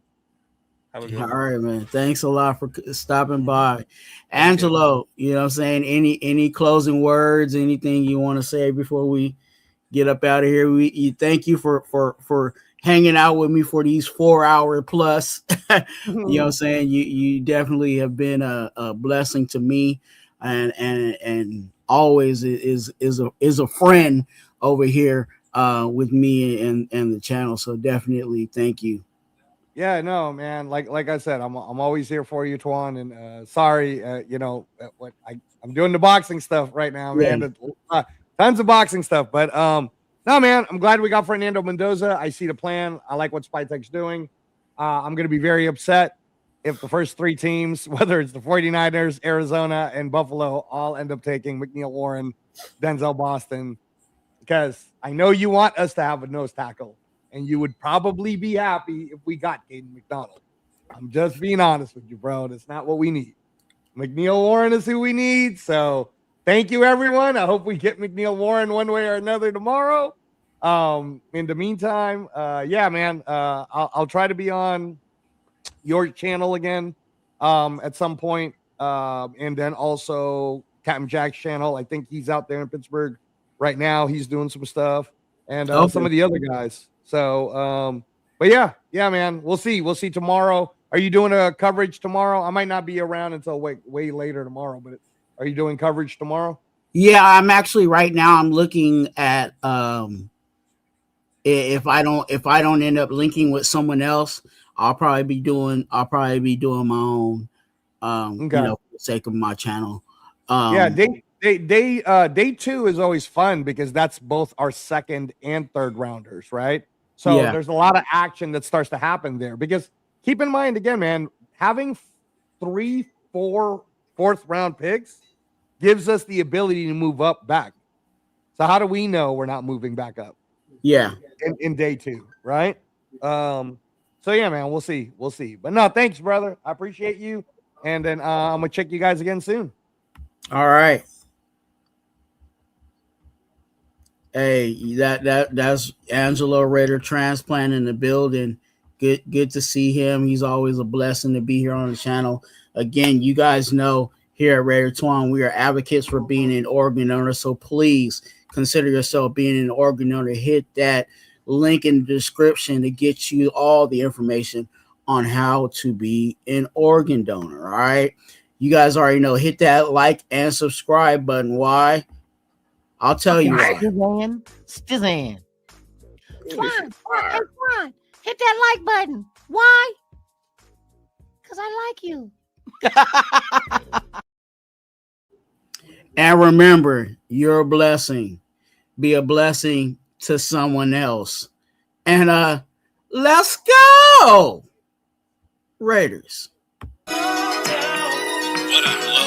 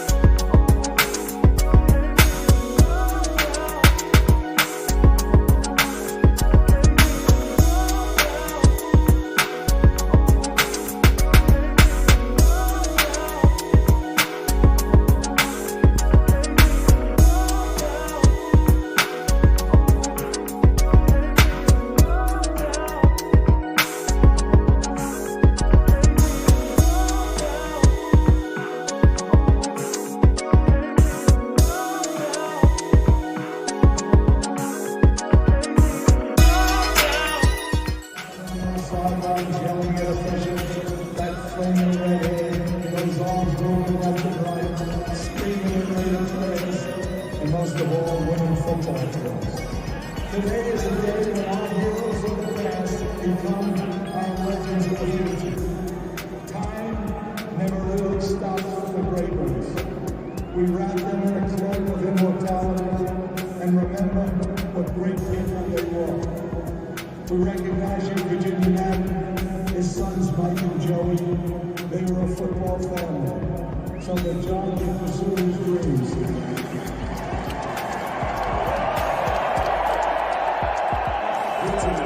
Tonight is Wednesday on the road, and a tribute to John Madden and Al Davis. We declare that the fire that burns the brightest in the Raiders organization is the will to win. Ladies and gentlemen, the Madden family.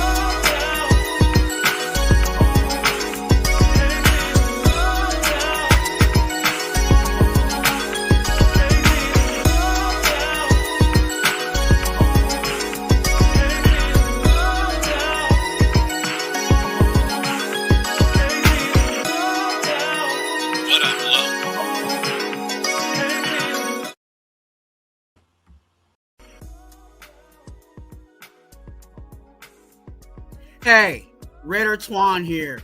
You must watch one of my videos or lives. Thank you for watching. Go ahead and hit that subscribe button, and it's right there. Or if you want to watch one of my videos, watch it right there. And let's go, Raiders.